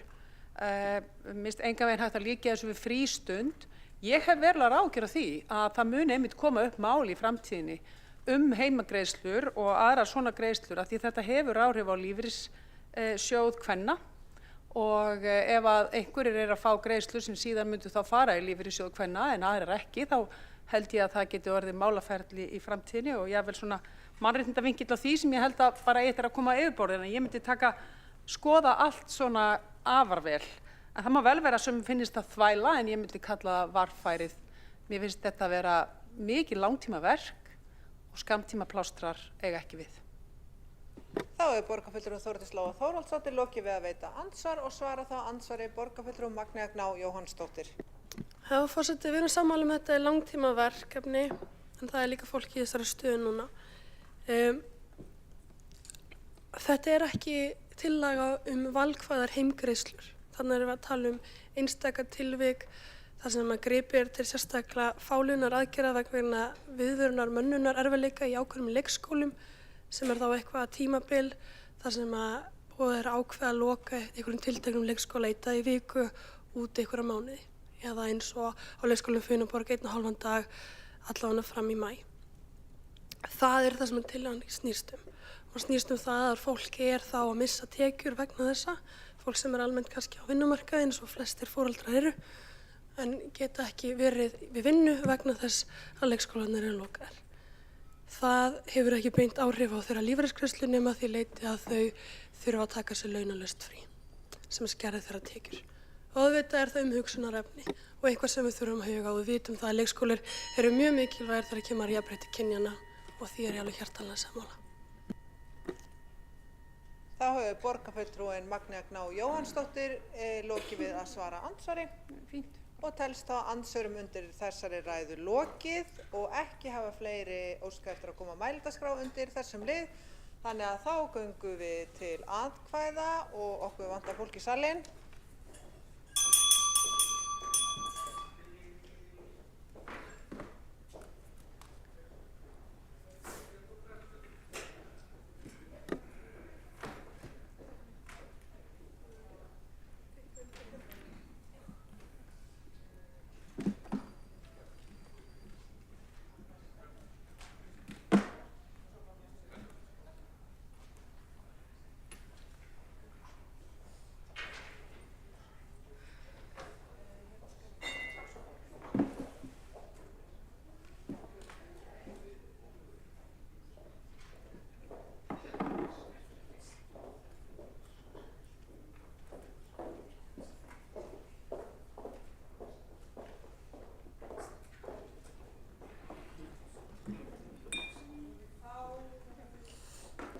Held ég að við séum fullmönnuð í borgarstjórnarsalnum og við ætlum að eins og borgarfulltrúin Líf Magnúsdóttir kom fram með í sinni ræðu áðan að kjósa tillögun í 4 liðum.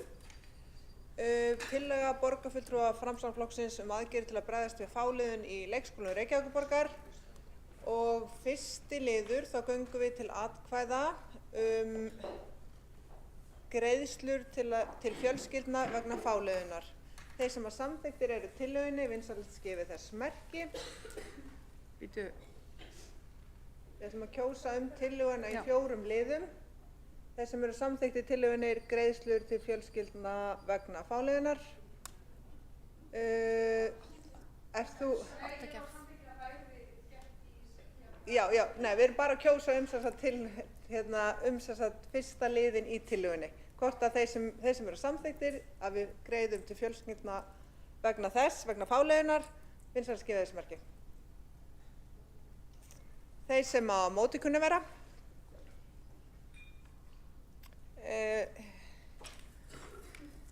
Þeir sem á móti kunna vera vinsældaskilyrðismerki.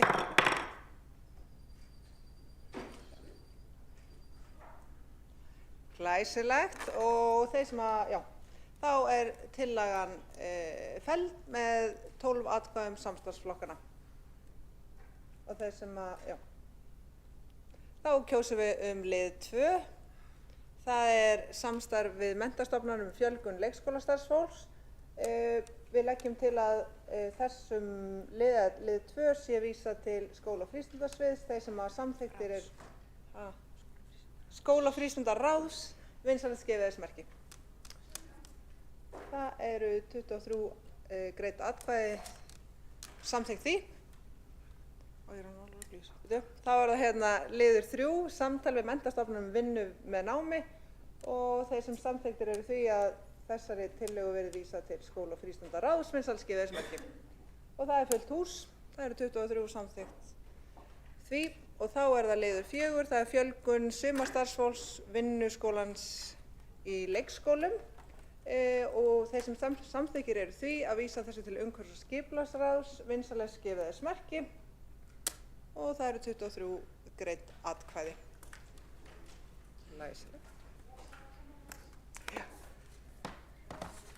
Þá göngum við til næsta liðar sem er tillaga borgarfulltrúa Viðreisnar skipun óháðra fulltrúa í stjórnir fyrirtækja borgarinnar og frummælandi þar er borgarfulltrúan Þórdís Lóa Þórhallsdóttir.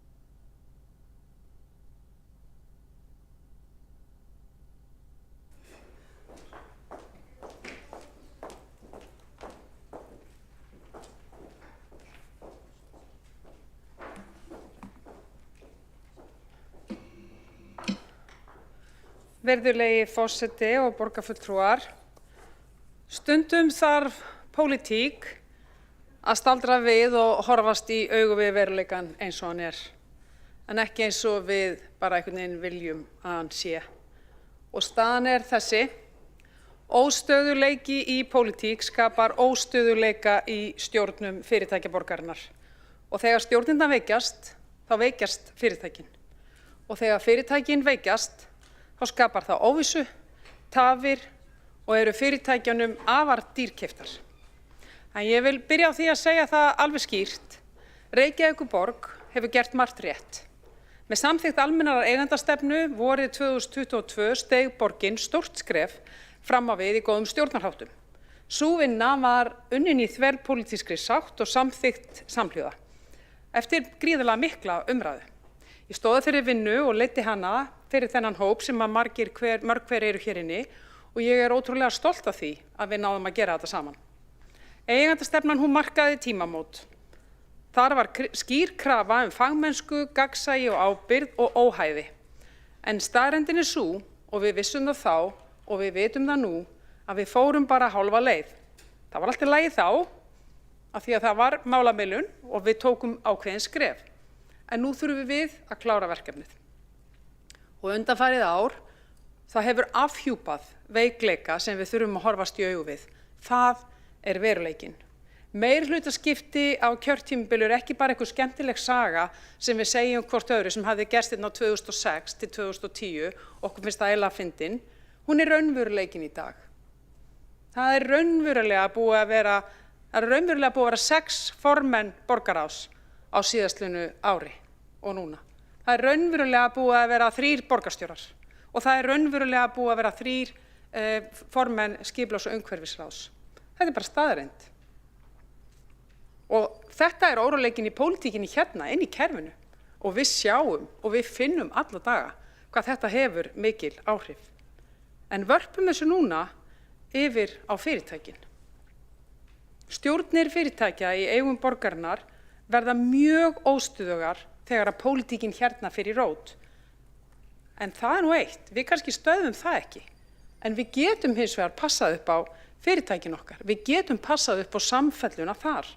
og það var gert. Við skulum fara tilbaka til ásins 2000, eftir árana eftir 2010, þegar nýr meirihluti tók hér við eftir hrun og hvað gerði hann í Orkuveitu Reykjavíkur? Það var farið í risaplan og hvað var gert? Það voru óháðir einstaklingar teknir utanfrá að því að Orkuveitan var að fara á hliðina. Út af hverju? Út af ýmsu og ég ætla ekki að fara inn í það hér. En þar voru kjörnir fulltrúar í öllum stjórnum sem að geta ekki fría sig ábyrgð af því hvernig það endaði allt saman. Hvað var gert? Óháðir einstaklingar voru fengnir inn, það var unnið mikið plan og síðan þá hefur meirihlutinn alveg þangað til 2022 skipað óháða stjórnarmenn og stjórnarkonur í stjórnir Orkuveitunar. En minnihlutinn hafði allan tíð, öll þessi ár, skipað sína kjörnu fulltrúa. Þetta breyttist árið 2022. Við sammæltist það að það yrði ákveðin regla á þessu. Þessir óháðu einstaklingar yrðu valdir saman að tilnefningarnefnd borgarinnar og bæði meiri og minni hluti yrði þá partur af þessum kjörnum fulltrúum. Síðan það búið að vera svona síðan 2022. Fyrirtækin sem hafðu aldrei áður verið með óháða voru Malbikunarstöðin Höfði, það voru félagsbústaðir og það voru faxaflóahafnir. Og hvernig hafa þessi fyrirtæki gengið núna, þessi ár frá því 2022? Þau hafa gengið stórvel. Við ræddum einmitt hérna líka þegar við vorum að ræða þessi mál árið 2022, hvað við þyrftum að gera slíkt hið sama í Sorpu og byggðasamlögunum, þar sem algjörlega óskiljanleg 2 ára regla í gangi. Og hvað gerist þegar við erum sífellt að róta stjórnarfólki í stjórnum innviðafyrirtækja? Það veikir þær. Það verða óstöðugar og samfella rofnar, traust veikist.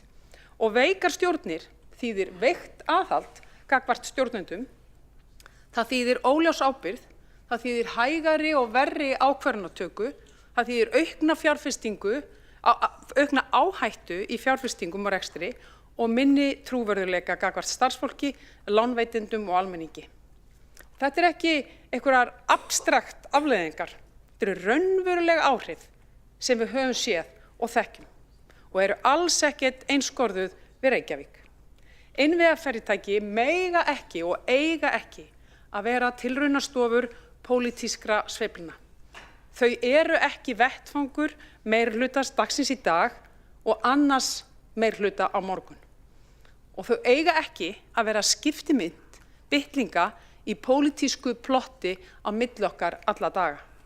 Þessi fyrirtæki eru grunnstoðir samfélagsins og þurfa stöðuleika umfram allt.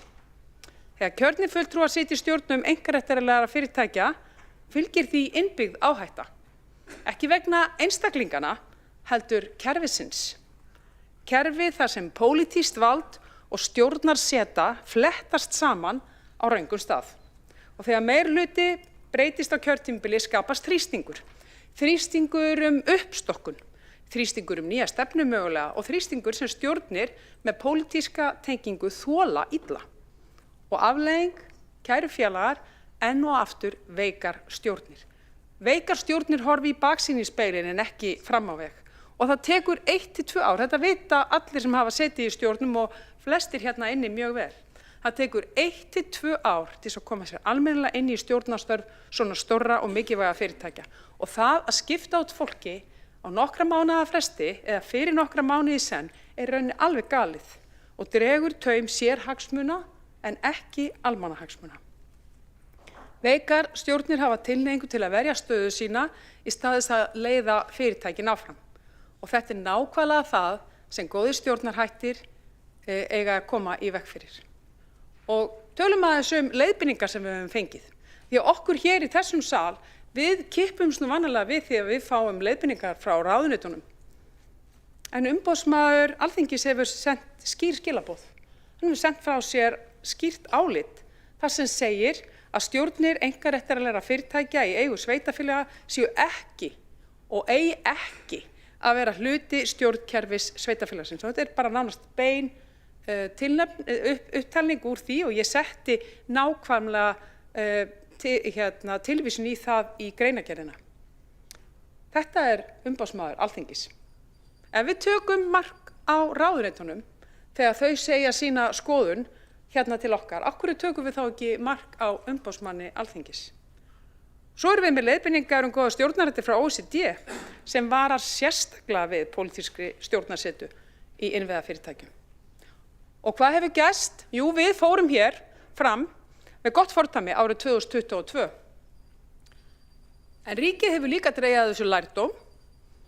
Þar var tekin skýr ákvörðun að tilnefna einvörðungu óháða einstaklinga í stjórnir fyrirtækja í opinberri eigu, það að stærri fyrirtækja. Ekki til að veikja pólitískt aðhald, þetta til að styrkja fyrirtækin. Og í dag eru engir kjörnir fulltrúar í okkar stærstu innviðafyrirtækjum í eigu ríkisins. Þannig að Reykjavík stendur nú frammi fyrir sömu ákvörðun. Við erum í dauðafæri. Við vitum hvað getur gerst ef við gerum ekki neitt. Við vitum hvað getur gerst þegar stjórnir eru veikar og við vitum hvað getur gerst þegar pólitískur órói fer beint inn á stjórnarborð innviðafyrirtækjanna. Og við erum ekkert að tala hvort, við erum bara að tala hvenar.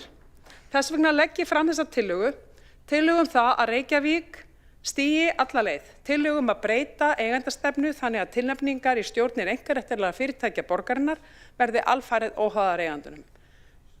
Upplýsingaskyldan alveg svo sama, í eigendastefnunni hún alveg skýr, það enginn að tala að taka eigendavaldið af eigendanum, alls ekki. Við erum hann að skilja á milli og boða þessa armslengd. Tillagan felur í sér að hvorki kjörnir fulltrúar né starfsmenn borgarinnar sitji í stjórnum þessara fyrirtækja og ég legg áherslu á að þetta taki gildi við næsta kjörtímabil. Ég ekki að segja það ef við að gera þetta í dag, alls ekki. Þetta ábyrg og yfirveguð breyting sem snýst ekki að slíta, hún snýst að styrkja. Og þessi tillaga ekki árás á lýðræðið, hún vörn fyrir það. Hún ekki vantraust á kjörna fulltrúa, hún traustsyfirlýsing gagnvart fagmennsku og góðum stjórnarháttum. Við hófum þessa vegferð saman í pólitískri sátt með eigendastefnu 2022. Ég segi, nú stöndum við á krossgötum, annaðhvort leyfum við óstöðugleika að móta stjórnir fyrirtækja borgarinnar eða við veljum stöðugleika, fagmennsku og ábyrgð og ég hvet borgarstjórn til að velja hið síðanenda, að nýta þetta dauðafæri, að stíga lokaskrefið. Reykjavík á að vera leiðandi í góðum stjórnarháttum, sérstaklega þegar á reynir. Við erum í dauðafæri og við eigum aldrei að hætta að þora. Þórdís Lóa Þórhallsdóttir, borgarfulltrúi, hefur lokið máli sínu og þá tekur til máls Magnús Davíð Nordal, borgarfulltrúi.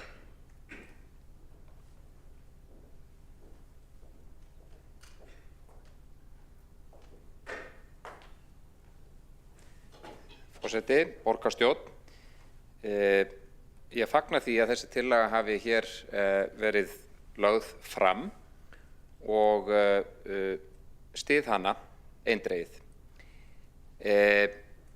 Af þeim rökum sem heyrst hafa í umræðinu og þá kannski sérstaklega úr hinni áttinni að þá sé það þannig að það sé í rauninni engin almennilega óháður og með því að grípa til breytingar á borð við þessa og setja viðmiðið með þessum hætti að þá verði einfaldlega meiri leynd yfir hlutunum. Það að segja að við fáum inn aðila sem að nafninu til eigi að vera óháðir en þeir séu það ekki.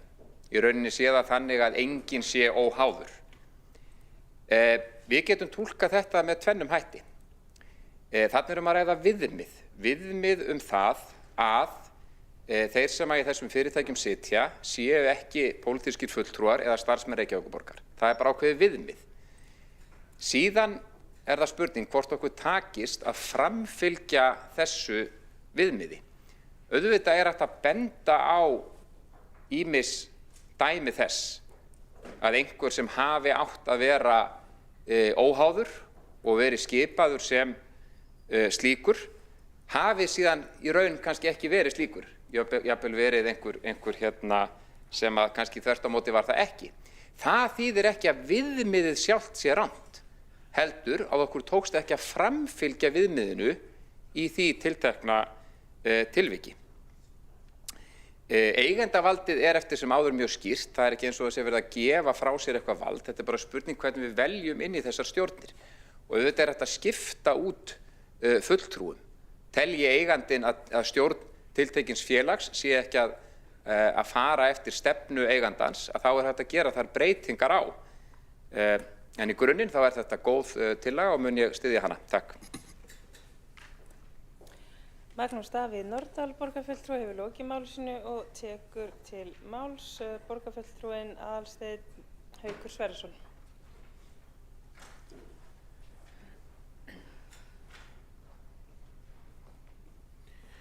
Virðulegi forseti og ágætu borgarfulltrúar, tillaga Viðreisnar skipun óháðra fulltrúa í stjórnir fyrirtækja borgarinnar kynnt sem næsta skref í innleiðingu góðra stjórnarhátta. En þegar ég rýni í efni hennar blasir við mér að hér verið að ganga lengra en bæði þörf og efni standa til. Reykjavíkurborg samþykkti eigendastefnu árið 2022 sem var þverpólitísk og samhljóða eins og kom hér áðan fram. Þar var stigið stórt skref í átt að fagmennsku, gegnsæi og stöðugleika. Þar var komið á tilnefninganefnd, faglegu mati á hæfni stjórnarmanna og skýru hlutfalli óháðra stjórnarmanna. Það kerfi hefur virkað vel og óháðir stjórnarmenn staðið sig afar vel. Og ég tek undir með borgarfulltrúanum Þórdísi Lóu að hún má bara vera stolt af sínum verkum. Vandinn sem hér lýst, það að pólitískur óstöðuleiki vegna stjórnarskipta ekki leystur með því að útiloka kjörna fulltrúa alfarið. Pólitísk ábyrgð hverfur ekki með því að færa ákvörðunarvald lengra frá lýðræðislega kjörnu fulltrúum. Hún verður einfaldlega óskýrari og mun ábyrgðin samt sem áður lenda á kjörnu fulltrúum. Það grundvallar munur á því að tryggja fagmennsku í stjórnum og því að slíta tengsl stjórna við eigandann. Reykjavíkurborg skilgreind sem virkur eigandi samkvæmt eigendastefnunni. Ef engin kjörinn fulltrúi situr í stjórnum, hvernig tryggjum við þá raunverulega pólitíska ábyrgð, lýðræðislegt aðhald og skýra tengingu við stefnumörkun borgarinnar? Svo það líka þannig að kjörnir fulltrúar geta vel haft þekkingu og reynslu á því sviði sem fyrirtækið starfar sem getur sannarlega nýst í stjórn fyrirtækisins. Það að ríkið hafi valið ákveðna leið getur ekki eitt og sér verið rök fyrir því að Reykjavíkurborg eigi að fara sömu leið. Borgin hefur þegar valið leið sem hefur reynst vel. Hún sameinar fagmennsku og lýðræðislega ábyrgð. Þess vegna teljum við hvorki nauðsynlegt né skynsamlegt að breyta eigendastefnunni á þann hátt sem hér lagt til. Við eigum frekar að halda áfram að þróa og styrkja það fyrirkomulag sem þegar hefur reynst vel, í stað þess að rjúfa tengsl milli eigenda og stjórna með algjörri útilokun kjörinna fulltrúa. Takk. Aðalsteinn Haukur Sverrisson, borgarfulltrúi, hefur lokið máli sínu. Einn borgarfulltrúi hefur óskað eftir að veita andsvar. Magnús Davíð Norðdahl. Já, forseti virðulegur borgarfulltrúi Aðalsteinn. Það þá skoðun borgarfulltrúans að vilja fara gegn leiðbeiningu Viðskiptaráðs, Samtaka atvinnulífsins og Kauphallar ásamt leiðbeiningum OECD, svo ekki sé talað álit umboðsmanns Alþingis? Eigum við að líta fram hjá þessu öllu þegar við leggjum mat á þetta mál? Magnús Davíð Norðdahl, borgarfulltrúi, hefur lokið að veita ansvar. Svarar þá ansvari Aðalsteinn Haukur Sverrisson, borgarfulltrúi. Forseti, ég þakka borgarfulltrúanum Magnúsi Norðdahl fyrir fyrirspurnina. Ef ég las bara þannig ég taki út fyrir sviga álit umboðsmanns Alþingis, þá kemur það aðalega bara út frá lagalegum sjónarmiðum að þau þurft að borgin þyrfti þá að huga að í rauninni lagaumgjörð í kringum þetta, en þeir voru eins og sem ekkert endilega að veita það álit fannst mér að það væri tekið sérstaklega á óháðir fulltrúar. En já, ég bara þeirrar skoðunar að pólitísk ábyrgð okkar, við erum kjörnir fulltrúar, við eigum að sinna ákveðinni skyldu gagnvart borgarbúum og það er bara mín skoðun að þetta hér er verið að ganga of langt. Takk. Aðalsteinn Haukur Sverrisson hefur lokið við að svara andsvari, telst að andsvörum lokið undir þessa ræðu og tekur til máls og lokar umræðinni borgarfulltrúinn Þórdís Lóa Þórhallsdóttir. Tekur til máls bara borgarfulltrúinn Þórdís Lóa Þórhallsdóttir. Þá tekur Alexandra Briem borgarfulltrúi til máls.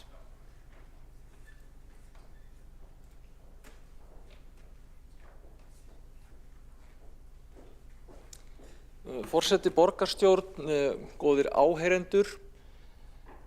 Já, ég er ekki mjög ósammála þessari tillögu í grunninn, ég er jafnvel bara frekar sammála og mann þegar við vorum að vinna þessa vinnu á sínum tíma, það eru vissulega svona ákveðnir fyrirvarar sem ég hef. Við viljum augljóslega stunda faglega og góða stjórnarhætti og við vitum að þrátt fyrir að kjörnir fulltrúar geti verið frábærir í stjórnum, þá geta þeir líka stundum verið ekki frábærir. Og ég veit, já, hins vegar til dæmis erfitt með þetta þegar það kemur að byggðasamlögunum, sem eru í grunninn, í rauninni, lagalega séð, í rauninni eins og svið í sveitarfélagi, en heyra undir fleiri en eitt sveitarfélag. Og mér þætti það til dæmis skrítið að senda óháðan og ópolítískan fulltrúa inn í stjórn Strætó þar sem hann sæti með bæjarfulltrúum hinna sveitarfélagana. En á hinn bóginn þá hef ég ekki dregið dul á þá skoðun mína að byggðasamlag sé hrikalegt extra fyrirkomulag til að reka almenningssamgöngur og við eigum að hætta því og eins og við vitum þá stendur nú til að yfirfæra hluta af hlutverki Strætó og BS, það sem snýr að leiðakerfi, stjórnstöð, skrifstofu, samskipti við notendur og fleira til nýs félags sem verður OHF og þar sitja óháðir fulltrúar í stjórn og Strætó og BS verði lagt niður þegar að búið er að færa hlutverkin þaðan og bjóða á þann rekstur þar sem að það er enn. En almennt séð held ég að við þurfum að reyna að koma okkur frá þessu fyrirkomulagi með þessi 2 ára skipun og stöðu útskiptingar. Ég veit líka að þetta stjórnarseta getur verið mjög mikið álag, hún getur verið erfið, hún getur líka verið mjög gefandi og skemmtileg og áhugaverð. Og ég veit líka að við berum ákveðna ábyrgð á þessum atriðum.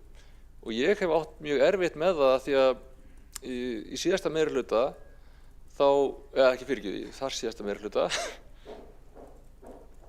nei, þar síðasta meirihluta, þá lögðum við áherslu á það að til dæmis skipa óháða fulltrúa fyrir meirihlutan inn í stjórn Orkuveitunar og þar voru fulltrúar minnihlutans sem verið ekki ópólitískir og það bjó til svolítið skrítið jafnvægi þar sem eitthvað mál kemur upp og fulltrúar minnihlutans fara á fullt í að tala um það og einhvern veginn enginn í meirihlutanum hefur neitt til þess að svara eða veit eitthvað málið til þess að gera neitt í því. Já, þannig að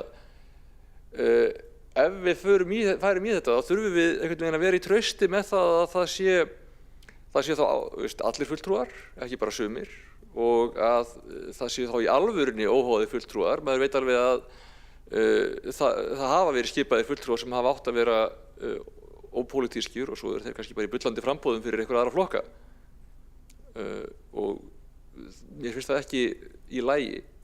Ísland er lítið land og ég veit alveg að það er kannski leitun að manneskju sem er í alvörunni fullkomlega ópólitísk en það ætti þá kannski að minnstakosti að vera þannig að það séu ekki fólk sem er gegnir trúnaðarstörfum eða hefur sóst eftir að vera kjörnir fulltrúar fyrir stjórnmálaflokka ef við eigum að hafa þetta ópólitískt.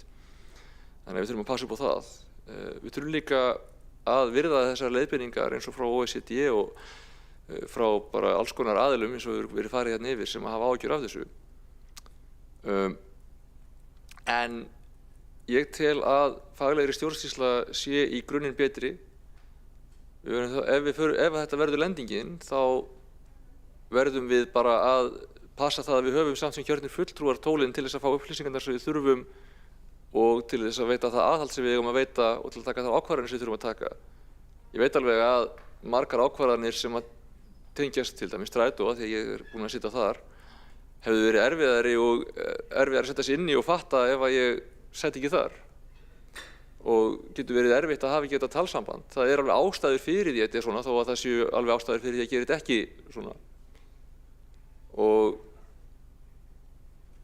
já, ég held í grunninn þá sé þetta framtíðin og ég held að í grunninn þá séu við ef við ætlum að vera með almennilega góða ópólitíska stjórnsýslu þá þurfum við að finna leið til þess að gera þetta.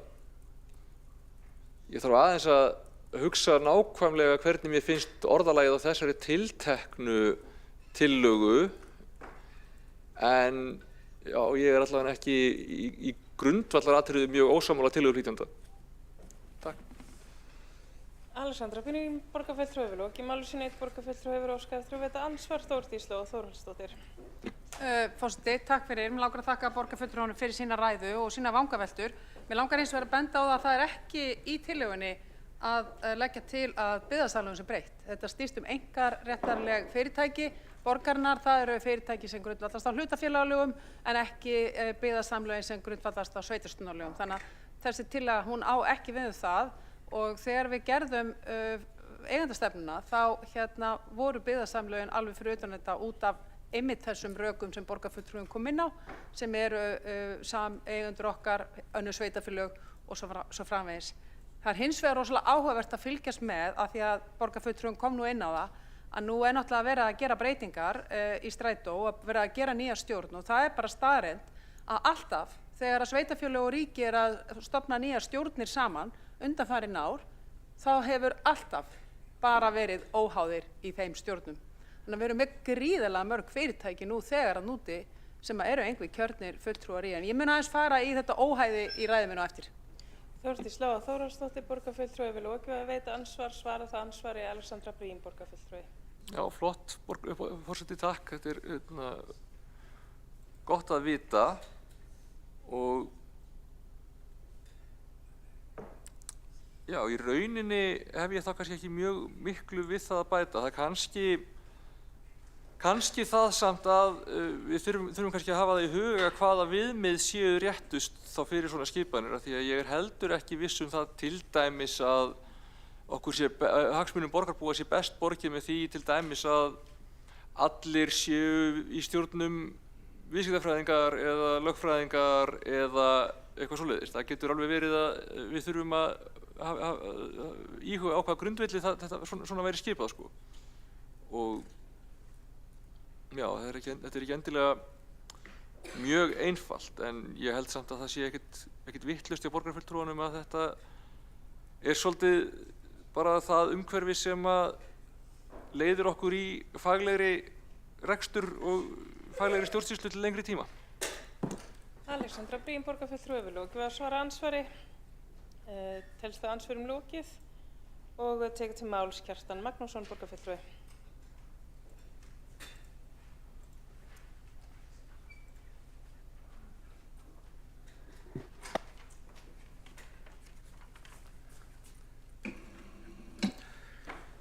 Forseti, ágætu borgarfulltrúar.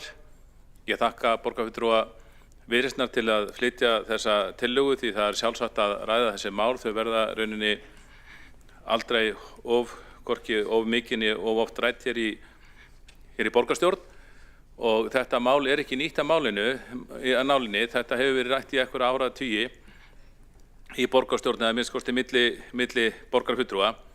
Ég held að lykilatriði í þessu öllu saman sé bara veldur hver á heldur. Það sem skiptir máli er að það sé heilbrigð stefna sem ráði för við stjórnun fyrirtækja, alveg svo við stjórnun borgarinnar. Borgin er náttúrulega bara eitt stórt fyrirtæki og við borgarfulltrúar gerum okkur grein fyrir því þegar við bjóðum okkur fram að við erum að bjóða okkur fram til setu í einu stærsta fyrirtæki landsins sem er Reykjavíkurborg. Og það eru margar, og Reykjavíkurborg er bara eins og regnhlíf margra lítilla fyrirtækja. Nú flest höfum við lesið okkur til rekstur og njótum á hverjum degi aðstoðar embættismanna sem eru þaulærðir og æfðir í öllum þessum málum og þeim ber beinlínis skylda til þess að leiðbeina okkur þegar þeim finnst við eitthvað vera að fara illa að ráða okkar eða leiðbeina okkur inn á réttar brautir Og við þekkjum það bara í rekstri einstakra deilda borgarinnar að þar þarf skynsemi að ráða för og ákveðið rekstrarvit að vera á ferðinni. Og það alveg þannig þessi fyrirtæki líka. Það líka viðkvæmur rekstur, það pólitískur rekstur, það stórpólitískur rekstur að reka til dæmis stærsta orkufyrirtæki eða næstasta orkufyrirtæki landsins eða stærsta orkufyrirtæki sveitarfélags. Það mikill rekstur í því, það mikil pólitík.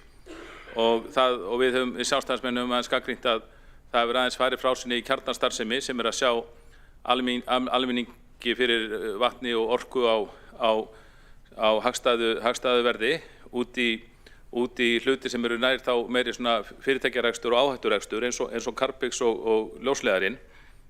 Og mér finnst í ýmsum opinberu fyrirtækjum að þar þurfum við heilbrigð rekstrarsjónarmið að ráða meira. Ég hef sagt Orkuveituna, ég hef sagt til þessum félagsbústaði, fyrirtæki sem hafa verið í svokölluðum skuldsettum vexti en ekki sjálfbærum. Og það sama hvort að óháðir stjórnarmenn, svokallaðir, því að þeir eru nú aldrei óháðir eða pólitískir, eru þar, hvort það annarkvort eða bara blanda þessu tvennu, þá þarf að vera ákveðin svona heilbrigð hugsun í þessu. Ég man að árunum fyrir hrun, þá var Orkuveitan blessuð í mjög mikilli og hraðri útþenslu í sínum rekstri og það var svo sannarlega skuldsettur vextur en ekki menn töldu að vera sjálfbær rekstur en svo þegar upp að staði þá sáum við að þetta var ekki nógu sjálfbært. Og þá var mikið rætt það að þetta var orðið svo mikill rekstur í Orkuveitunni að það væri ekki rétt að hafa pólitíkusa í stjórn þar. Heldur það að fá þar menn inn á menn úr atvinnulífinu.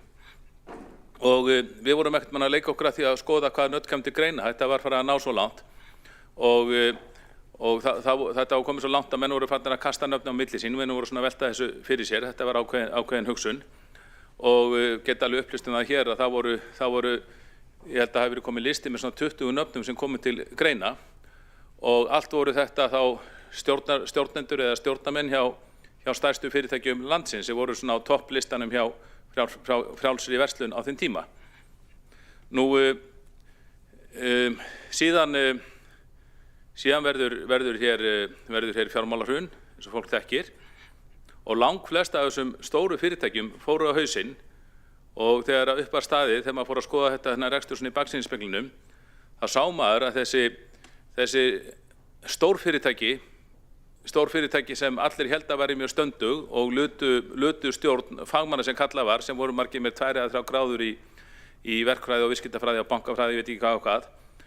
Þau höfðu skuldsett sig miklu meira en Orkuveitan. Þó Orkuveitan hefði skuldsett sig á mikið, það hafði þó skuldsett sig miklu minna þessi fyrirtæki og það rifjaðist upp þessi orðræða á árunum fyrir hrun, þar sem þessir menn sem ráku einkafyrirtækin, þessi stóru einkafyrirtæki, þeir töluðu gjarnan það að nýta efnahagsreikninginn og ég man eftir því, bara þá reyndar ekki orðin stjórnarmaður í Orkuveitunni, við ræddum Orkuveituna mjög mikið, að þá fekk maður svona ráðgjöf frá þessum mönnum utan á bæ, þar sem þeir sögðu, þið eruð ekki hvað hátt eiginfjárhlutfallið ykkar, það var kannski 60%, þá sögðu þeir, þið eruð ekki að nýta efnahagsreikninginn nógu vel, þið eigið að nýta efnahagsreikninginn miklu betur, sem þýddi þið að skuldsetja ykkur betur.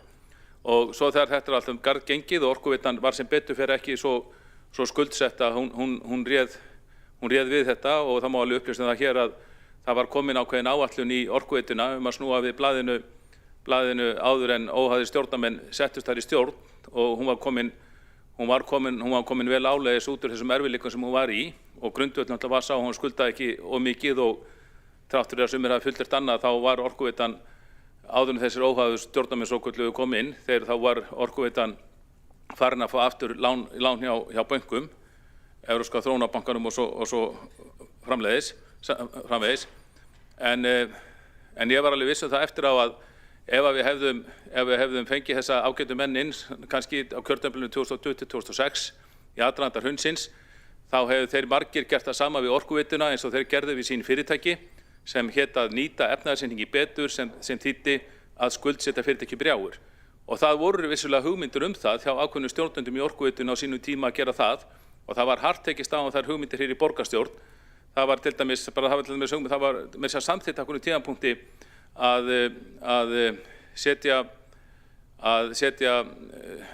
gefa Orkuveitinu kost á að veðsetja eignir sem tengdust útrásarverkefnum upp á eitthvað 13 milljarða held ég að þá verði og röksemdin var notuð með því að það væri hægt að fimmfalda þá upphæð þegar það kæmi að lántöku, að nýrri lántöku. Og svo þetta eftir að þetta alltaf gerð gengi þá bara þökkuðu allir Guði sínu fyrir það að það hefði ekki verið gengið lengra á þessari braut en var þó gert.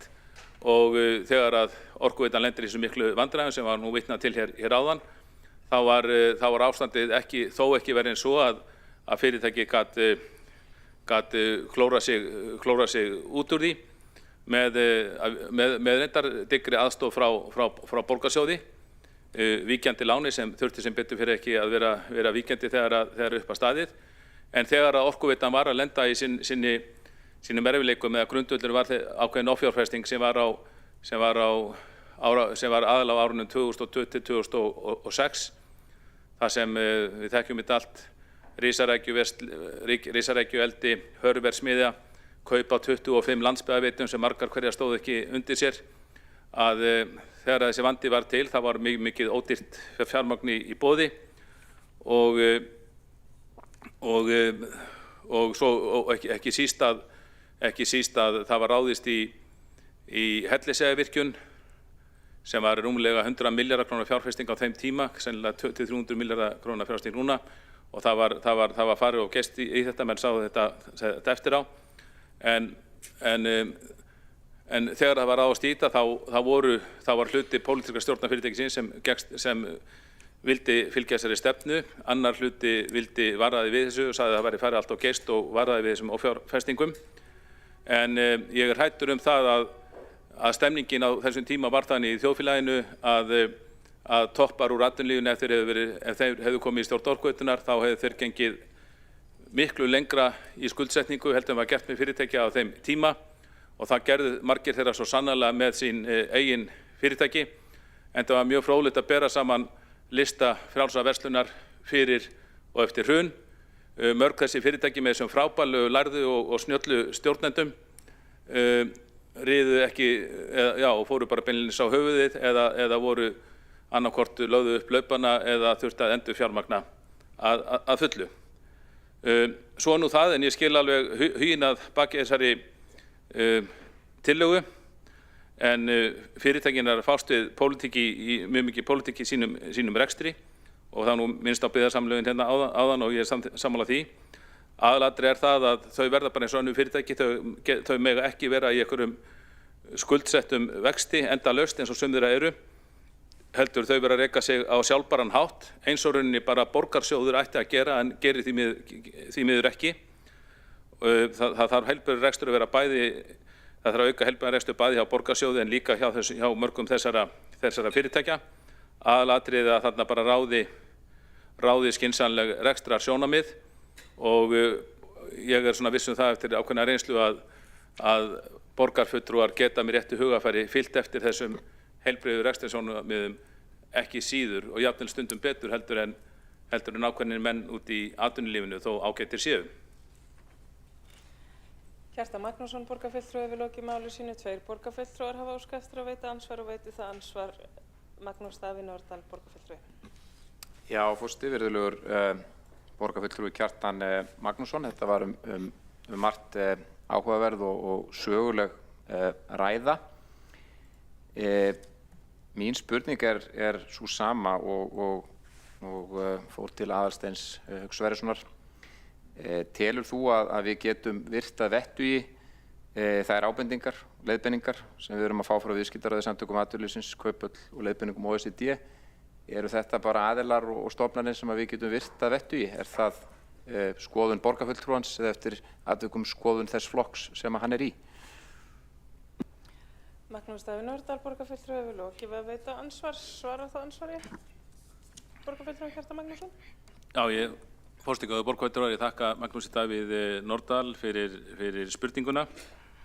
Nú eru þessir aðilar sem vitnaði til eins og Viðskiptaráð Ísland, nú er þetta bara ákveðin hugmyndaveita. Ef maður fer á heimasíðuna hjá þeim þá sjáum við að þeir eru bara Þeir eru að senda frá sig mikið efni reglulega og sumt að því er gott og maður er sammála, svo er maður ekki sammála öðru og auðvitað kannski finnst þeim sem eru í atvinnulífinu, viðskiptalífinu eins og þeim fannst það árunum fyrir hrun, finnst að þeir eiga að ráða meiru og stjórnmálamenn minnu, getur verið alveg hægt að færa rök fyrir því. Ég man að í stjórnum fyrirtækja, opinberra fyrirtækja sem Orkuveitinu og víðar, þar höfum við tekið upp reglur eða ráðleggingar viðskiptaráðs rekstur fyrirtæki, heilbrigða stjórnarhætti og ég get bara sagt það með Orkuveituna vegna sem við gerum það var ekki vanþörf á því og þetta var mjög gott leiðarljós fyrir okkur en þó maður njóti aðstofar þeirra að því leyti og þykki ráð frá þeim, þá þýðir það ekki að maður þurfi að vera sammála öllu sem frá þeim kemur. Kjartan Magnússon, borgarfulltrúi, vil lokið að svara ansvari, veit það ansvar öðru sinni, Magnús Davíð Nordal, borgarfulltrúi. Já, forseti, virðulegur borgarfulltrúi Kjartan Magnússon, takk fyrir þetta svar við mínu andsvari. Fulltrúi nefnir þetta stjórnmálamenn að ráða minna og menn úr atvinnulífinu meira. Þetta er ákveðin misskilningur vegna þess að eigendavaldið er áfram til staðar, þar að segja val á þeim sem í stjórnirnar fara er ennþá hjá eigandanum og ef að eigandinn er einhverju hluta vegna ekki sáttur við þá stjórnarmenn sem skipaðar hafi verið, þá er hægt að skipta þeim út. Þá er náttúrulega líka hægt að vinna með samþykktir hverju sinni eins og gert er, til dæmis þegar kemur að hækkun leiguverðs hjá félagsbústöðum að þá þarf atbeini eigandans að koma til eins og við þekkjum. Eins varðandi lántöku hjá til dæmis Orkuveitu Reykjavíkur að því ég best veit að samþykki eigandana sé þar undirskilið. Þannig að það er ákveðin misskilningur til ég vera þarna að það sé vera að draga úr valdi stjórnmálamanna. Þeir hafa ennþá sín völd hvað þetta varðar og velja inn í þessar stjórnir. Þeir velja bara hæfa aðila, óhafa. Magnús Davíð Nordal, borgarfulltrúi, vil lokið að veita ansvar öðru sinni, svara það ansvar öðru sinni, Kjartan Magnússon, borgarfulltrúi.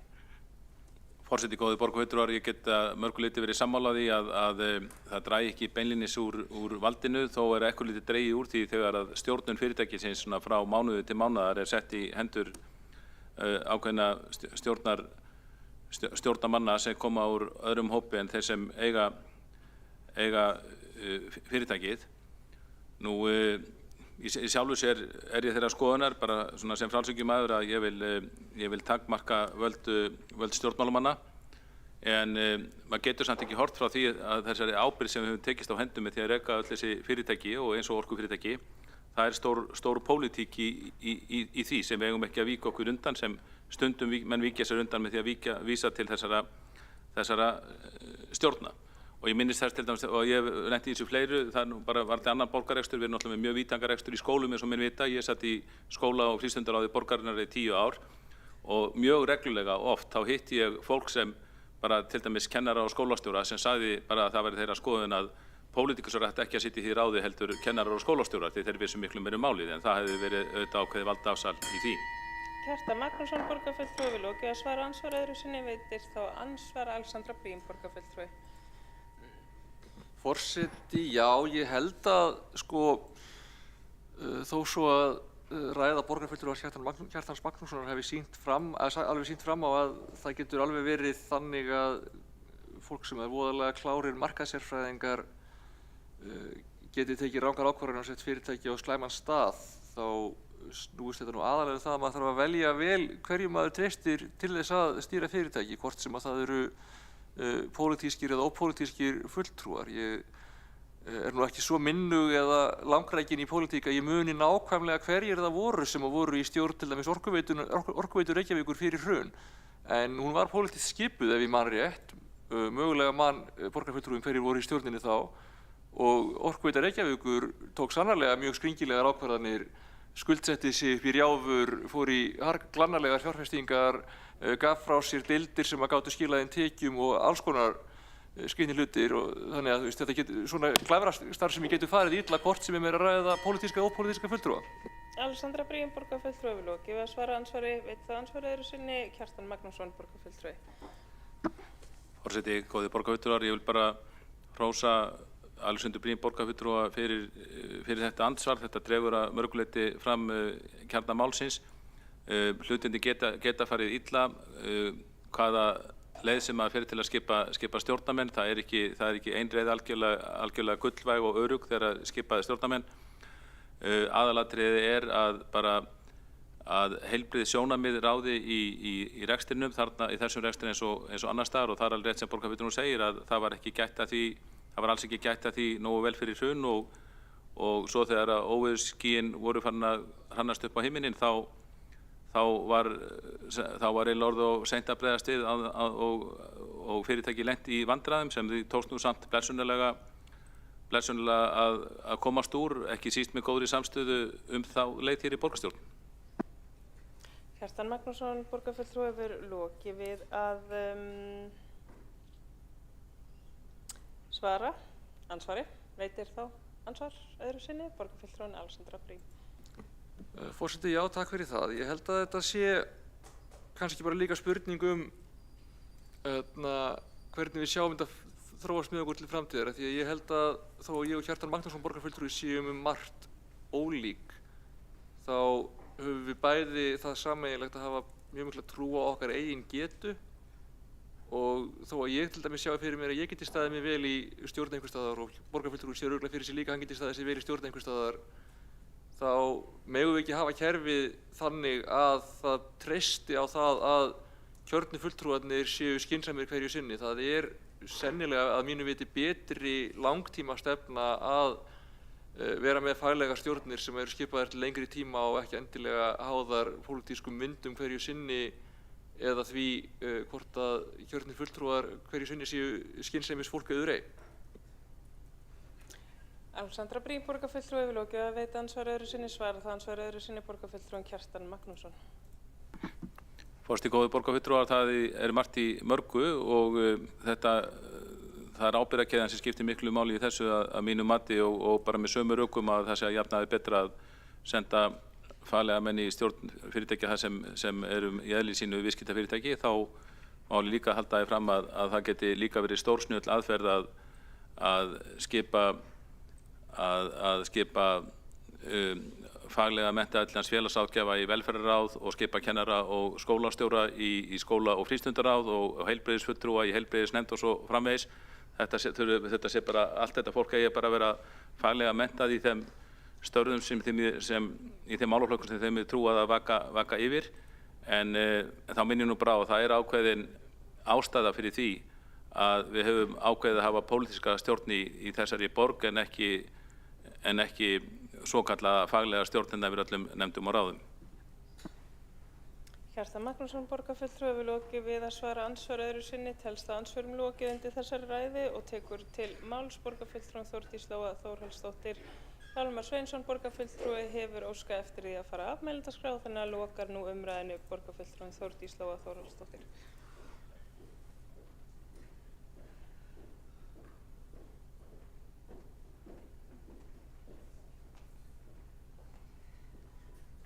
Forseti, ég er náttúrulega gríðarlega ánægð með það að vera frummælandi og ég get komið þrisvar upp í ræðu. Breyttum samþykktum hérna fyrir einhverju síðan. En ég ætla að byrja. Mér langar að fá að þakka fyrir þessa skemmtilegu umræðu, en eitt verður að vera alveg á hreinu. Blöndum ekki saman einkaréttarlegum fyrirtækjum við til dæmis bara stjórnsýslulög, þar sem við erum að tala um skólaráð eða menningaráð. Við erum ekki að tala um neina stjórnsýslu, við erum að tala um fyrirtæki, einkaréttarleg fyrirtæki sem byggjast á hlutafélagalögum og einkahlutafélagalögum. Þannig að byrjum þar, þannig að við förum ekki að blanda hérna og grauta öllu saman. En það er alveg rétt hjá borgarfulltrúa Kjartani Magnússyni, það getur alltaf allt farið illa. En það er einmitt þess vegna sem að umgjörð og lagaleg umgjörð og eftirlitsumgjörð fyrirtæki hefur gjörbreyst eftir hrun. Og af hverju? Einmitt, borgarfulltrúinn kom ágætlega inn á það. Valdið var stjórnir fyrirtækja, stærstu fyrirtækja landsins hérna fyrir hrun, valdið var of nálagt eigandanum. Það voru eigendur fyrirtækjana sjálfir sem voru að grautast í stjórnum og voru að taka ákvarðanir þvert á almannahagsmuni, til dæmis bara í fyrirtækjum á hlutabréfamarkaði, en við vorum með skammtíma sjónarmið í huga. Og þetta breyttist allt saman. Lög og umgjörð og eftirlit og áhættustýring er gjörbreytt frá því fyrir 17 árum síðan. Hér eru við í dag góðir stjórnarhættir, leiðbeiningar OECD og leiðbeiningar og álit umboðsmanns Alþingis er allt saman eftir þetta. Þetta skiptir gríðarlega miklu máli. Af því að nú erum við hér nú, þannig að við getum ekki dregið fram einhver rök sem voru hérna 2005 og 2007. Það var þá í allt öðru laga- og reglugerðar umhverfi. Þannig að dagurinn í dag snýst það hvernig við horfum fram á veginn. En mér finnst ótrúlega skemmtilega umræðan hvenær maður háður og hvenær maður ekki háður. Við fórum í gegnum þetta þegar við vorum að ræða eigendastefnu Faxaflóahafna og núverandi þingflokksformaður Sjálfstæðisflokksins sem var með mér í þessari vinnu, alþingismaðurinn Ólafur Adolfsson sagði: Þórdís Lóa, það er engin óháður til á Vesturlandi. Af því þá var hans verkefni að finna einhvern óháðan. Þetta snýst heldur ekki það, kæru félagar. Þetta snýst það að það séu bara ekki kjörnir fulltrúar. Kjörnir fulltrúar eru stórkostlega frábærir eins og hefur verið bent á. Og margir hérna og mörg bara með mjög mikla hæfni til þess að vera í stjórnum. Þetta snýst ekki það. Þetta snýst það að fá óháða einstaklinga sem eigandinn velur. Og það er algjörlega skrifað inn í eigendastefnuna að með þessu er eigandinn ekki að afsala sér neinni ábyrgð í pólitískri stefnu eða neitt sem snýr að þessum fyrirtækjum. Því að inn í eigendastefnu Reykjavíkurborgar er algjörlega smíðað það að eigendavettvangurinn tekur allar stórar ákvarðanir. Eigendavettvangurinn er stöðugt upplýstur. Það er eigendavettvangurinn sem að samþykkir allar stefnur. Þannig að fyrirtækin eru aldrei að fara eitthvað af veginum bara á eigin áhuga. Það er innbyggt í eigendastefnu borgarinnar að það má ekki. Það skiptir gríðarlega miklu máli. Og það sem skiptir svo miklu máli og er þess vegna Orkuveitan svo gott dæmi er það þegar við tilnefnum óháða einstaklinga inn í stjórnir þá skipta kjörtímabil engu máli. Þannig að nú erum við til dæmis með fólk, óháða einstaklinga sem eru mögulega að fara yfir kjörtímabilslínuna og þar að leiðandi líma stofnana minni fyrirtækjana inn í þessum stjórnum. Tökum sem dæmi félagsbústaði, tökum sem dæmi Faxaflóahafnir. Ég vona svo sannarlega að okkur beri gæfa til þess að fólki sem við völdum inn í stjórni Faxaflóahafna eða félagsbústaði eða Höfða haldi áfram. Verði þar áfram. Ef það koma inn kjörnir fulltrúar eins og mér sýnist öll að þetta verði fellt, því að ég veit að gamli fjórflokkurinn er ekkert sérstaklega hress með þetta. Þó svo ég veit það kemur ekkert óvart að framsóknarmenn er ekki sátt við þetta. Ég veit að þetta er ekki alveg inn í DNA Sjálfstæðisflokksins en það var samt sem áður fyrrverandi fjármálaráðherra Bjarni Ben sem að gerði það nýja eigendastefnu ríkisins sem að tók gildi fyrir nokkrum árum og var tilbúin með allt sem sneri að núverandi kerfi sem er að það séu óháðir einstaklingar. Fjölbreytileiki skiptir máli. Þetta eiga ekki bara að vera viðskiptafræðingar, lögfræðingar, endurskoðendur og hagfræðingar, alls ekki. Þetta eiga sannarlega að vera fólk af alls kyns kynni, fólk af öllum aldri og fólk með mismunandi reynslu. Ég læt ræðu minni loki núna, óska eftir að fá að koma aftur á mælendaskrá. Takk fyrir. Þórdís Lóa Þórhallsdóttir, borgarfulltrúi hefur lokið máli sínu og einn borgarfulltrúi hefur óskað eftir að veita andsvar. Líf Magnúsdóttir. Ágæti forseti, Þórdís Lóa Þórhallsdóttir borgarfulltrúi, hún veit alveg hver ég stend í þessu máli, óháð því að vera hvort ég sé hluta einhverjum fjórflokki eða ekki. En það sem að ég hef verið að hugsa og verið dálítið hugsi yfir að það er þessi fagmennsku væðing stjórnmálana. Það er að það sé raunverulega hægt að finna einhvern ótrúlega góðan sem að getur borið ábyrgð á þessu en þetta er samt allt innviðafyrirtæki sem eru háð pólitískri stefnumörkun og við erum að fjarlægjast þau, við í pólitíkinni sem berum ábyrgð á þeim, sem mörkum stefnuna og eigum að passa upp á hagsmuni almennings. Og það þykir mér í rauninni afturför í svona lýðræðislegu tilliti. Og ég segi, við erum kjörin til þess að stýra félögum eigu borgarinnar og við eigum að gera það og afla okkur þá þeirra þekkingar sem að þarf til þess að gera það. Líf Magnúsdóttir, borgarfulltrúi hefur lokið við að veita ansvar. Svara það ansvarið Þórdís Lóa Þórhallsdóttir, borgarfulltrúi. Já, forseti, við Líf höfum rætt þetta mjög lengi og stigið þennan dans skemmtilega, okkur þykir nú skemmtilega gaman að því líka. Mér langar samt kannski aðeins að vara við orðið fagmennska. Við erum ekki að tala um eitthvað fagfólk í stjórnir.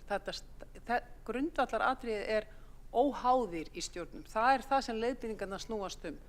Bæði stjórnarhætti leiðbeiningarnar, álit umboðsmanns Alþingis og OECD snúast að það séu óháðir einstaklingar en alls ekki að eigandinn missi þessa nálægð og ef að það gerist því að það er núna þegar sniðið inn í eigendastefnuna að það er eigandinn sem hefur lokaorðið, það er eigandinn sem ákveður stefnuna og það er eigandinn sem tekur allar stórar grundvallar ákvarðanir.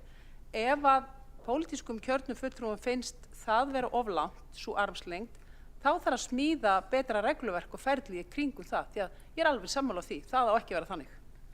Þórdís Lóa Þórhallsdóttir, borgarfulltrúi við lokið að svara andsvari, veit það andsvari öðru sinni, Líf Magnúðardóttir, borgarfulltrúi. Forseti, ég vil að merkja að þá eru þetta leiðbeiningar. Þetta eru leiðbeiningar viðskiptaráðs en við erum bara undir allt öðrum hatti, við erum framkvæmdarvaldshafi hér á sveitarstjórnarstiginu. Þannig að sko í rauninni eiga leiðbeiningar viðskiptaráðs ekkert erindi hingað. Við eigum að sinna því að reka félög í eigu borgarinnar og við eigum að gera það vel og gott og vel við eigum að setja okkur eigendastefnu þar sem að við getum svona dregið stóru línunar.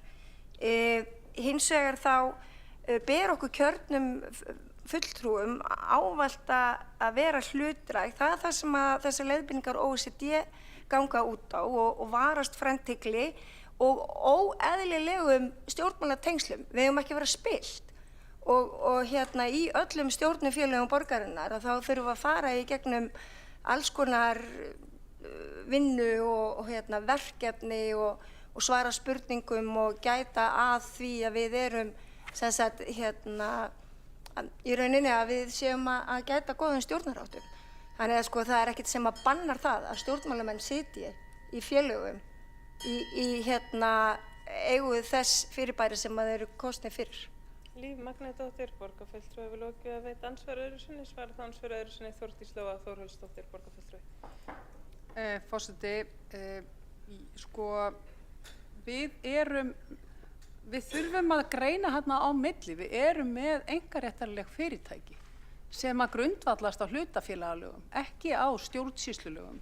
Og það er ofboðslega mikill munur. Á meðan við eigum þessi fyrirtæki þá verðum við að fylgja lögum. Og það er náttúrulega að skrifa inn í lögin, inn í fjármálakerfislögin til dæmis, þá eru allskyns skyldur sem fyrirtækjunum er gerðar. Við erum hins vegar með innviðafyrirtæki og það er ekki búið að skrifa það beint inn í lögin, en það er samt sem áður í hlutafélagalögum alveg skýrt hvernig við eigum að skipa í stjórnir. Það er bara ekkert mála að fletta því upp. Það eru bara mjög skýra leiðbeiningar í lögunum það, þannig að það skiptir bara mjög miklu máli að við hlýðum því. En ég bara dreg enn og aftur fram, það er bara samt sem áður mjög mikil ábyrgð sem við erum með hér á borgarstjórnarborðinu eða í sveitarstjórnum og við eigum ekki að slíta hana frá. Við þurfum bara umgjörð í kringum þetta. Þórdís Lóa Þórhallsdóttir, borgarfulltrúi við lokið að svara andsvari öðru sinni, telst á andsvörum lokið undir þessar ræðu og þá tekur til máls Þórdís Lóa Þórhallsdóttir, borgarfulltrúi.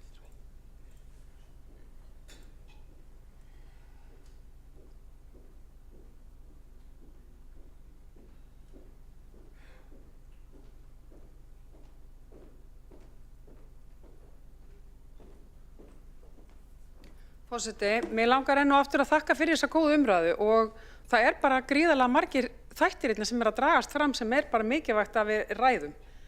Það er eitt sem að koma aðeins fram áðan sem mig langar að koma inn á og það er að þegar maður kemur að, hver sem maður er, hvort sem maður er óháður eða háður, kjörinn fulltrúi eða ég veit ekki hver, þegar maður sest við stjórnarborð á einkaréttarlegum fyrirtækjum, þá er fyrsta skylda, hún er við fyrirtækið.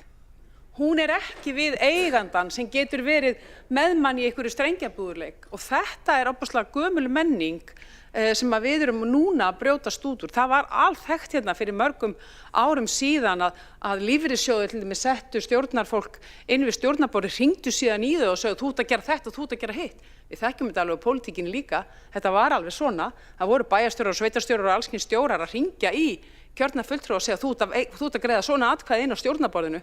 Þetta má ekki. Þessi armslengd, hún er farin. Þannig að þetta eru svona svolítið þetta er gamalt og mig langar, það er ótrúlega áhugavert, horfum á hin fyrirtækin. Af hverju tók ríkið þessa ákvörðun, og ríkið er líka með innviðafyrirtæki, Landsvirkjun, óháðir í stjórn, Landsnet, óháðir í stjórn, Rarik, óháðir í stjórn, allar nýjar stjórnir sem stofnaðar eru núna eru óháðir í stjórn. Og mér langar að draga líka fram hérna áðan þegar Kjartan Magnússon borgarfulltrúi kom inn á ljósleiðarana Carbfix. Það hefur ekki staðið held ég á stjórnunum að gera allskins þar, það hefur staðið á eigandanum. Það hefur margoft komið hérna inn á borg hvort eigi að selja ljósleiðaran sinn dæmi. Það hefur aldrei staðið á stjórnunum í því. Ég er eiginlega alveg vissum að þær vildu vera miklu meiri markaðslegum forsendum í þeim samkeppnisumhverfum sem þessi fyrirtæki eru. Það hefur staðið á eigandanum, það hefur staðið okkur hér. Það hefur ekki verið pólitísku vilji til þess að selja og þannig er það. En það er gríðarlega mikilvægt að við slítum ekki sundur þessa pólitísku ábyrgð sem við erum kjörin hér í borgarstjórn, sem við höfum. Við berum ábyrgð á rekstri borgarinnar sem A-hluta og við berum ábyrgð á B-hlutanum sem samstæðu, en við þurfum ekki og eigum ekki, samkvæmt öllum leiðbeiningum, að grautast í þessu öllu saman. Þannig að ég segi bara kærar þakki fyrir umræðuna. Ég hvet ykkur, kæru borgarfulltrúar í meirihlutanum sem ég veit að eru ósammála þetta, endilega greiðið atkvæði með hjartanu. Það er alveg dauðafæri núna að taka skrefið áfram, en mér langar samt, og mér hefur hlýnað við það, að heyra það, að því það var alls ekki endilega þannig í upphafi þessa kjörtímabils, að hér er fólk ánægt með núverandi kerfi sem er 50-50 reglan. Fólk er ánægt með það kerfi sem við erum með. Það var bara alls ekki þannig hérna í upphafi þessa kjörtímabils. Það logaði hér allt yfir því að það væri ekki bara kjörnir fulltrúar í félagsbústöðum og bara kjörnir fulltrúar í fagsaflóhafnum. Þannig að ég segi bara, við erum alveg greinilega að taka framfara skref, hvort sem að þessi hérna tillaga sem ég hvet ykkur til þess að samþykkja, af því að hún hefur ekki áhrif á ykkur, kæru félagar. Mörg ykkar er ekki fara að vera hérna áfram. Við höfum ekki hugmyndum hver verður kosin í þennan sal eftir nokkra mánuði. Þannig að hún mun ekki hafa bein áhrif á ykkur. Hún hefur sannarlega áhrif á ykkur laun hjá ykkurum til framtíðar á næsta kjörtímabili. En við eigum alveg að þora og hafa kjark að taka ákvarðanir inn í framtíðina. En þetta mun ekki hafa áhrif á ykkur. Þannig að ég skora á okkur að samþykkja. En hvað sem við gerum, þá langar mig líka að segja að við eigum að vera stolt af því sem við höfum gert hérna á undanfarið. Við erum það sveitarfélög sem eru langlengst komið hvað þetta varðar. Önnur sveitarfélög hafa horft til okkar, við höfum rætt þetta á vettvangi Samband íslenskra sveitarfélaga. Ég veit að Akureyri og fleiri stór sveitarfélög hafa verið að taka núna skref í áttina betri stjórnarháttum í sínum fyrirtækjum, af því það er ævintýralega áhugavert að sveitarfélög eru í gríðarlega miklum rekstri og það er einhvern veginn aldrei settur fókusin á það. Og núna þegar það er verið að endurskoða sveitarstjórnarlögin og fjármála umgjörð sveitarstjórna, þá á einmitt að setja fókusin á fyrirtækin sem sveitarfélögin er að reka út allt land. Byggðasálögum sannarlega eitt skrítið kerfi. Það er gott kerfi þegar er að ræða slökkvilið eða mögulega einhverja sameiginlega barnavend í einhverjum fjórðungnum, en þegar að ræða sorpu og strætó, þá er það ótrúlega skrítið fyrirkomulag og mjög hamlandi eins og flestir þekki sem hafa þar sittið við stjórnarborðið. Þannig að ég þakka fyrir þessa góðu umræðu. Ég er búin að skemmta mér ótrúlega vel hérna. Ég er búin 3 ræður, takið þetta því. Þökk sé samþykktarbreytingum. Þórdís Lóa Þórhallsdóttir, borgarfulltrúi, vil loki máli sínu ekki hafa fleiri óskað eftir því að taka til máls og verður þá gengið til atkvæðagreiðslu þessa tillögu.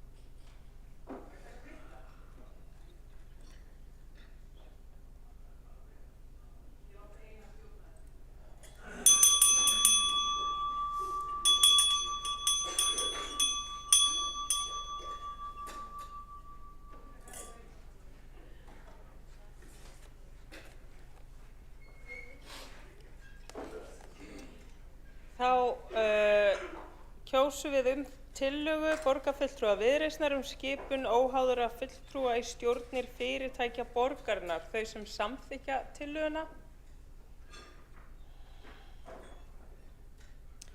Það eru 4 borgarfulltrúar sem samþykkja tillöguna. Það er borgarfulltrúi Viðreisnar, það eru 2 borgarfulltrúar Pírata og 1 borgarfulltrúi Samfylkingarinnar.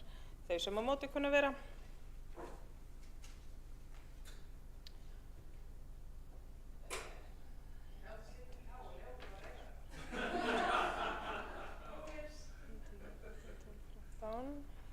Ég þarf að sjá þetta skýrt. Forseti er að leitast við að sjá fjöldan sem er á móti þessari tillögu sem er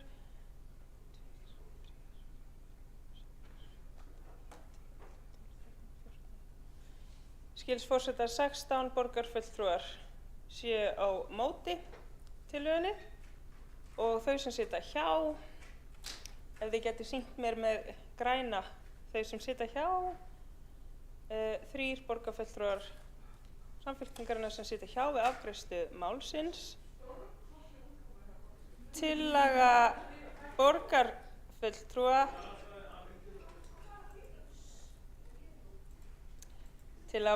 Viðreisnar skipun óháðra fulltrúa í stjórnir fyrirtækja borgarinnar er felld.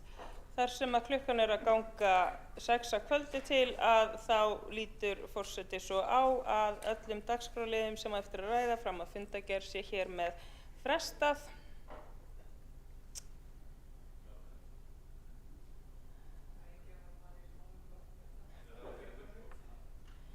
Lítur forseti svo á að það sé samþykkt ef engin mótmæli því. Það er mótmælt. Forseti lagt til að fresta tillögu borgarfulltrúa Sjálfstæðisflokksins atvinnuverslun á Bauhaus-reit í ljósi þess að klukkan er að ganga 6. Þau sem eru sammála því vinsamlega gefið þess merki.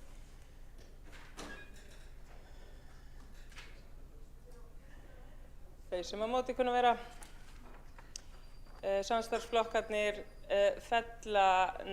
samstarfsflokkarnir samþykkja að fresta þessari tillögu. Forseti ítrekar það sem að forseti las í upphafi fundar sem var eftirfarandi. Forseti miðað við umræðum dagskrárliði fram að afgreiðslu fundargerðar verði lokið eigi síður en 18:30 og mun þá bera upp frestunartillögu vegna þeirra dagskrárliða sem ekki hafa verið teknir fyrir.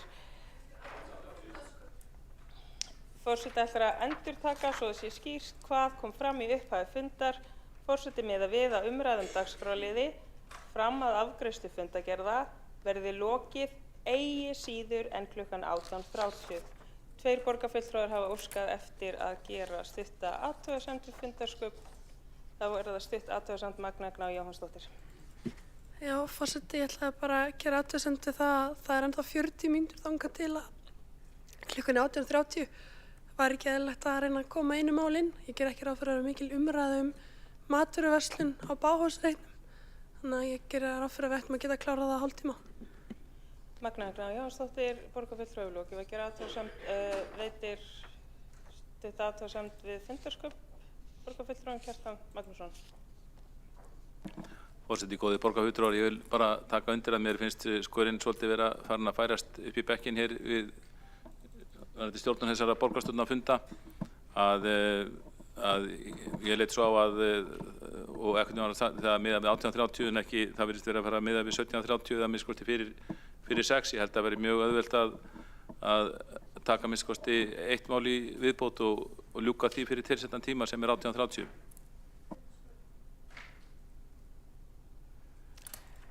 Kjartan Magnússon, borgarfulltrúi, hefur lokið að gera stutta athugasemd við fundarsköp borgarstjórnar. Hefur borgarfulltrúan Friðjón R. Friðjónsson óskað eftir að gera stutta athugasemd við fundarsköp borgarstjórnar? Já, forseti, ég vil bara benda það líka að hér í upphafi lentum við í tæknilegum örðuleikum og tókum fundarhlé, þannig að við höfum tekið af fundartímanum og erum að taka af fundartímanum, þannig að ég skil ekki að það sé ekki að skella sér í þetta mál. Friðjón R. Friðjónsson, borgarfulltrúi, hefur lokið við að gera stutta athugasemd við fundarsköp. Gerir þá stutta athugasemd borgarfulltrúan Líf Magnúsdóttir. Já, forseti, eins og forseti las upp hérna að þá eru þetta viðmið og það er forseti sem að stýrir fundi og metur þetta. Auðvitað geta borgarfulltrúar komið á framfæri athugasemdum sínum og óánægju en það er búið að kjósa að fresta þessu máli og ég tel rétt að það verði þá gengið til fundargerðar næst. Líf Magnúsdóttir, borgarfulltrúi við lokið að gera stutta athugasemd við fundarsköp borgarstjórnar. Hefur borgarfulltrúin Andrea Helgadóttir óskað eftir að gera stutta athugasemd við fundarsköp borgarstjórnar. Já, þetta er mikið hagsmunamál fyrir íbúa og mér finnst ekki eðlilegt að það mun þá hafa í för með sér mikla skerðingu á ræðutíma fundamanna. Við ætlum að reyna að ná þessu á 30 mínútum eða 32 sem eru nú eftir. Þannig að ég legg til að við tökum þetta með góðu tómi þar sem hægt er að ræða málin almennlega. Takk. Andrea Helgadóttir, borgarfulltrúi við lokið að gera stutta athugasemd við fundarsköp borgarstjórnar. Forseti minnir á að umræðu tími tillagna á dagskrá er að lágmarki 2 tímar og forseta finnst mikilvægt að virða þann tíma sem gefinn er. En hér var samþykkt í salnum að fresta 6. liða útsendri dagskrá sem er tillaga borgarfulltrúa Sjálfstæðisflokksins verslun á Bauhaus-reit. Forseti leggur til að 7. liður útsendri dagskrá umræðum stöðu húsnæðismála, skóla- og frístundasviðs og velferðarsviðs að beiðni borgarfulltrúa Sjálfstæðisflokksins verði frestað. Þau sem samþykkja vinsamlegast gefi þess merki. Þau sem á móti kunna vera.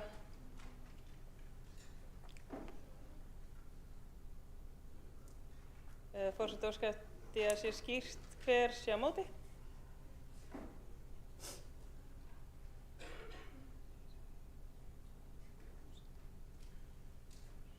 Forseti ætlar að endurtaka þetta og óskar eftir að sé skýrt gefið til kynna hvernig borgarfulltrúar kjósa í þessu máli. Þau sem samþykkja frest á dagskrárlið nr. 7 eru þau vinsamlegast til í að sýna skýrt merki þess. Þau sem á móti kunna vera.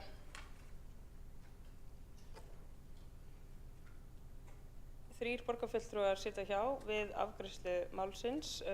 Samþykkt er að fresta dagskrárliðinu með atkvæðum borgarfulltrúa samstarfsflokkana. Þá er lagt til að fresta tillögu borgarfulltrúa Sjálfstæðisflokksins hverfislögreglustöð í Breiðholti sem er dagskrárliður nr. 8 á útsendri dagskrá. Þau sem samþykkja vinsamlegast gefi þess merki. Þau sem eru á móti.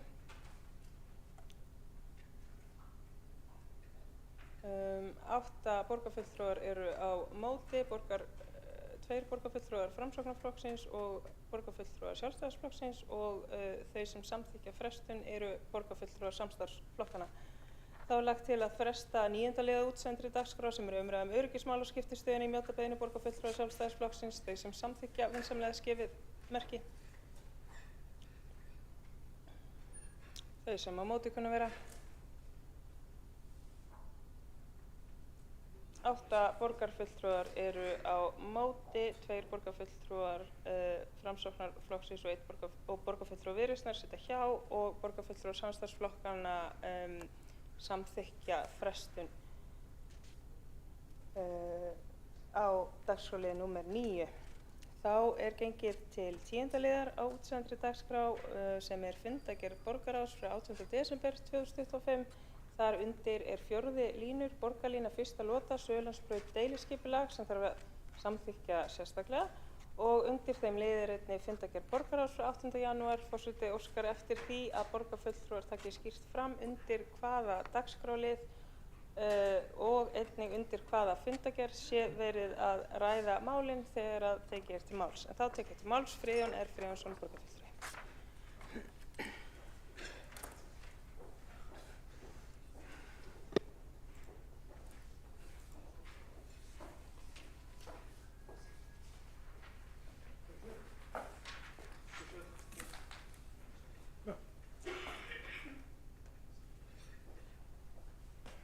Forseti, hér förum við hratt yfir sögu vegna þess að það er hérna frá mörgu að segja en tíminn er stuttur.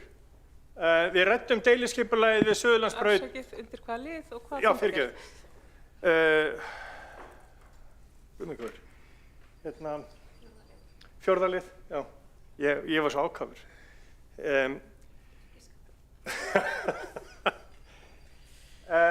Við ræddum hérna á síðasta fundi deiliskipulagið við Sundabraut, Suðurlandsbraut, það er á langt liðan að fund. Já, og síðan þá hafa verið alls konar upplýsingar og verið haldið fram alls kyns staðhæfingum hversu mörg bílastæði eru við kringum Suðurlandsbraut og hversu mörg hverfa og svo framvegis. Þannig að ég taldi þau og beitti bæði loftmyndum og deiliskipulagsgögnum og borgarvefsjá. Það kemur fram í þessu deiliskipulagi að það er ekki gert ráð fyrir neinum bílastæðum innan skipulagsmarkanna. Og við sjáum það líka af gögnum, af sniðum varðandi borgarlínu við Suðurlandsbraut, hvernig fyrirkomulega á að vera milli lóðarmarka og húsa. Þegar við kíkjum á stöðuna og skoðum allar lóðir eins og umhverfis- og skipulagsráð segir mér að þannig séu talan 1600 bílastæði fundin, að þá eru þarna tæplega 1600 bílastæði sem eru ekki bílageymsla til einkanota.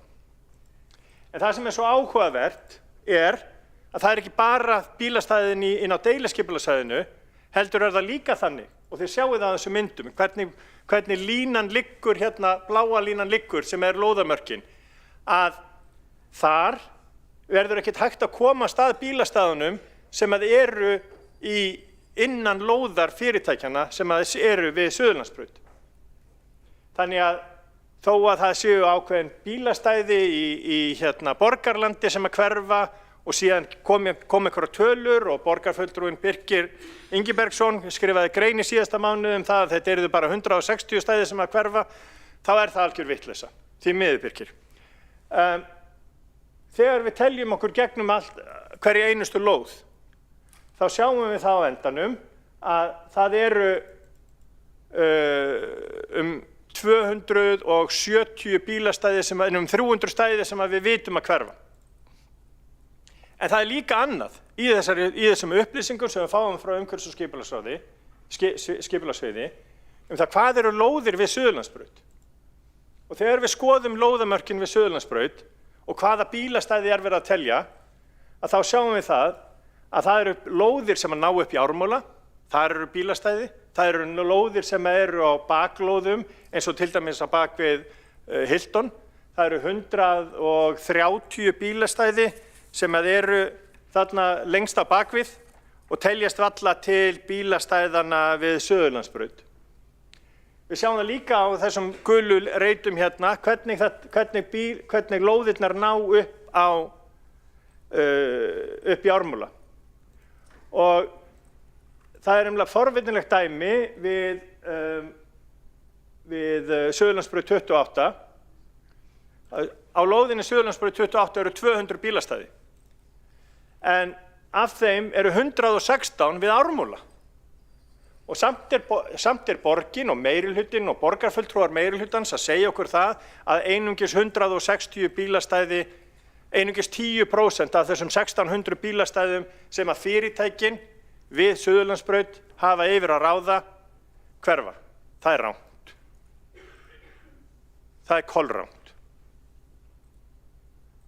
Við Vegmúla er líka lóð sem að telur Ármúla 13A og Suðurlandsbraut 16, það er sama lóðin og ef þú ert að telja lóðirnar við Suðurlandsbraut þá telur yfir 100 bílastæði sem eru við Ármúla.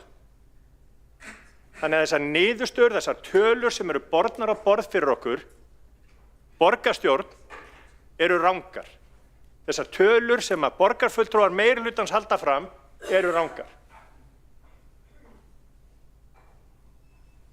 Bara þau stæði sem að við vitum og sjáum að hverfi eru 355 með þær loftmyndir sem að eru af Suðurlandsbrautinni, af þeim stæðum sem eru fyrir framan hús. Síðan á ég eftir að taka inn bílastæðin sem að verður breytt. Það er af mörgu öðru að taka og ég ætla að setja hlé á mál mitt og biðja að fara á mælendaskrá aftur. Friðjón R. Friðjónsson, borgarfulltrúi, hefur lokið máli sínu. 2 borgarfulltrúar hafa óskað eftir að veita andsvar. Veiti þá andsvar Hjálmar Sveinsson, borgarfulltrúi. Já, forseti, ég bara hreinlega manna ekki hvort að borgarfulltrúan var á fundi Betri Samtaka á Hótel Hilton daginn. En eins og mér minnir, ég hef ekki séð einn einasta borgarfulltrúa Sjálfstæðisflokksins á þeim merka fundi, en þá borgarfulltrúan til upplýsingar sagði framkvæmdastjóri Betri Samgangna, sem ég held örugglega sé flokksbróðir borgarfulltrúans, alveg skýrt og sem sagt neitaði fullyrðingum það að þarna myndu hverfa 30% bílastæði, og hann sagði það alveg skýrt að það eru 10%, og þá voru akkurat þessar tölur að það mætti reikna með 1600 bílastæðum á öllu þessu svæði og eingöngu 160 færu, og þau væru hvort þið á borgarlandi. Þannig að þannig eru upplýsingarnar á þeim bæ. Hjálmar Sveinsson, borgarfulltrúi, vil lokið við að veita ansvar, svara það ansvari. Friðjón R. Friðjónsson, borgarfulltrúi. Ég get sagt allavega fyrir mitt leyti, forseti, ég þakka borgarfulltrúanum fyrir ansvarið. Ég get sagt fyrir mitt leyti, þegar að þessi fundur var, að þá var ég við skyldustörf í menningar, íþrótta og íþróttaráði, og síðan þurfti við því miður að vera við útför á sama tíma og þetta var. Þessi fundur Betri Samgangna. Það breytir engu hvað sagt ef að við horfum bara á tölurnar, ef við horfum bara á myndirnar, ef við horfum bara á hvernig aðstæðurnar eru í raun og veru. Þau gögn sem við erum að fá í þessum deiliskipulagsgögnum eru ekki nógu góð og þess vegna á að synja þeim. Friðjón R. Friðjónsson, borgarfulltrúi, vil lokið við að svara ansvari. Veitir þá ansvar öðru sinni borgarfulltrúan Hjálmar Sveinsson. Já, bara það slæmt að svona samtök halda svona fund, upplýsingum fund einu svona ári, og væri æskilegt. Ég skil það, get ekki allir komist af ýmsum ástæðum, en það var dálítið sérstakt að sjá opaslega litla, enga mætingu eiginlega, frá ákveðnum flokki, og það voru fram heilmiklar umræður einmitt bílastæðamálin á þessum fundi. Hjálmar Sveinsson, borgarfulltrúi, vil lokið við að veita ansvar öðru sinni, svara það ansvari. Öðru sinni borgarfulltrúin Friðjón R. Friðjónsson. Ég held að flestir minna félaga í borgarstjórnarflokki Sjálfstæðisflokksins voru við sömu útför, þannig að við áttum bara ekki heimangengt á þennan fund. Það var félagi okkar sem var borinn til grafar þennan dag, og það er mjög slæmt að það atvikist þannig að já, að Betri Samgöngur haldi svona fund einu svona ári, en við það er ekki ráðið þegar að svona staða kemur upp. Friðjón R. Friðjónsson, borgarfulltrúi, vil lokið við að svara ansvari öðru sinni. Veitir þá ansvar borgarfulltrúan Birkir Ingi Björnsson. Já, ágæta borgarstjórn, ég vildi nú bara andmæla því að það væri einhvern veginn gert tortryggilegt að tala bílastæði á baklóðum sem hluta af Suðurlandsbraut. Þetta eru lóðir við Suðurlandsbraut, og í mínum huga er það alveg skýrt að þessi bílastæði á baklóðum tilheyra því húsnæði sem þarna stendur við götuna, og bara finnst það mjög eðlilegt að þau séu talin upp í þessu samhengi.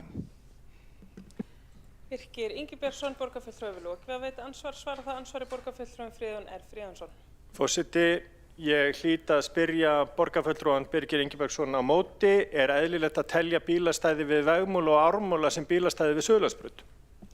Friðjón R. Friðjónsson, borgarfulltrúi, vil lokið við að svara ansvari, og veitir það ansvari öðru sinni borgarfulltrúin Birkir Ingi Björnsson.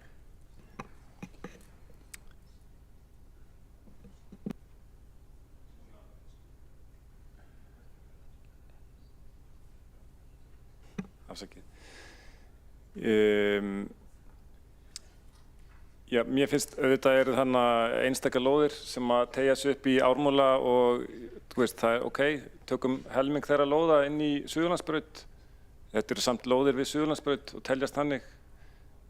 Vegmúli, þetta eru líka lóðir sem og húsnæði sem standa við götuna og teljast inn í þetta áhrifasvæði. Það kannski skiptir ekki í mínum huga algjörlega máli hvar þetta liggur nákvæmlega. Ég held að þetta sé bara mjög eðlilegt að stendur eftir sú staðreynd að við götuna eru gríðarlega mörg bílastæði og heimildir fyrir gríðarlega mörg bílastæði og fækkun þeirra framan við götuna er ekki stóra málið í mínum huga.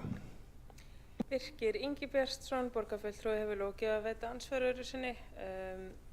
Telst það andsvörum lokið undir þessari ræðu og þá tekur til máls Heiða Björg Hilmisdóttir, borgarstjóri.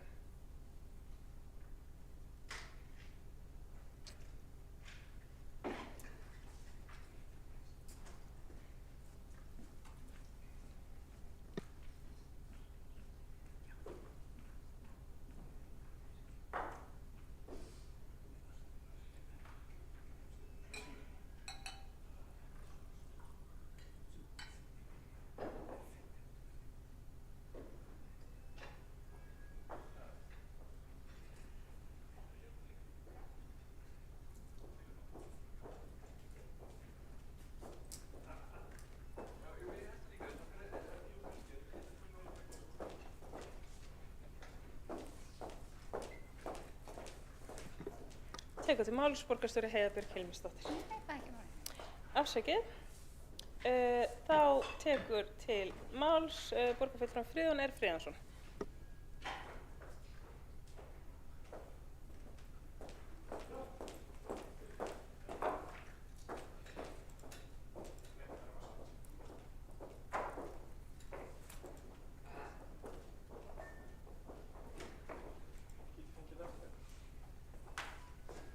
Það er 1 mínúta.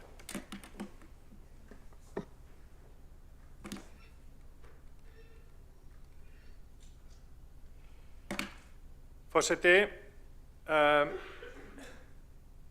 væri ekki heiðarlegra að tiltaka það í þessum gögnum að þessar lóðir sem að liggja undir þegar við erum að telja upp bílastæðin að þau eru líka við Ármúla og þau eru líka við Vegmúla. Væri ekki heiðarlegra af borginni að segja hvernig hlutirnir eru í raun og veru heldur en að búa til einhverja tölu og segja að það sé við Suðurlandsbraut. Því þessi stæði eru sannarlega stæðin sem eru fyrir framan þessi hús hérna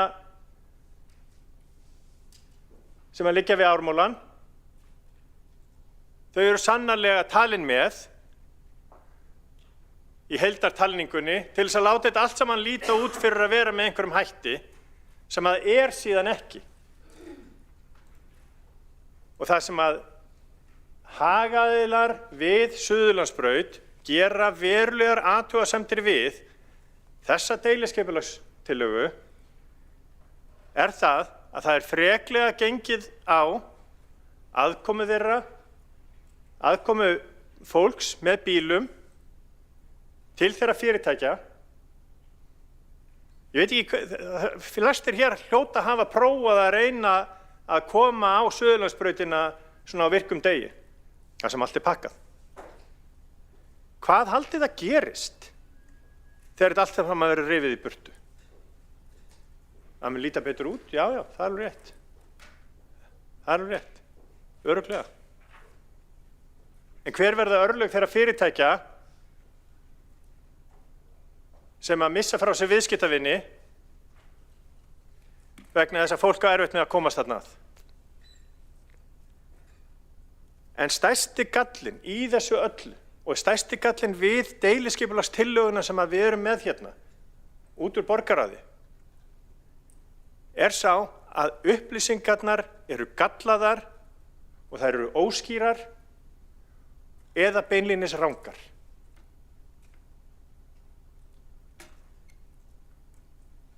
Það er alveg ljóst að þau stæði sem eru ekki í borgarlandi aðkoman að þeim hverfur.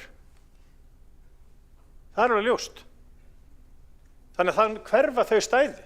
Og þó að vinur minn, framkvæmdastjóri Betri samgangna, segir eitthvað og við séum saman í flokki, þá megum við nú alveg vera ósammála þetta. Það blasir við að hérna við Suðurlandsbraut 6 hverfa þau með helmingur þeirra stæða sem eru ekki í borgarlandi og öll stæðin sem eru í borgarlandi. Það þarf ekkert að velta þessu fyrir sér. Við sjáum þetta svart á hvítu. Og það sem mér finnst vera verra og eiginlega versta í þessu öllu það að það upplýsingar sem við fáum inn í umhverfis- og skipulagsráð og það upplýsingar sem við fáum inn í borgarráð og hingað inn í borgarstjórn eru bara ekki nógu góðar. Það kemur bara einhver tala og það sagt, já það hverfa bara 10% eða það verða 160 stæði. Ég hef reyndar fengið frá umhverfis- og skipulagssviðið að það verði 180, en ok.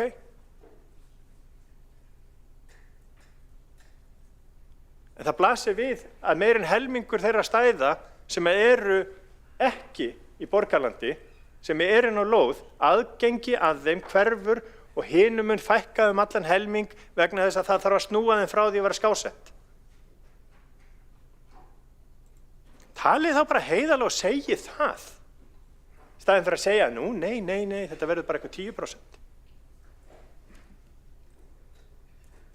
Það það sem að mér finnst að þess vegna eigi að senda svona tillögur aftur tilbaka og láta það koma með öllum þeim upplýsingum sem að þörf á, sérstaklega fyrir þá hagaðila sem að eiga allt sitt undir við þessar breytingar. Það ekki boðlegt af borginni að bera svona borð.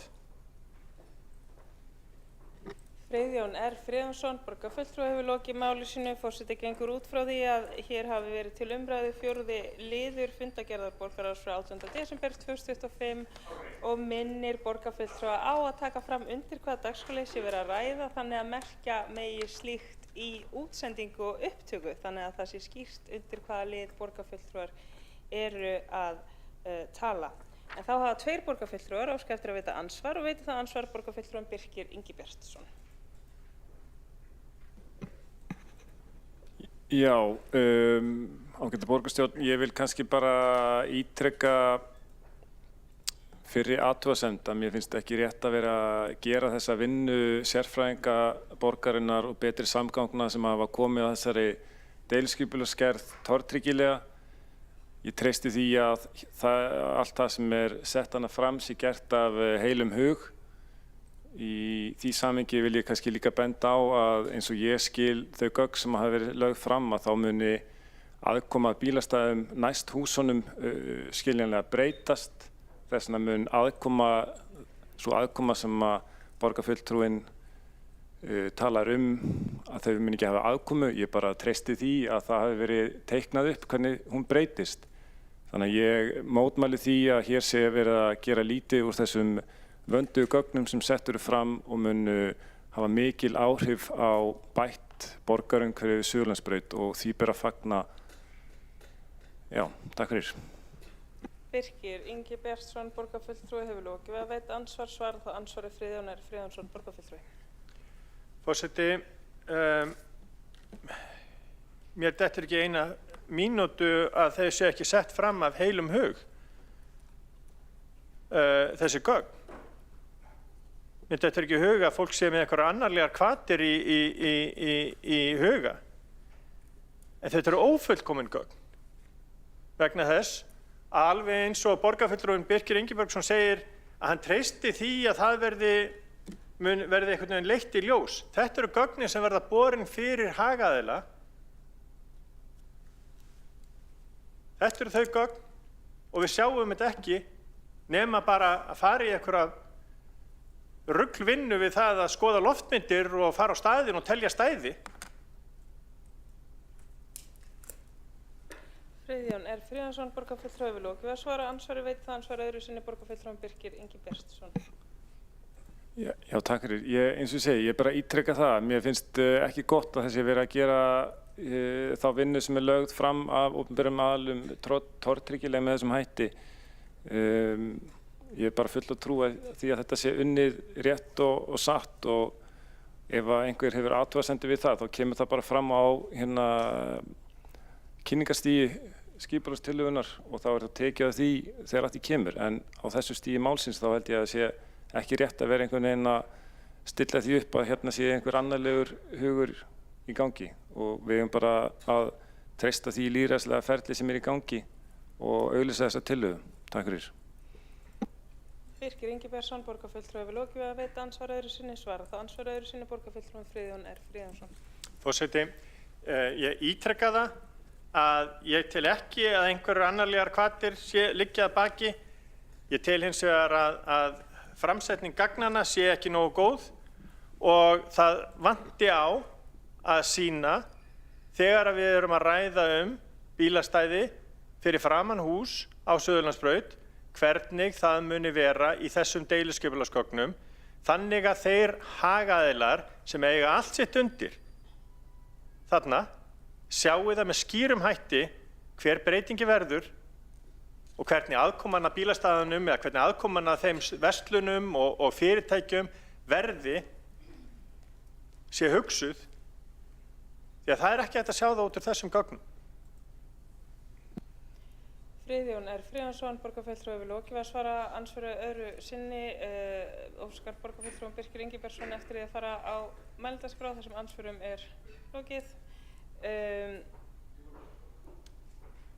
Veitir það ansvar borgarfulltrúin Hjálmar Sveinsson.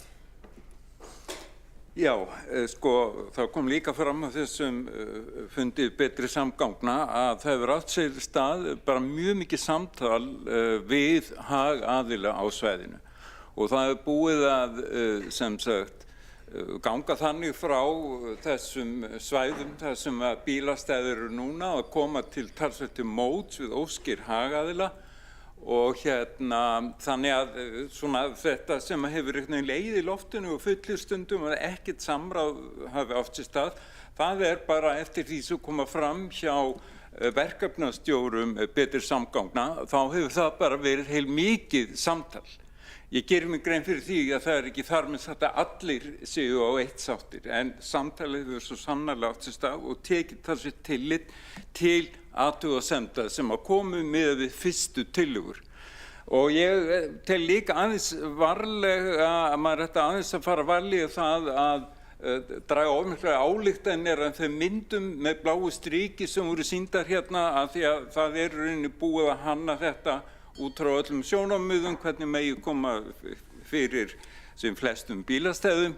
Sjálfur tel ég enga vafa því að þetta verður miklu manneskjulegra og skemmtilegra svæði. Hjálmar Sveinsson, borgarfulltrúi við lokið við að veita ansvar. Svarað ansvar í borgarfulltrúi Friðjón R. Friðjónsson. Forseti,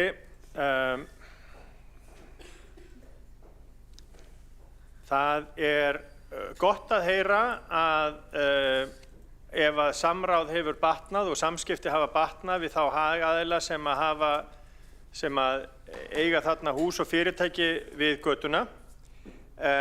Svo var ekki, þeir kvörtuðu mjög, en blessiði. En það breytir því ekki að aðeins varðandi það sem að borgarfulltrúinn Hjálmar Sveinsson sagði þetta fara varlega að treysta einhvern bláum línum. Þetta eru bara lóðamörkin í borgarvefsjóni sem að borgin gefur út.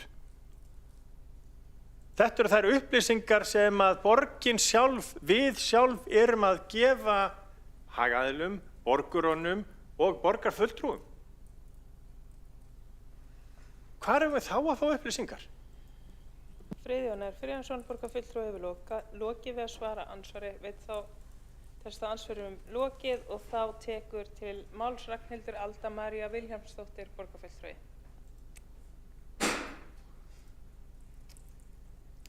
Og þá tekur til máls Ragnhildur Alda María Vilhjálmsdóttir, borgarfulltrúi.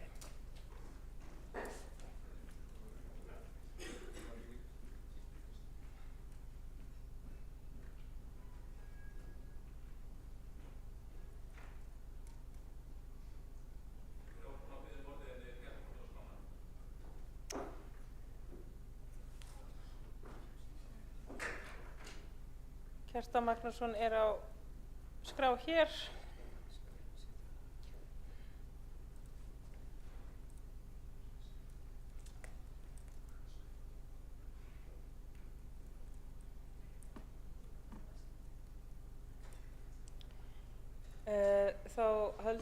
áfram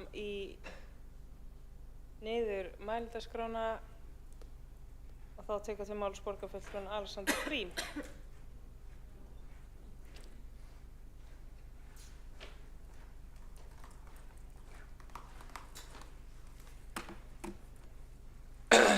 Forseti, ég kveð mér hljóðs undir fundargerð borgarráðs 18. desember 25, fjórði liður borgarlína fyrsta lota Suðurlandsbraut deiliskipulag sem ég ætla að ræða eins. Ég vilji bara byrja að taka fram að ég og borgarfulltrúar meirihlutans í þessum umræðum hafum allavega alltaf verið mjög skýr hvað sé að ræða þegar allavega skemur að bílastæðunum. Ég held að við höfum verið skýr með það frá upphafi og það er mikilvægt að við tölum sama tungumál og séum að nota sömu stærðir. Það er sem sagt 30% af stæðunum fyrir framan húsin, þar að veru langflest á Borgarlandi eru að fara í þessari tillögu. Þetta eru 10% af bílastæðum á lóðunum í heild sinni, þannig að við séum að tala sama tungumál. Við höfum passað upp á þetta, að reyna að hafa þetta bara nokkuð rétt. Ég hef heyrt annars staðar, ég veit ekki hvaðan þær komu, fólk að skálda tölur upp að alltaf 60% eða eitthvað svoleiðis. En mér finnst mikilvægt að við bara séum að notast við sömu stærðirnar og sömu viðmiðin. Það er rétt að það er fækkun á akreinum, en það er, samkvæmt umferðargreiningu, þá eru það ekki akreinarnar sem eru takmarkandi þátturinn á umferðinni nema við gatnamótin og það eru ennþá beygjuakreinar eða afreinar og aðreinar, þannig að það á ekki að koma að sök. Þannig að þetta hefur ekki úrslita áhrif á biðtíma. Ég held að fólk ofmetið að hversu margar akreinar hafi áhrif á biðtíma. Það sem skiptir svo miklu máli er þegar þú ert að bíða eftir einhverjum öðrum sem er að reyna að beygja út af. Og svo ekki svo hefur beygjuakreinarnar þá á það ekki að vera eins mikið vandamál. Þetta eru samgönguúrbætur fyrir þessa götu og fyrir þetta hverfi. Þetta eflir umhverfið, þetta eflir samfélagið, þetta eflir rekstrargrundvöll. Það er alveg skýrt að það er frekar til að gera lóðir betri, eftirsóttari og dýrari að vera nálægt öflugum almenningssamgöngum heldur en annað. Ef við ímyndum okkur að einhver markaðsaðili hefði verið fluga á vegg og vitað undan öðrum að markaði hvar borgarlínan ætti að liggja, þá hefði viðkomandi frekar farið og keypt sér lóðir nálægt í vonum að hagnast frekar en að fara og drífa sig að selja sig frá. Við vitum það alveg, að það að vera nálægt öflugum almenningssamgöngum gerir lóðir betri, eflir rekstrargrundvöll. Það getur verið að tiltekinn rekstur hendi ekki fyrir nálægð við almenningssamgöngur og frekar einhver annar, en þá ef að fólk er bara á því að þeirra rekstur getur bara alls ekki átt samleið með því að vera við hliðina á borgarlínu, þá er þeirra staða til þess að selja sig frá hærra verði og finna sér aðra staði sem einhver sem hentar betur þó að styrkjast ef að lóðaverðið hækkar og staðsetningi verður almennt séð meira aðlaðandi. En ég tel ekki að það gildi neina fyrirtækjum sem eru þarna, þau getur bara alls ekki fungerað við hliðina á borgarlínu. Það væri alveg mjög skrítinn rekstur.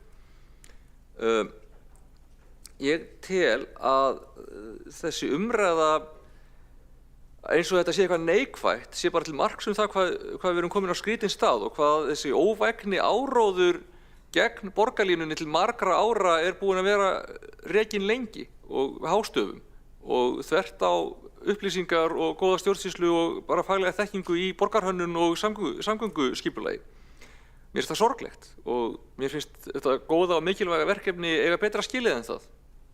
Mér finnst það að við séum loksins að samþykkja í auglýsingu bara mikilvægan hluta af borgarlínunni sem er hluti af þessu samgöngusáttmála sem er mjög mikilvægur, sem er hluti af því að bæta lífið í borginni, bæta umferðarmenninguna, draga úr trafík, fækka umferðarteppum til framtíðar. Það er jákvætt, það er mikilvægt. Þetta er eitthvað sem við höfum verið ánægð með. En í staðinn erum við hérna eitthvað að rökræða einhver örfá bílastæði sem eru nota bene langflest á Borgarlandi nú þegar, eins og við megum ekki ráðstafa þeim.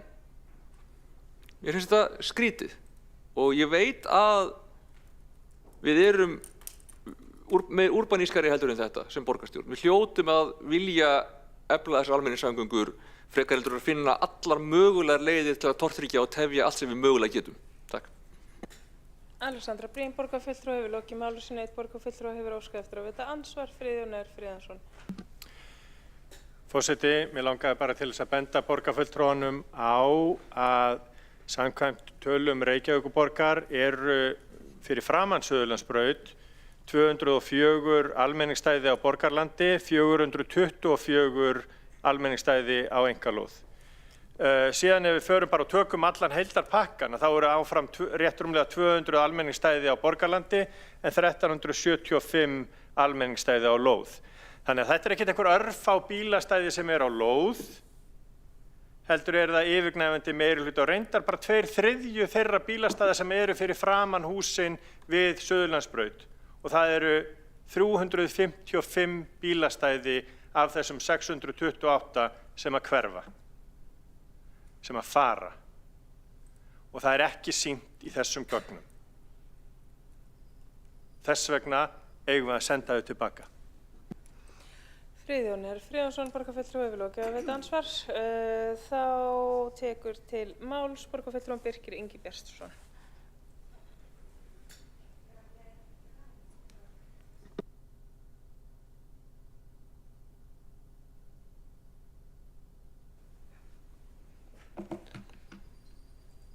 Ágæta borgarstjórn, kannski aðeins til þess að byrja að svara. Afsakið undir hvaða lið borgarfulltrúin að tjá sig? Ég held að væri einhver litið augljóst, en afsakið þetta.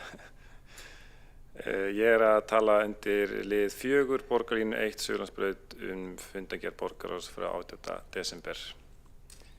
Mig langaði að byrja að koma aðeins inn á athugasemdir borgarfulltrúa Friðjóns Friðjónssonar varðandi fyrirkomulag bílastæða framan við húsinu á Suðurlandsbraut, að eins og ég skil gögnin að þá er í rauninni ekki sýnd bílastæðin framan við húsin af því að það er ekki til umfjöllunar í þeirri deiliskipulagsáætlun sem er verið að kynna og þess vegna er einfaldlega ekki hægt að fjalla þau bílastæði og ég held að gildandi deiliskipulag við Suðurlandsbrautin, lóðirnar þar, þá er þetta mögulega ekki sýnt með þessum hætti og þannig að þetta er nú kannski bara eitthvað svona tæknilegt atriði af hverju þetta er ekki sýnt. Að því sögðu þá bara treysti ég fyllilega þeim gögnum sem settur fram að hálfu fulltrúa borgarinnar og betri samgangna þetta deiliskipulag. Öðru leyti langaði mig kannski bara aðeins að snúa umræðinu að einhverju öðru en bílastæðum og kannski aðeins að leiða okkur að velta því fyrir okkur hver framtíð Suðurlandsbrautar eigi að vera. Ég hef nú Friðjón, borgarfulltrúi Friðjón var svo vinsamlegur að minna á þessa ágætu grein sem ég skrifaði fyrir jól. Bendi öllum á að lesa hana, ég hef ekki gert það nú þegar. En ég lýsti því þar einfaldlega að mér þætti nú Suðurlandsbrautin bara vera ein af svona fallegri borgargötu stæðum borgarinnar, falleg hús, útsýni við Laugardalinn og Esjan í bakgrunni. Þetta er gríðarlega flott gata, hún er svona bogadregin og gaman að fara hana en er kannski aðalega keyra hana af því það er ekkert endilega gott að vera þarna. Og í mínum huga eru þessar breytingar sem að lagðar eru til mikilla bóta. Það er sem íbúi í Safamýri og einhver sem að vill sækja Laugardalinn heim, þá er það bara mjög taugatrekkjandi að fara niður í Laugardal og yfir Suðurlandsbraut og bara einhvað sem ég forðast hreinlega með litla krakka. Það eru mikla breytingar í farvatninu við Suðurlandsbraut. Það er mikil íbúðauppbygging við Orkureit. Það hefur verið hugmyndur uppbyggingu bak við Hilton Hotel á horni Lágmúla og Suðurlandsbrautar. Kringlureiturinn er að byggjast upp. Það verður aukin traffík gangandi og hjólandi niður í Laugardal og þannig að mér finnst það bara mjög eðlilegt að við skoðum það gaumgæfilega hvernig gata við viljum að Suðurlandsbraut verði til framtíðar.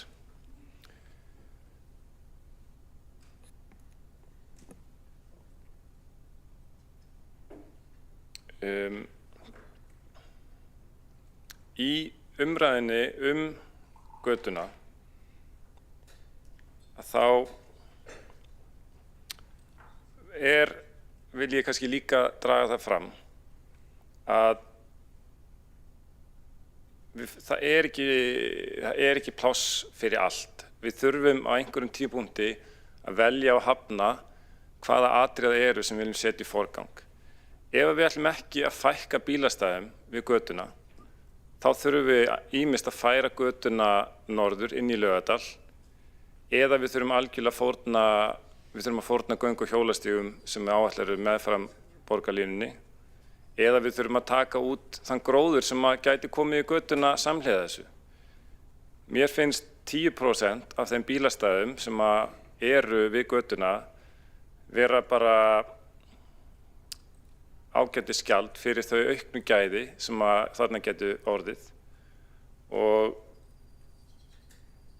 vil kannski bara klikja út með því að framtíð Suðurlandsbrautar, hún þarf ekki að vera jafn rík af malbyggi og hún í dag. Hún getur orðið grænn og öflugur samgöngás fyrir fjölbreytta ferðamáta, alvöru borgargata sem styður vel við alla þá þjónustu, verslun og mannlíf sem alvöru borg hefur fram að færa. Þess vegna ég var að kynna þessa auglýsingu, kynna þetta deiliskipulag og gera alvöru breytingar í borginni. Takk fyrir. Birkir Ingibjörnsson, borgarfulltrúi, hefur lokið máli sínu. Einn borgarfulltrúi hefur óskað eftir að veita andsvar. Þorvaldur Daníelsson. Forseti, já, ég bara vil langaði að beina þetta spurningu að borgarfulltrúanum Birki. Að ég er búinn að skoða svo oft sniðið á Suðurlandsbrautinni og nú hef ég til nokkurs tíma tilheyrt því samfélagi sem hefur kallað sig hjólreiðafólk. Hefur einhver úr því samfélagi óska eftir að það séu hjólastígar beggja vegna? Það mætti jafnvel fórna hjólastígnum öðru megin hreinlega og passa bara upp á að hjólastígarnir öðru megin séu bara í lagi. Ég bendi á sem dæmi að fyrir nokkrum árum síðan var farið í talsverðar breytingar við Suðurgötu og út í Skerjafjörð þar sem voru lagðir hjólastígar beggja vegna en hefur eingöngu verið notað öðru megin því það var enginn sem sá fyrir sig að geta notað að Flugvallarmegin, eingöngu vestan megin. Þannig að ég var bara að spá í hvort að það sé kannski óþarfa tilkostnaður og óþarfa bruðl á landrými. Þorvaldur Daníelsson, borgarfulltrúi, hefur lokið að veita andsvar. Svarar það andsvari Birkir Ingibjörnsson, borgarfulltrúi. Eins og ég kom inn á í þakka fyrir andsvarið og spurninguna. Eins og ég kom inn á í minni ræðu að þá þetta í flóknu borgarumhverfi, þá þarf að velja að hafna. Í mínum huga og skilgreina forgangsatriðin, í mínum huga er alveg skýrt að það á að vera hjólreiðastígur báðum megin við Suðurlandsbraut. Ég held að það skipti bara miklu máli til þess að einmitt að tryggja aðgengi þeirra sem eru hjólandi við það þjónustu sem verður við Suðurlandsbraut þegar fram í sækir, að það sé líka gott aðgengi fyrir hjólandi vegfarendur og að þeir sem eru að sækja þar vinnu eða þjónustu eða eiga jafnvel búa við Múlahverfi, að þeir geti farið beint út á hjólastíginn og þurfi ekki að þvera Suðurlandsbrautina eða hjóla niður í dalnum. Þannig að ég tel það bara hárrétt að hafa það þannig. Takk fyrir. Birkir Ingibjörnsson, borgarfulltrúi, hefur lokið að svara andsvari. Veitir þá andsvar öðru sinni borgarfulltrúin Þorvaldur Daníelsson. Já, forseti, þakka borgarfulltrúanum Birki fyrir þetta góða svar, en aftur þá velti ég fyrir mig hvort það sé þá ekki heppilegra bara hreinlega því að við kannski sjáum þetta ólíkt. Eins og segir það þín skoðun og ég er annarra skoðunar. Ég held að við gætum hæglega náð góðri sátt við þá sem samgönguhjóla það að vera öðrum megin, geta þverað einhvers staðar og komist leiða sinna þá örugglega við verslanir og þjónustu. En ég held eins og að þjónustan útheimti það, allavega svo þjónusta sem þetta staðir í dag, að fólk geti komist þar líka á bílum. Þannig eru til dæmis verslanir og ég hef ekki séð marga fara á hjólinu sínu ekki að þvottavél til dæmis. Þannig að við skulum alveg vera á jörðinni með vangavelturnar það hvað þarf. Og ég held að það sé bara mikilvægt að við eigum samfélag, viðra við samfélag þeirra sem eru að nota þessa samgöngustíga. Ég held að það hefur verið vanrækt í þessu tilfelli. Þorvaldur Daníelsson, borgarfulltrúi, hefur lokið að veita andsvar öðru sinni. Svarar það andsvar öðru sinni borgarfulltrúin Birkir Ingibjörnsson. Já, ég þakka andsvarið. Ég held að það sé bara eðlilegt að hjólastígar séu beggja vegna gatna og að við reynum í auknum mæli að koma þeirri meginreglu á hér á höfuðborgarsvæðinu að hjólreiðar fylgi þeirri akstursstefnu sem til staðar. Það ekki kannski allstaðar og mun ekki verða alltaf allstaðar þannig, en ég held að við eigum almennt að reyna að innleiða þá meginreglu og í því tilliti tel ég mjög mikilvægt að þarna sé stígur þarna megin götunnar. Borgarfulltrúinn kemur inn á það að hann hafi aldrei farið og keypt sér þvottavél á hjóli. Það hef ég ekki gert, en ég hef til dæmis farið með lest í IKEA og flutt með mér lampa langa leið. Ég held að fólk bara geri alls konar og ég væri bara mjög til í að fara hjólandi að kaupa mér þvottavél og fá hann og svo senda heim daginn eftir. Takk fyrir. Birkir Ingibergsson, borgarfulltrúi, hefur lokið við að svara andsvar öðru sinni. Forseti minnir á að samkvæmt samþykktum stjórn Reykjavíkurborgar og fundarsköp borgarstjórnar skal beina máli sínu til forseta borgarstjórnar. En þá telst andsvörum lokið undir þessa ræðu og tekur til máls Kjartan Magnússon, borgarfulltrúi.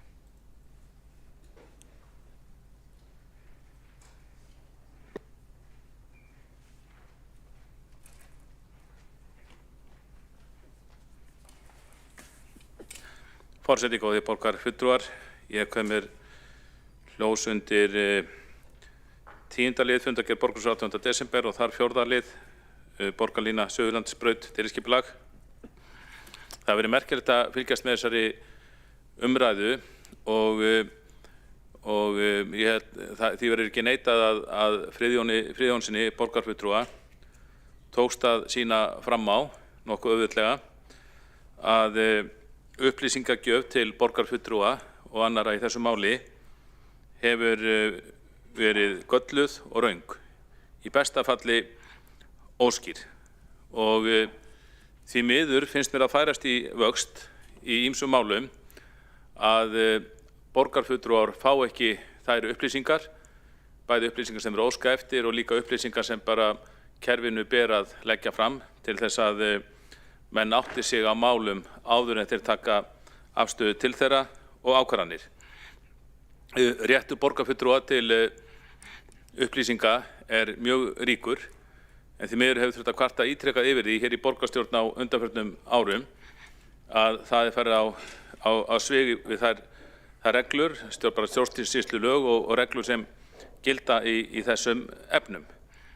Og það auðvitað óþolandi þegar það hefur verið að gera þessa miklu breytingu á einni helstu umferðaræð borgarinnar þar sem 25.000 bílar fara á sólarhring, það hefur verið að undirbúa mikla breytingar, þá séu ekki lagðar fram grundvallarupplýsingar eins og það réttar grundvallarupplýsingar varðandi breytingu á bílastæðum, mikla fækkun í þessum tilvikum.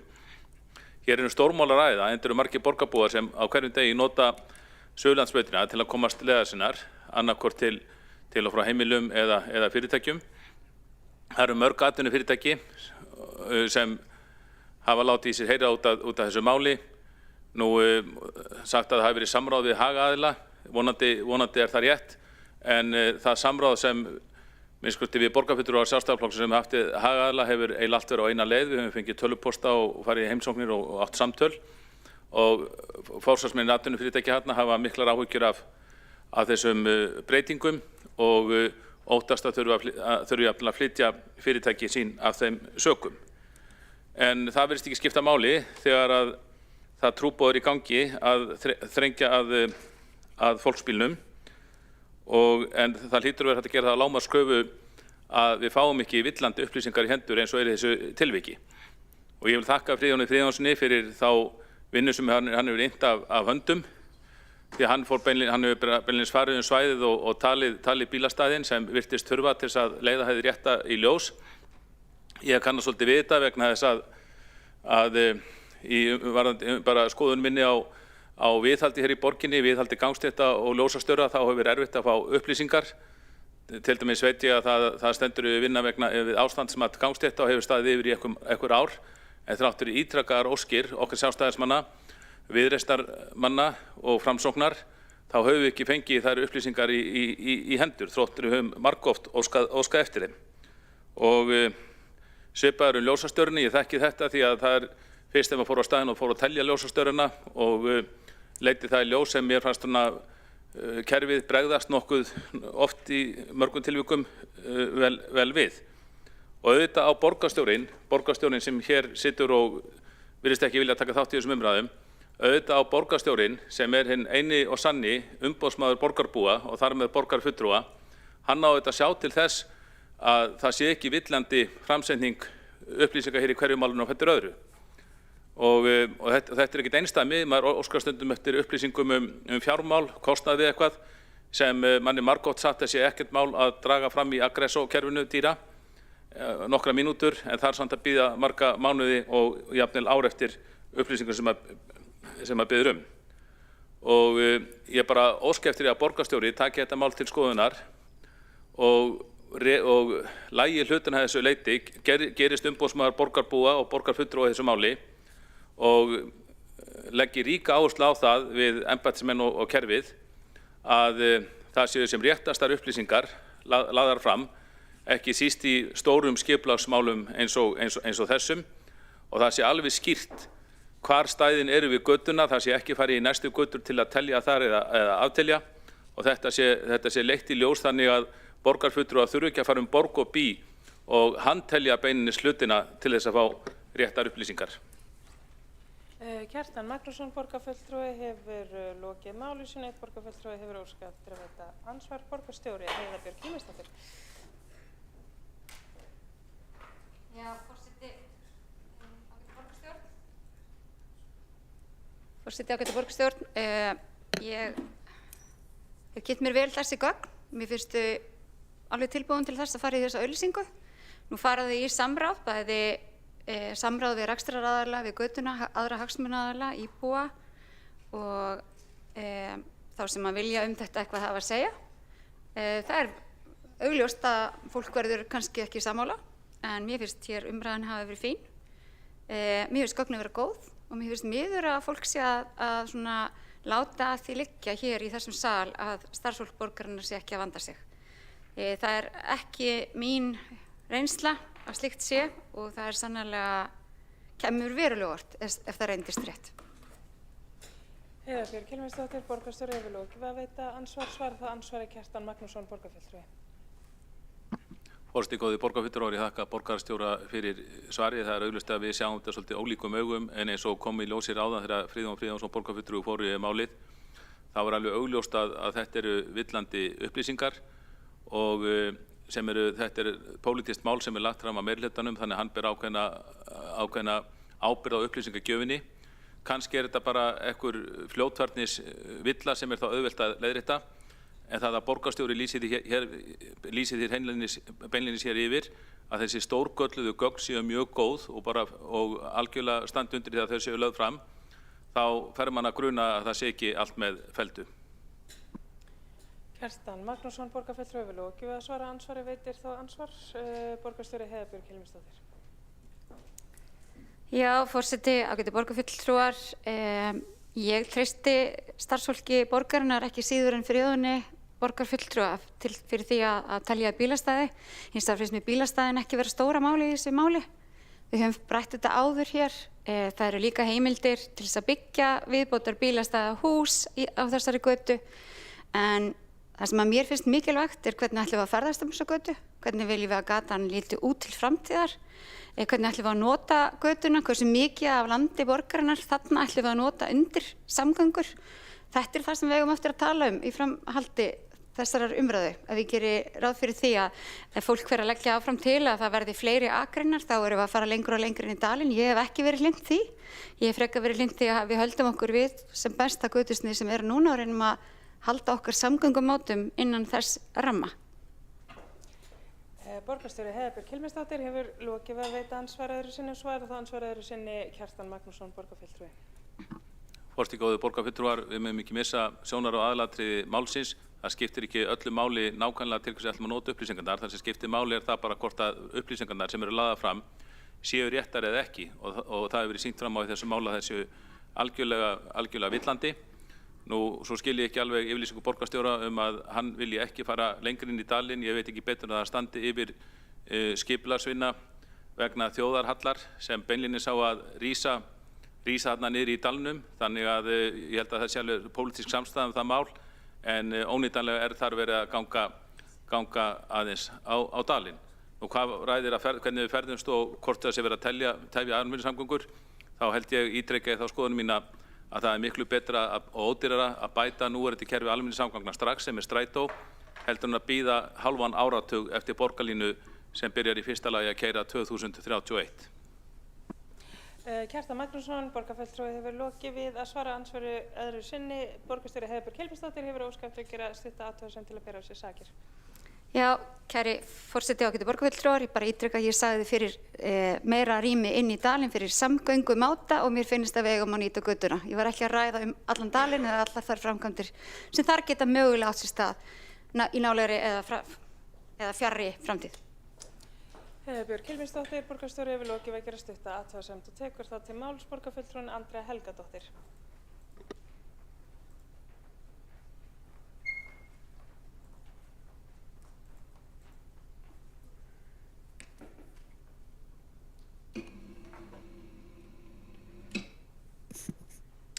Takk fyrst, ég ætla að taka til máls undir 4. lið fundargerðar borgarráðs frá 18. des borgarlínu fyrsta hluta á Suðurlandsbraut. Og kannski einmitt að leggja áherslu að þarna verið að tala borgarlínu. Þetta fjallar ekki bílastæði. Borgarlína og bílastæði, svona, ég veit ekki alveg að það verið að tala hagsmunaaðila hérna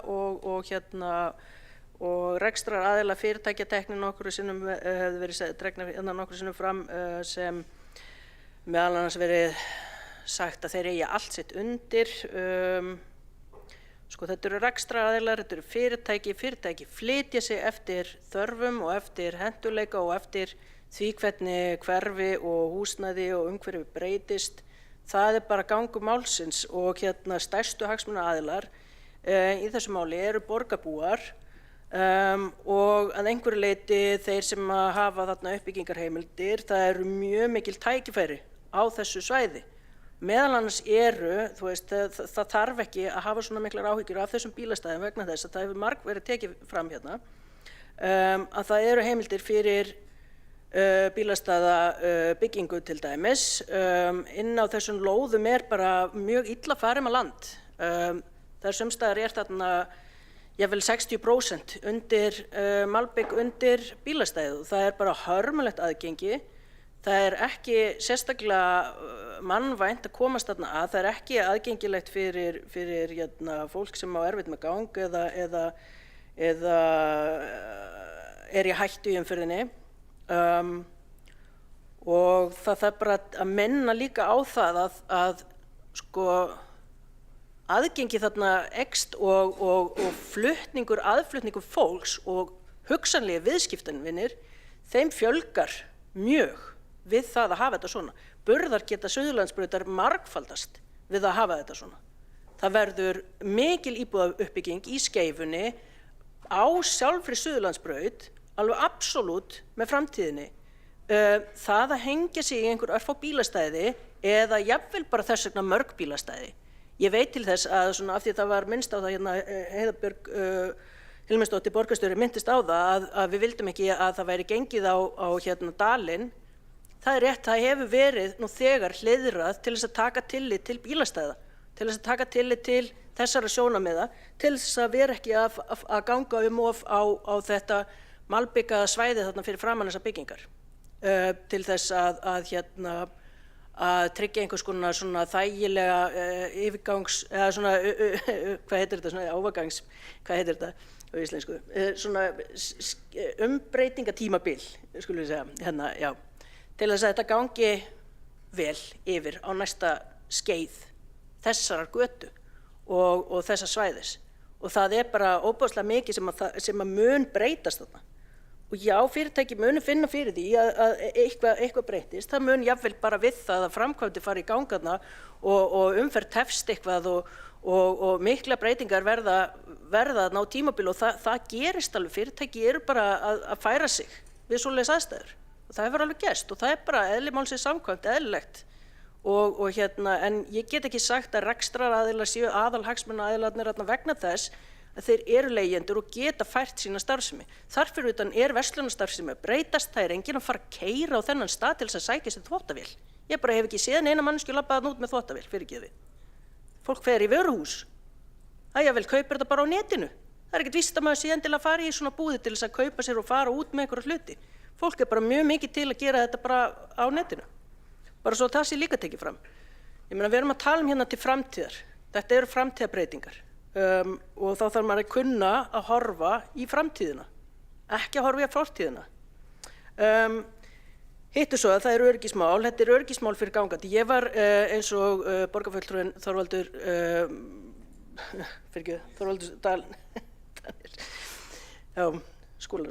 Þorvaldur Danielsson, já, fyrirgefið mig, ég er á mjög bágt með nöfn.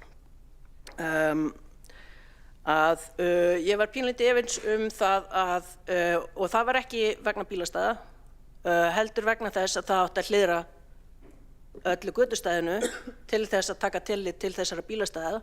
Þá var ég einmitt pínlítið efins það að það ætti að vera með svona ríflegan hjólastígarna. En nú fer ég að hugsa, og sérstaklega út af því að það eru tækifæri fyrir hraðbraut inn í dalnum en þarna verður hæga umferðin, hraðbrautin verður niður í dalnum, það alveg fínt mál, öryggismál fyrir alla að það verði tvístefnu hjólastígur á þessum stað. Takk. Andrea Helgadóttir, borgarfulltrúi, við lokið máli sínu og tekur til máls borgarfulltrúi Dóra Björk Guðjónsdóttir.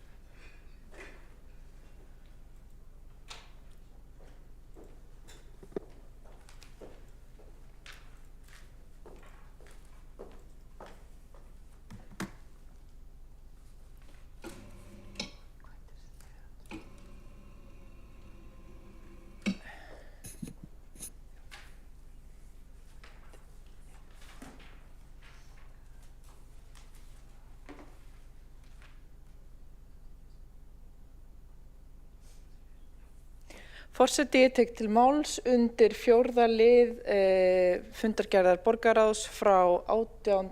desember, ekki rétt muna, og ætla nú að fá að byrja því að ávarpa aðeins ræðu kollega míns Kjartans Magnússonar borgarfulltrúa og bara svona svara eins vel og ég get því sem að spurt var hér áðan og athugasemdir voru gerðar varðandi hluti sem að snúa þá ástandsmati gangstétta og alls konar fullyrðingar að það sé aldrei veita neinar upplýsingar og annað. Mér langar nú bara að benda á það svo af því ég veit það nú bara vel að við höfum fengið sérstaklega kynningu í umhverfis- og skipulagsráði á ástandsmati gangstétta og með mismunir ekki þá satt borgarfulltrúinn þá kynningu og þess vegna finnst mér nú ekki gott eða farið hér upp í pontu og verið að segja að það sé ekki verið að veita réttar upplýsingar og að það sé beðið mörg ára eftir upplýsingum sem sé aldrei veittar. Þessi kynning hefur nú bara verið haldin og ekki verið að halda upplýsingum frá einum né neinum.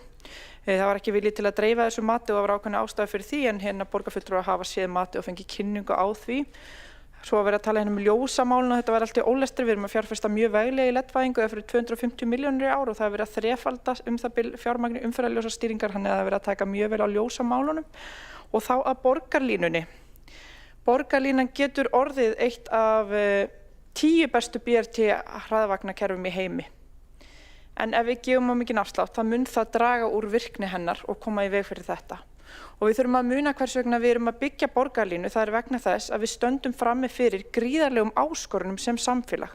Það vegna þess að hér bílum að fjölga ofboðslega hratt, 70 bíla á höfuðborgarsvæðinu á viku hverri og við verðum að bregðast við og besta leiðin eru eins og við vitum öll hér í þessum sal, skilvirkar almenningssamgöngur. Þetta eru 10 sinnum skilvirkari samgöngumátar en fyrir fólksflutninga heldur en einkabílinn.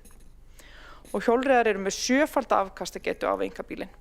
Vistvænar samgöngur eru því skilvirkar samgöngur fyrst og fremst og þær snúast hvernig best að flytja fólk og það okkar verkefni og hvernig við getum nýtt plássi sem best til að flytja fólk. Og þetta eru því mjög hagkvæm lausn fyrir samfélagið. Við nýtum þannig beinharða peninga skattgreiðenda á góðan hátt með þessu móti. og við ætluðum eingöngu að leysa málin með uppbyggingu innviða fyrir bíla, þá er það mun dýrara en ellegar og það myndi í raun ekki heldur leysa málin, það myndi ala á sér fleiri vandamál sömuleiðis. Við viljum góð loftgæði, við viljum öruggt umhverfi fyrir börnin okkar, við viljum fara vel með fé almennings, við viljum bæta lýðheilsu, við viljum fara vel með buddur heimilana, öllu þessu þjóna góðar almenningssamgöngur og uppbygging fyrir vistvæna ferðamáta. Þetta eru þó því góðar ákvarðanir sem við erum hér að taka. Grunnforsenda BRT-kerfa eru sérrýmin, mikill kostur að hafa leiðina miðjusetta, upphækkaðar stöðvar, þær tryggja algilda hönnun og gott og greitt aðgengi, að hafa göngu og hjóla stíga meðfram skiptir líka mjög miklu máli í þessu samhengi og snýr að aðgengi sömuleiðis. Allt sem stendur til við hönnun borgarlínu í samræmi við viðmið bestu BRT-kerfi og á sama tíma heyrist frá okkar ágætu efasemdarmönnum að það þurfi nú að slaka aðeins á kröfunum. Það má ekki taka akreinar og það má ekki taka bílastæði, ekki einu sinni 10% af bílastæðaflæminu sem raun ber vitni á þessum stað. Þetta er ekki huggulegt umhverfi. Það má ekki taka pláss af bílnum, ekki einu sinni til að sleppa að ganga okkar dýrmæta Laugardal, ekki einu sinni til að mæta einhverju helstu áskorun sem við stöndum frammi fyrir og sem við hér í þessum sal berum ábyrgð á öðru fremur og verðum að bregðast við. Að mínu mati eru þetta kolrangar áherslur. Við eigum að hafa metnað, ekki gefa eftir og ekki gefa afslátt, taka afstöðu með framtíðinni, svona einu sinni. Ekki lúffa fyrir miðjumóði samtíðarinnar. Takk. Dóra Björk Guðjónsdóttir, borgarfulltrúi, hefur lokið máli sinni. Borgarfulltrúi hefur óskað eftir að veita andsvar. Kjartan Magnússon. Forseti, góðir borgarfulltrúar, það er bara að víkja aðeins að því varandi þetta svokallaða ástandsmat gangstétta. Það er alveg rétt að þetta vinna vegna ástandsmat stendur yfir og mér skilst að hún hafi, ég fekk söri bara í upphafi kjörtímabilsins að hún stæði yfir. Og við höfum verið upplýst rosa vel þessa vinnu, hvernig hún fer fram og svo framvegis, hún er runnin af starfsmönnum borgarinnar. En við höfum lítið sem ekkert fengið að vita niðurstöðuna. Það á sér stað heildræn skoðun og við viljum fá að sjá hvað sú skoðun hefur leitt í ljós. Við kannski skiljum að þess ekki búið að fara með allar gangstéttir borgarinnar en það er minnst búið með góðan hluta þeirra og við höfum óskað eftir að fá að sjá þau gögn en fáum ekki að sjá þau því það er alltaf sagt að þetta sé bara allt í vinnslu, þetta sé okkur vinslugögn sem okkur þá ekki treyst fyrir að sjá og auðvitað væri hægt að bara halda því fram árum saman að málið sé alltaf í vinnslu og það með ekki upplýsa kjörna fulltrúa það en það er mjög slæm stjórnsýsla, herra borgarstjóri. Kjartan Magnússon, borgarfulltrúi, hefur lokið að veita ansvar. Telst að ansvörum lokið undir þessari ræðu og tekur til máls Líf Magneiðardóttir, borgarfulltrúi.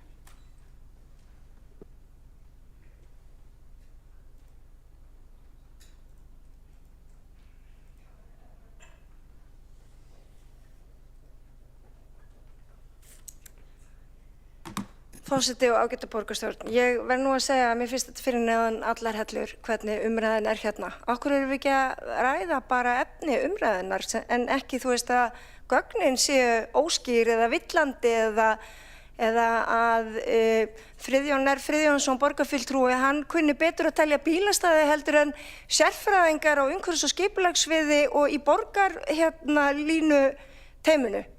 Er þetta eitthvað djók í alvörunni? Og hvað er rifist? Það er verið að rífast bílastæði í borgarlandi. Í borgarlandi. Það er ekki einu sinni eigna upptaka hérna. Því miður, það er engin þjóðnýting. Hvað erum við að rífast? Nei, við erum að rífast hver er betri í að setja fram gögn og telja bílastæði á Suðurlandsbraut. Þetta er nú bara eitthvað grín. Í borgarráði var mjög góð kynning á þessu deiliskipulagi sem við erum núna með hér í borgarstjórn af því að það var greitt atkvæði gegn deiliskipulaginu í borgarráði og þurfum að senda það í auglýsingu til að kalla fram athugasemdir. Og aðdróttan er hér í þessum sal varðandi gögnin, ég hef ekki fengið að sjá neina sannanir hjá téðum borgarfulltrúum sem hafa komið hingað upp og þykjast vita betur. Ég vil bara gjarnan fá að sjá þá betri gögn sem að þeir greinilega hafa undir höndum. Og ég vil líka minna það að borgarfulltrúar hafa mjög ríkan rétt til upplýsinga og borgarfulltrúum í lófa lagið að senda skeyti á fólk sem að vinna með þetta alla daga og spyrja á hvaða gögnum byggið þið ykkar niðurstöður og þeir svara hæl. Það mín reynsla, bæði minnihluta og meirihluta. Þannig ég spyr mig aftur, hvað var óskýrt hérna í framsettum gögnum í borgarráði og hvað teljið þið ágætu borgarfulltrúar Sjálfstæðisflokksins, Kjartan Magnússon og Friðjón R. Friðjónsson, hvað teljið þið ykkur vita betur en við hinn? Ég áttum ekki á þessu. Nei, vitið það, ég held að þetta sé,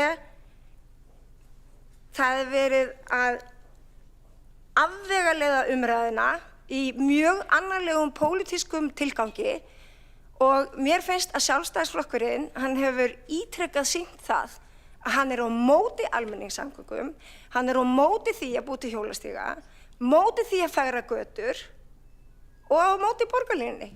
Það eiginlega lokar niðurstaðan, móti því að fólk hafi valfrelsi að fara úr einkabílnum og nota hann bara stundum eða sjaldnar og tileinka sér aðra ferðamáta. Og þetta svo grímulaust. Og hérna liggur einmitt línan.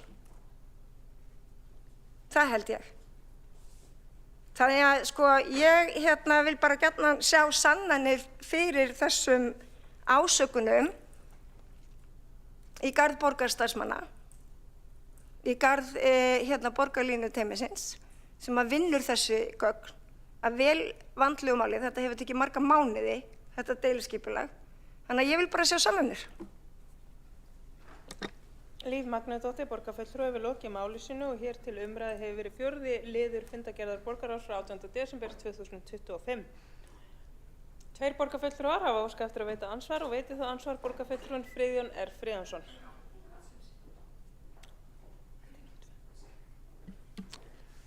Forseti, þó að borgarfulltrúinn Líf Magnúsdóttir vilji helst fá mig upp í ræðustól aftur, þá hef ég nú bara verið að svara andsvörum aðallega frekar heldur en að vera með andsvör. En það fullt tilefni til þess að mæla þessari rakalausu þvælu sem að kemur frá borgarfulltrúanum. Við höfum spurt og ég hef spurt hvaða forsendur liggja þarna baki. Og ég hef fengið svör sem að segja mér ekki hvaða forsendur liggja bara þarna baki, heldur bara þessi sömu svör og liggja fyrir hjá ykkur það að það verði 166 stæði sem að hverfa og það séu 1600 bílastæði á þessum lóðum. Þannig mér fannst þið ekki duga og ég fór og skoðaði og ég fór og taldi og ég notaði þau gögn sem að borgin sýnir borgarbúum og borgarfulltrúum.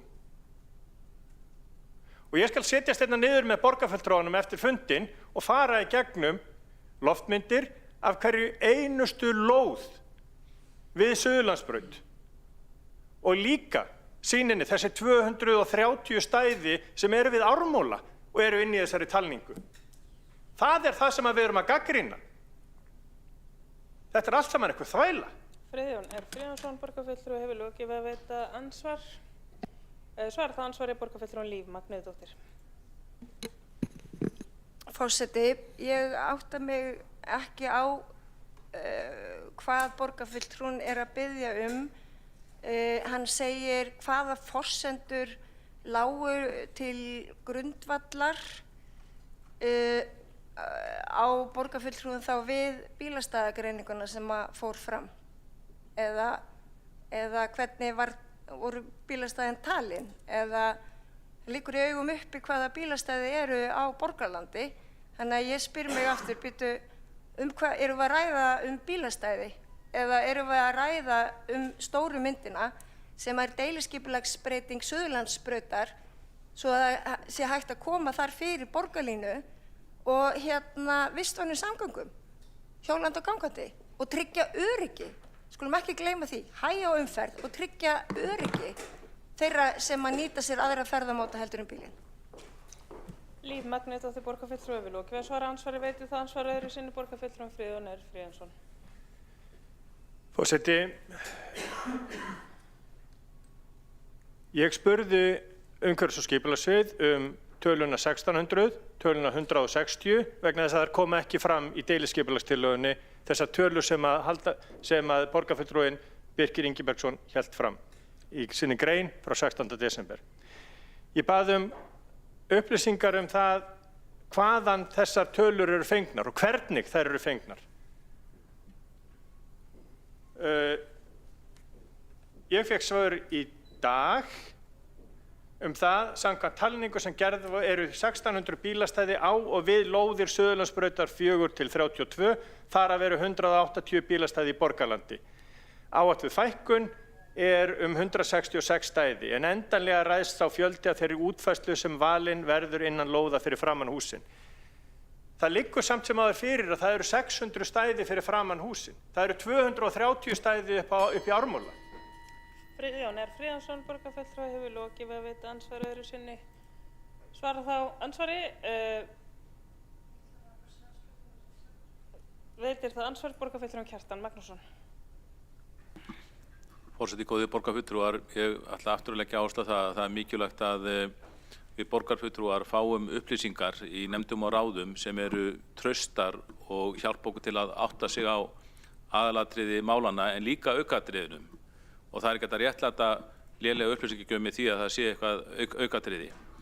Og svo þetta, það er algjört lágmark að við fáum réttar upplýsingar, til dæmis í fjölda bílastæða þegar er verið að gera þessa stóra breytingu á umferðarmálum í borginni og mjög eðlilegt þegar það er sýnt fram á bara hér að upplýsingarnir eru villandi að þá er ekki rétt að hlaupa í eitthvað baklás og saka viðkomandi að vera á móti almenningssamgöngum. Þá eiga náttúrulega bara óskrift til því að upplýsingarna verði settar fram réttar og á betra formi. Og þetta er dæmikil gaslýsing að sakokkur síðan það að vera á móti almenningssamgöngum því að Sjálfstæðisflokkurinn það bara auðvitað ekki og er með miklu betri og raunhæfari leiðir til eflingar almenningssamgangna sem eru efla núverandi kerfi strax í stað þess að bíða í hálfan áratug til borgarlínu. Kjartan Magnússon, borgarfulltrúi, hefur lokið við að veita svara þá ansvari borgarfulltrúin Líf Magnúsdóttir. Forseti, já, mér þykir það ekki mjög framsækin hugsun að hugsa ekki langt fram með tíman og hafa biðlund þá til þess að gera raunverulegar úrbætur langt inn í framtíðina þó það þurfi kannski að bíða eitthvað tíma eftir því. Auðvitað er hægt að styrkja strætó og ráðast í eitthvað strax en það tekur allar stórar svona breytingar taka tíma og þær eru sásökafullar á meðan kannski á því stendur. Það er valda umróti og það er valda pirringi og það er valda alls konar ferðatöfum og bara leiðindum í borgarlandinu. En við skulum minna okkur á hvað við erum að fá í staðinn. Og það er svo leiðilegt að þessi umræða sé afvegaleidd með þeim hætti sem að Sjálfstæðisflokkurinn fer helst fyrir og er alltaf að tala hjólaskúrinn en ekki kjarnorkuverið. Þannig að það heitir Parkinson Law, svo ég skilgreini þetta kannski aðeins annar, svo ég verð ekki tekin að lífi í öðrum umræðum eftir.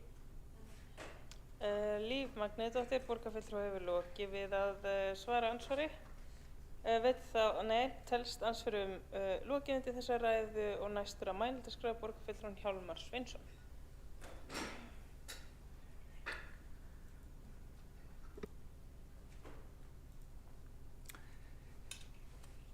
Ágæta borgarstjórn, mér fannst kannski við þurftum að ræða þetta aðeins meira.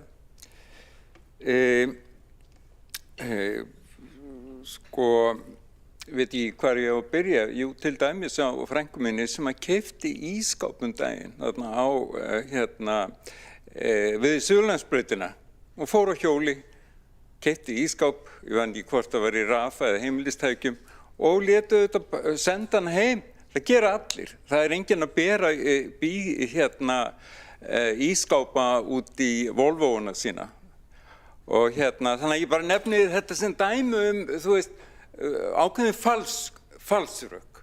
Og auðvitað getur haft alveg þá skoðan að það megi ekki gera neitt, en það að það verður betri aðstæður fyrir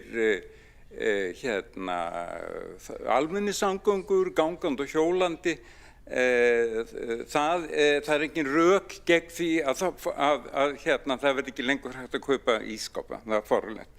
Og ég vil líka segja, ég tek undir það sem hér hefur komið fram, að er það einhver skortur á framtíðarsýn. Ég er algjörlega sannfærður það að eftir einhver tíma, eftir 5 ár, eftir 10 ár, þá mun enginn skilja í þessir umræðu. Ekki frekar en að fólk skilur alltaf uppnám, upphlaup, hávaða og læti sem urðu af örlítilli breytingu á Grensásvegi suður, sem eru miklu manneskulegri, öruggari, fallegri gata með miklum trjágróðri, breiðum gangstéttum beggja vegna, það voru engin gangstétt norðanmegin og líka fallegri lýsingu. Og bílaumferð bara líður hérna áfram, örlítið hægar, bílar fóru þar áður upp í 70 km hraða og sem betur fyrir það ekki lengur. Ég nefni þetta sem dæmi að þarna fer af stað einhver svona skammtímahugsun og sérhagsmunagæsla sem neitar að horfast í augu við augljósa, nauðsynlega framtíðarþróun einnar götu sem heitir Suðurlandsbraut. Og það þarf ekki annað en, og við öll höfum oft farið þarna auðvitað, það þarf ekki annað en að bara fara þetta svæði fyrir framan húsin eða aftan þau til að sjá að þetta eru risastór bílastæðaflæmi. Þau eru tóm, tiltrúlega stóran hluta sólarhringsins og að halda því fram að ef þeim fækkar 160, 180, þá það augljóslega ekki neitt. Og þessi deiliskipulag sem númer auglýsingu, allir geta komið með athugasemdir, allir geta líka haldið fram að þetta sé augljóslega byggt á raungum tölum og þá verður það vonandi leiðrétt og ég er alveg viss að verður leiðrétt. Þannig að við erum með eitthvað upphlaup, Grensásveg / Suðurlandsbrautar upphlaup enn og aftur. Og mér fannst það líka fín mynd sem hann Birkir Ingi Bjartsson dró upp borgarfulltrúi af Suðurlandsbrautinu. Þetta falleg bogadregin gata með Laugardalinn norðanmegin og Esjuna lengra norður og síðan þessi svona módernísku hús þarna sem mörgulegt svolítið flott hús og ég er ekki nokkur vafi það að þegar framlíða stundir og þá meina ég bara mjög stuttar stundir að þá muni allir líta þetta sem framfaraskref og að allt umhverfið þarna fyrir alla verði orðið miklu mun betra heldur en það bílastæða kaos og kraðak sem þar núna þannig að það vart fært fyrir gangandi fólk. Og gangandi fólk skiptir líka máli, það líka til og það á líka að hafa alveg jafn gott aðgengi og aðrir. Þannig að ég bara bjartsýnn, ég alveg viss að þetta mun renna í gegn. Ég á ekki von á því að athugasemdir leiði ljós einhverja alvarlega annmarka. Þannig að, hvað var að segja, áfram Suðurlandsbraut. Hjálmar Sveinsson, borgarfulltrúi hefur lokið máli sinni, borgarfulltrúi hefur óskað eftir að veita andsvar, Ragnhildur Alda María Vilhjálmsdóttir. Já, það geti forseti við Hjálmar elskum að vera í andsvörum við hvort annað, þannig að ég verða náttúrulega að koma mitt til hans.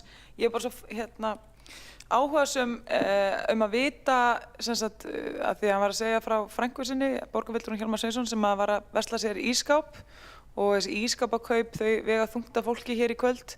Og ég að velta svolítið fyrir mér hvernig kom hún fekk ískápinn sendan en hvar dvaldi bíllinn fyrir utan húsið hennar? Var hann kannski í bílastæði?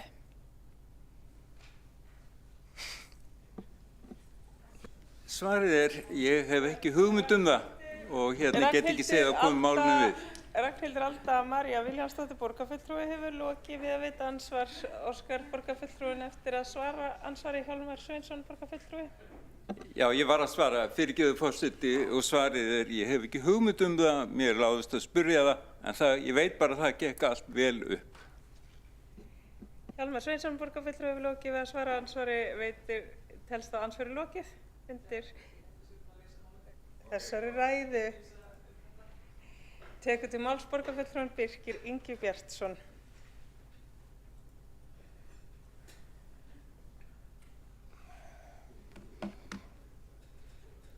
Ágæta borgarstjórn.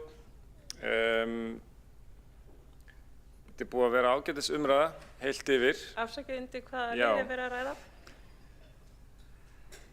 Ég er varaborgarfulltrúi, ég er að læra þetta. Ég er að tala undir lið 4, borgarlínu 1, Suðurlandsbraut deiliskipulag við fundargerð borgarráðs frá 18. desember 2025. Já, þetta er búið að vera áhugaverð umræða og góð.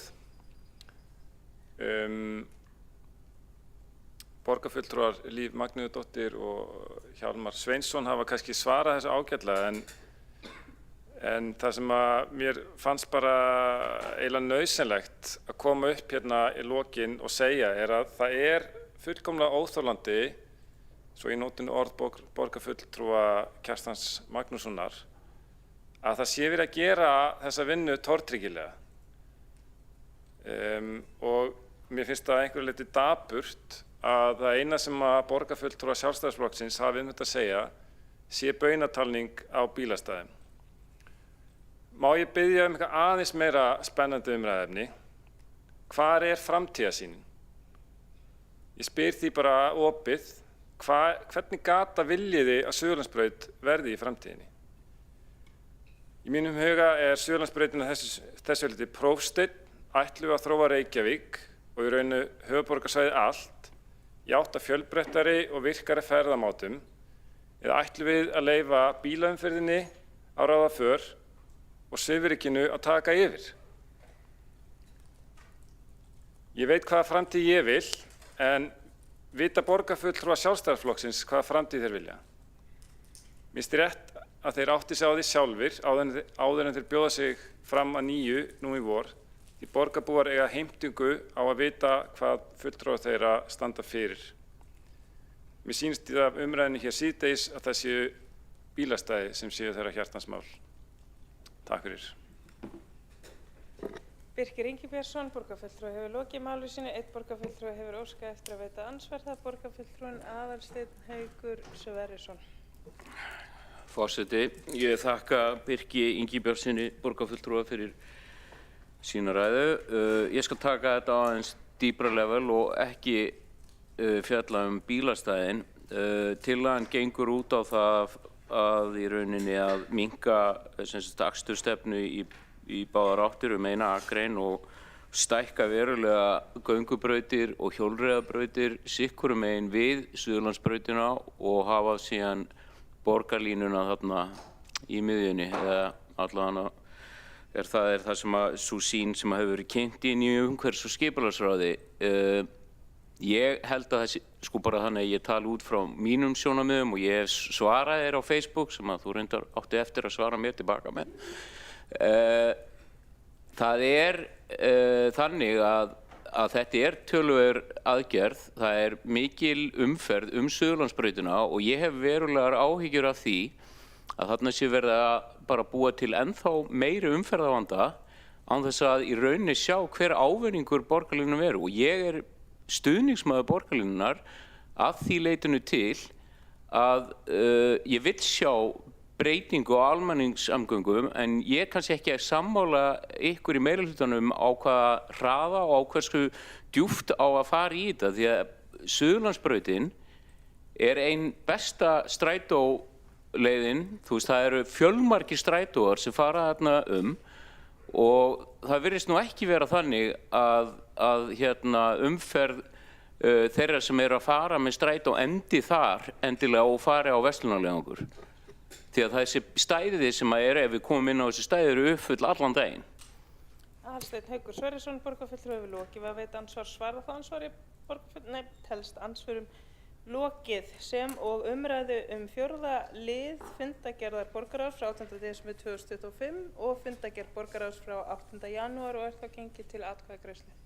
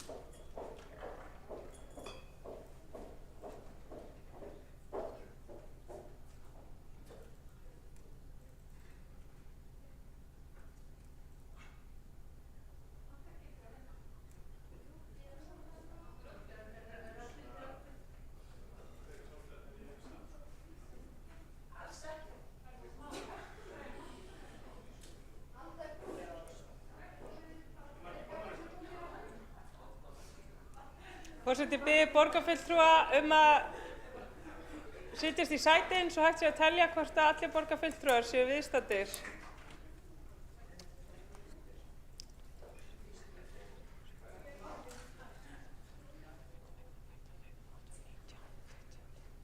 Þá gengið til atkvæðagreiðslu 4. lið fundargerðar borgarráðs frá 18. desember 2025, 4. liður borgarlína, 1. lota Suðurlandsbraut, deiliskipulag, þeir borgarfulltrúar sem samþykkja vinsamlegast gefið þess merki. Þeir sem á móti kunna vera. Tillagan samþykkt með 13 atkvæðum borgarfulltrúa samstarfsflokkana gegn atkvæðum borgarfulltrúa Sjálfstæðisflokksins og borgarfulltrúa Framsóknarflokksins.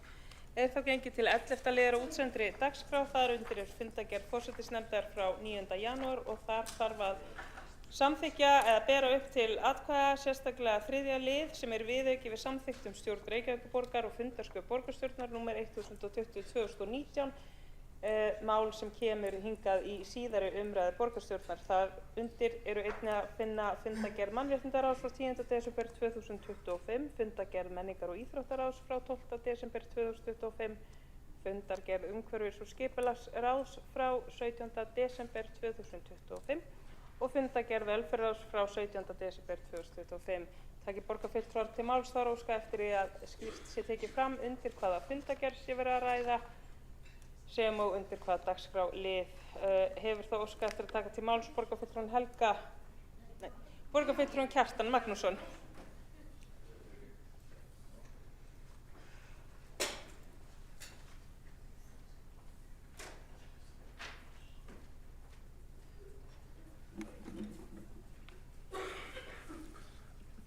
Forseti, góðir borgarfulltrúar, ég kveð með hljós undir fundargerð menningar- og íþróttaráðs frá 12. september og það er 7. liðurinn í þeirri fundargerð. En það var vegna tillögu samninga við félög og samtök sem borgin á í samstarfi við og þessi tillaga var samþykkt með 4 atkvæðum meirihluta Samfylkingar og Pírata í ráðinu.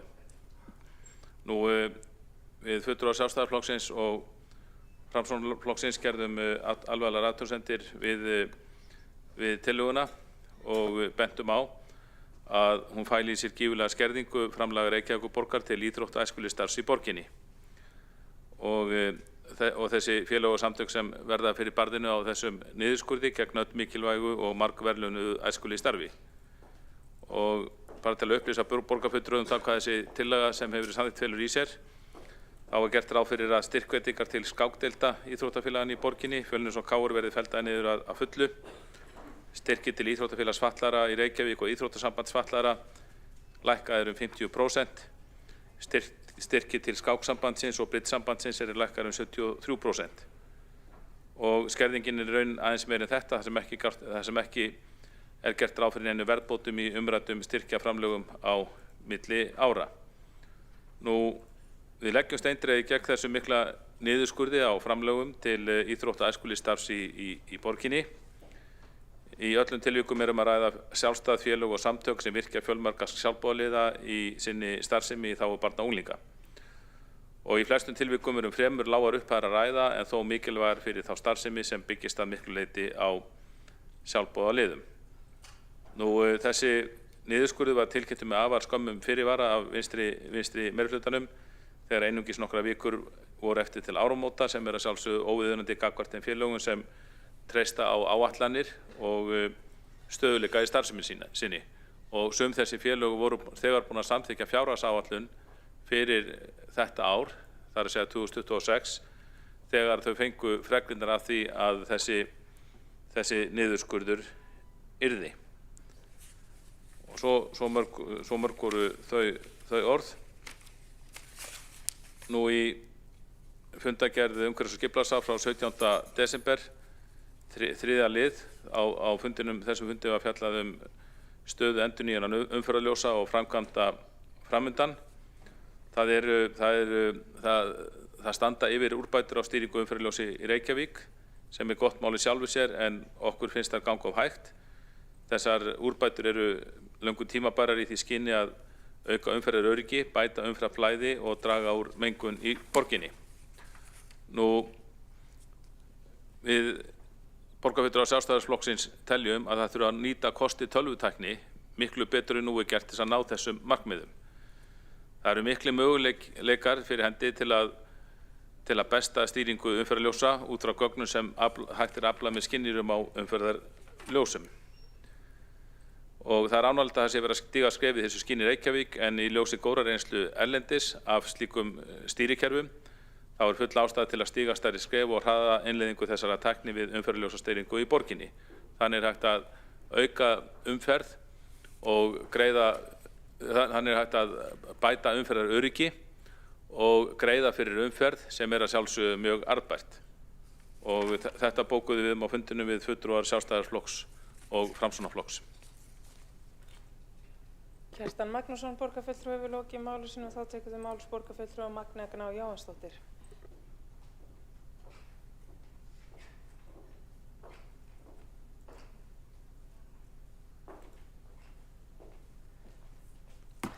Forseti, ágæta borgarstjórn, ég kem hérna upp í fundargerð velferðarráðs frá 17. desember síðastliðinn í lið númer 5 sem varðar tillögu frístundatengla til að styðja við börn ef viðkvæmri stöðu. Fyrst vil ég bara byrja á því að fagna því að það sé verið að ráðast í þetta verkefni sem er mjög mikilvægt til þess að tryggja aukna þátttöku barna í frístundastarfi, en ég verð þó að gera aðstoðarsemd við tillöguna sem er efnislega röng eins og kemur fram í bókunum mínum við tillöguna, en í tillögunni er tekið fram að það sé einungis einn frístundatengill í Suðurmiðstöð, en rétt er að það er líka frístundatengill í Vesturmiðstöð.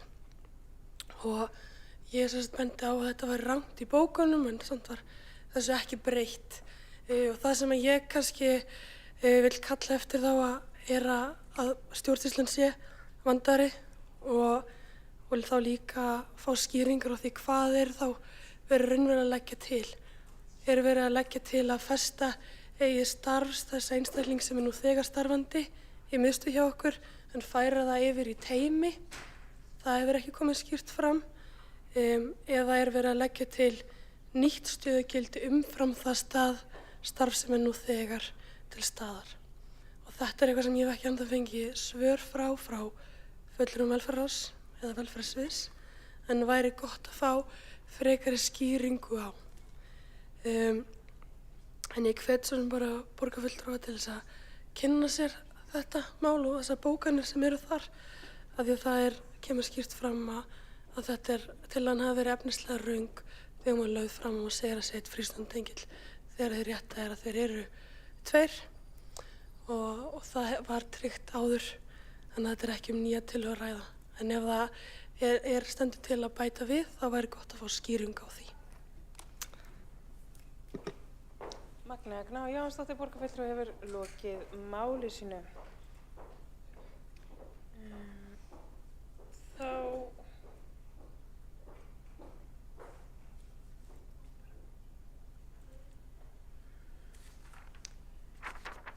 Þá telst forseta að ekki fleiri hafi óskað eftir því að taka til máls og þá er gengið til atkvæða.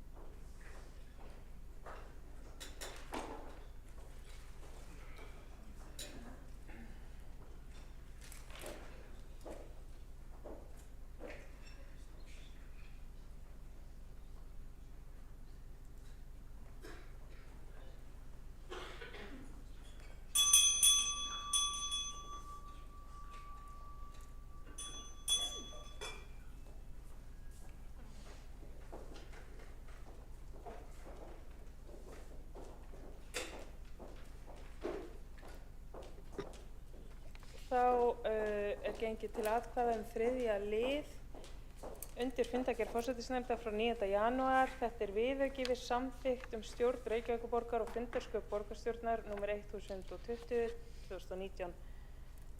Þeir borgarfulltrúar sem samþykkja.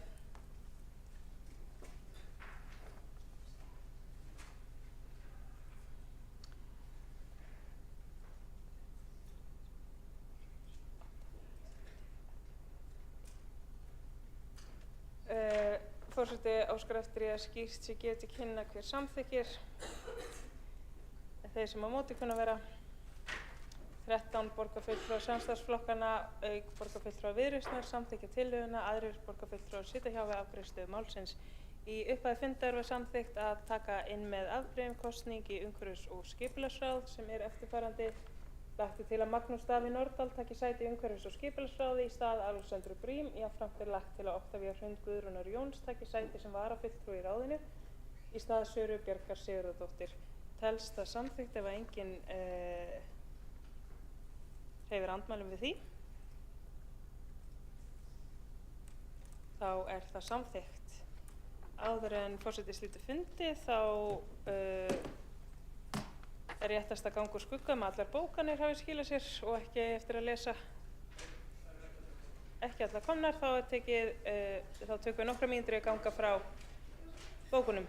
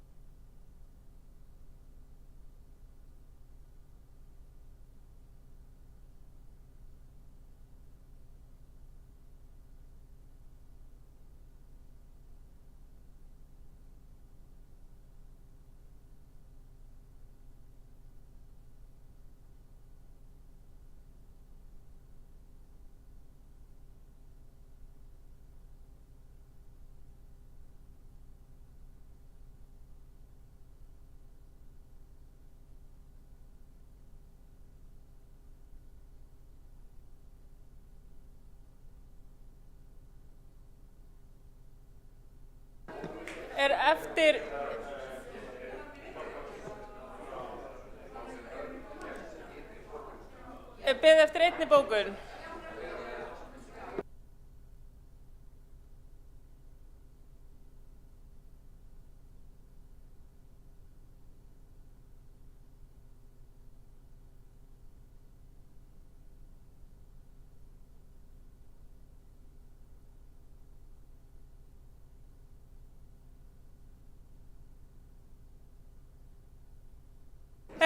Þögn í salinn, svo Sjálfstæðisflokkurinn geti lesið bókanir. Þögn í salinn. Þá fær fulltrúi Sjálfstæðisflokksins orðið til að lesa bókanir sem eftir að lesa og undir hvaða lið. Gjörðu svo vel.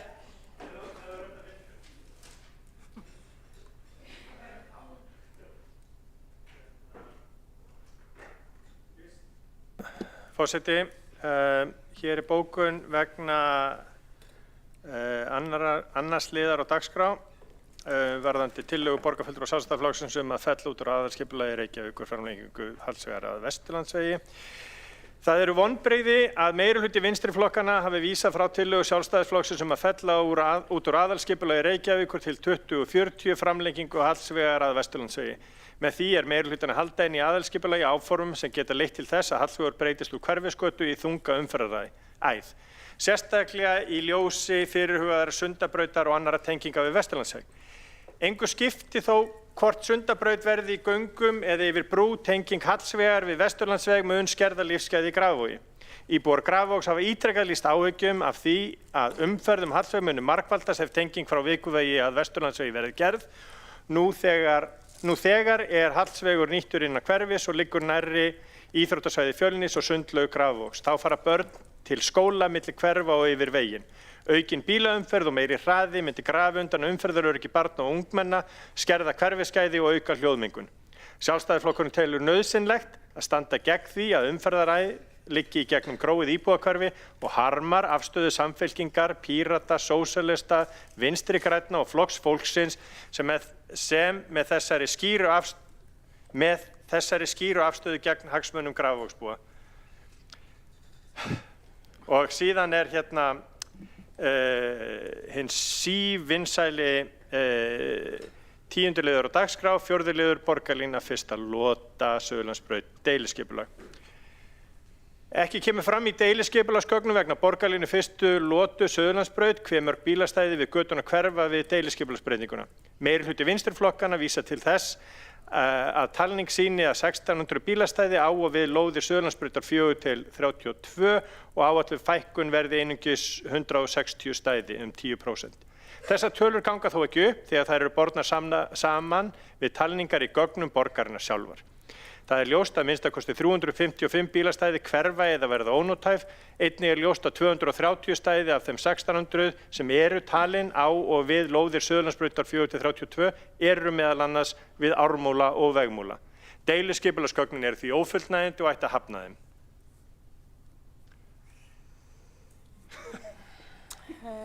Eru einhverjar gagnbókanir? Allir sammála.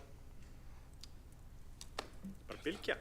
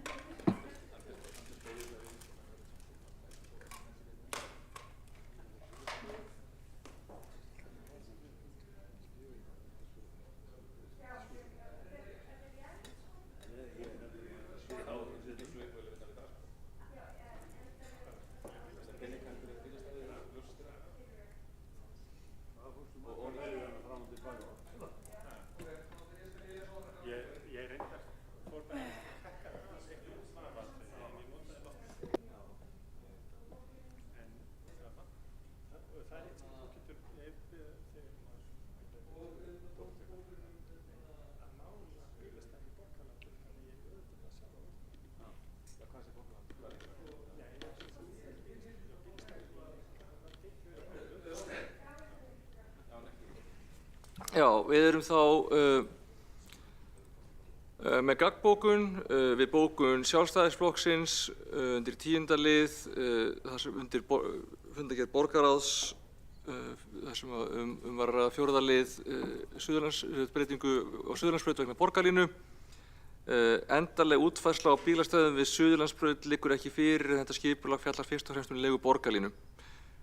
Svo erum við með gaggbókun við bókun Sjálfstæðisflokksins undir öðrum lið á dagskrá. Það er, og sú bókun er, með þessu er ekki verið að vinna gegn hagsmunum Grafarvogsbúa. Líkt og fram kom í umfjöllun tillöguna er ekki tímabært að taka afstöðu til tillögu Sjálfstæðisflokksins. Og vinsamlegast sendið á ritara fundar. Ég skal gjöra það. Þá telst forseti allar bókunni séu komnar og kveður borgarfulltrúa inn í prófkjörsvikurnar framundan með eftirfarandi orðum. Hverjum þóknast sín vísa vel, sem þýðir sérhverjir ánægðir með sitt, hverjum þykir sinn fugl fagur. Fundi slitið 1955.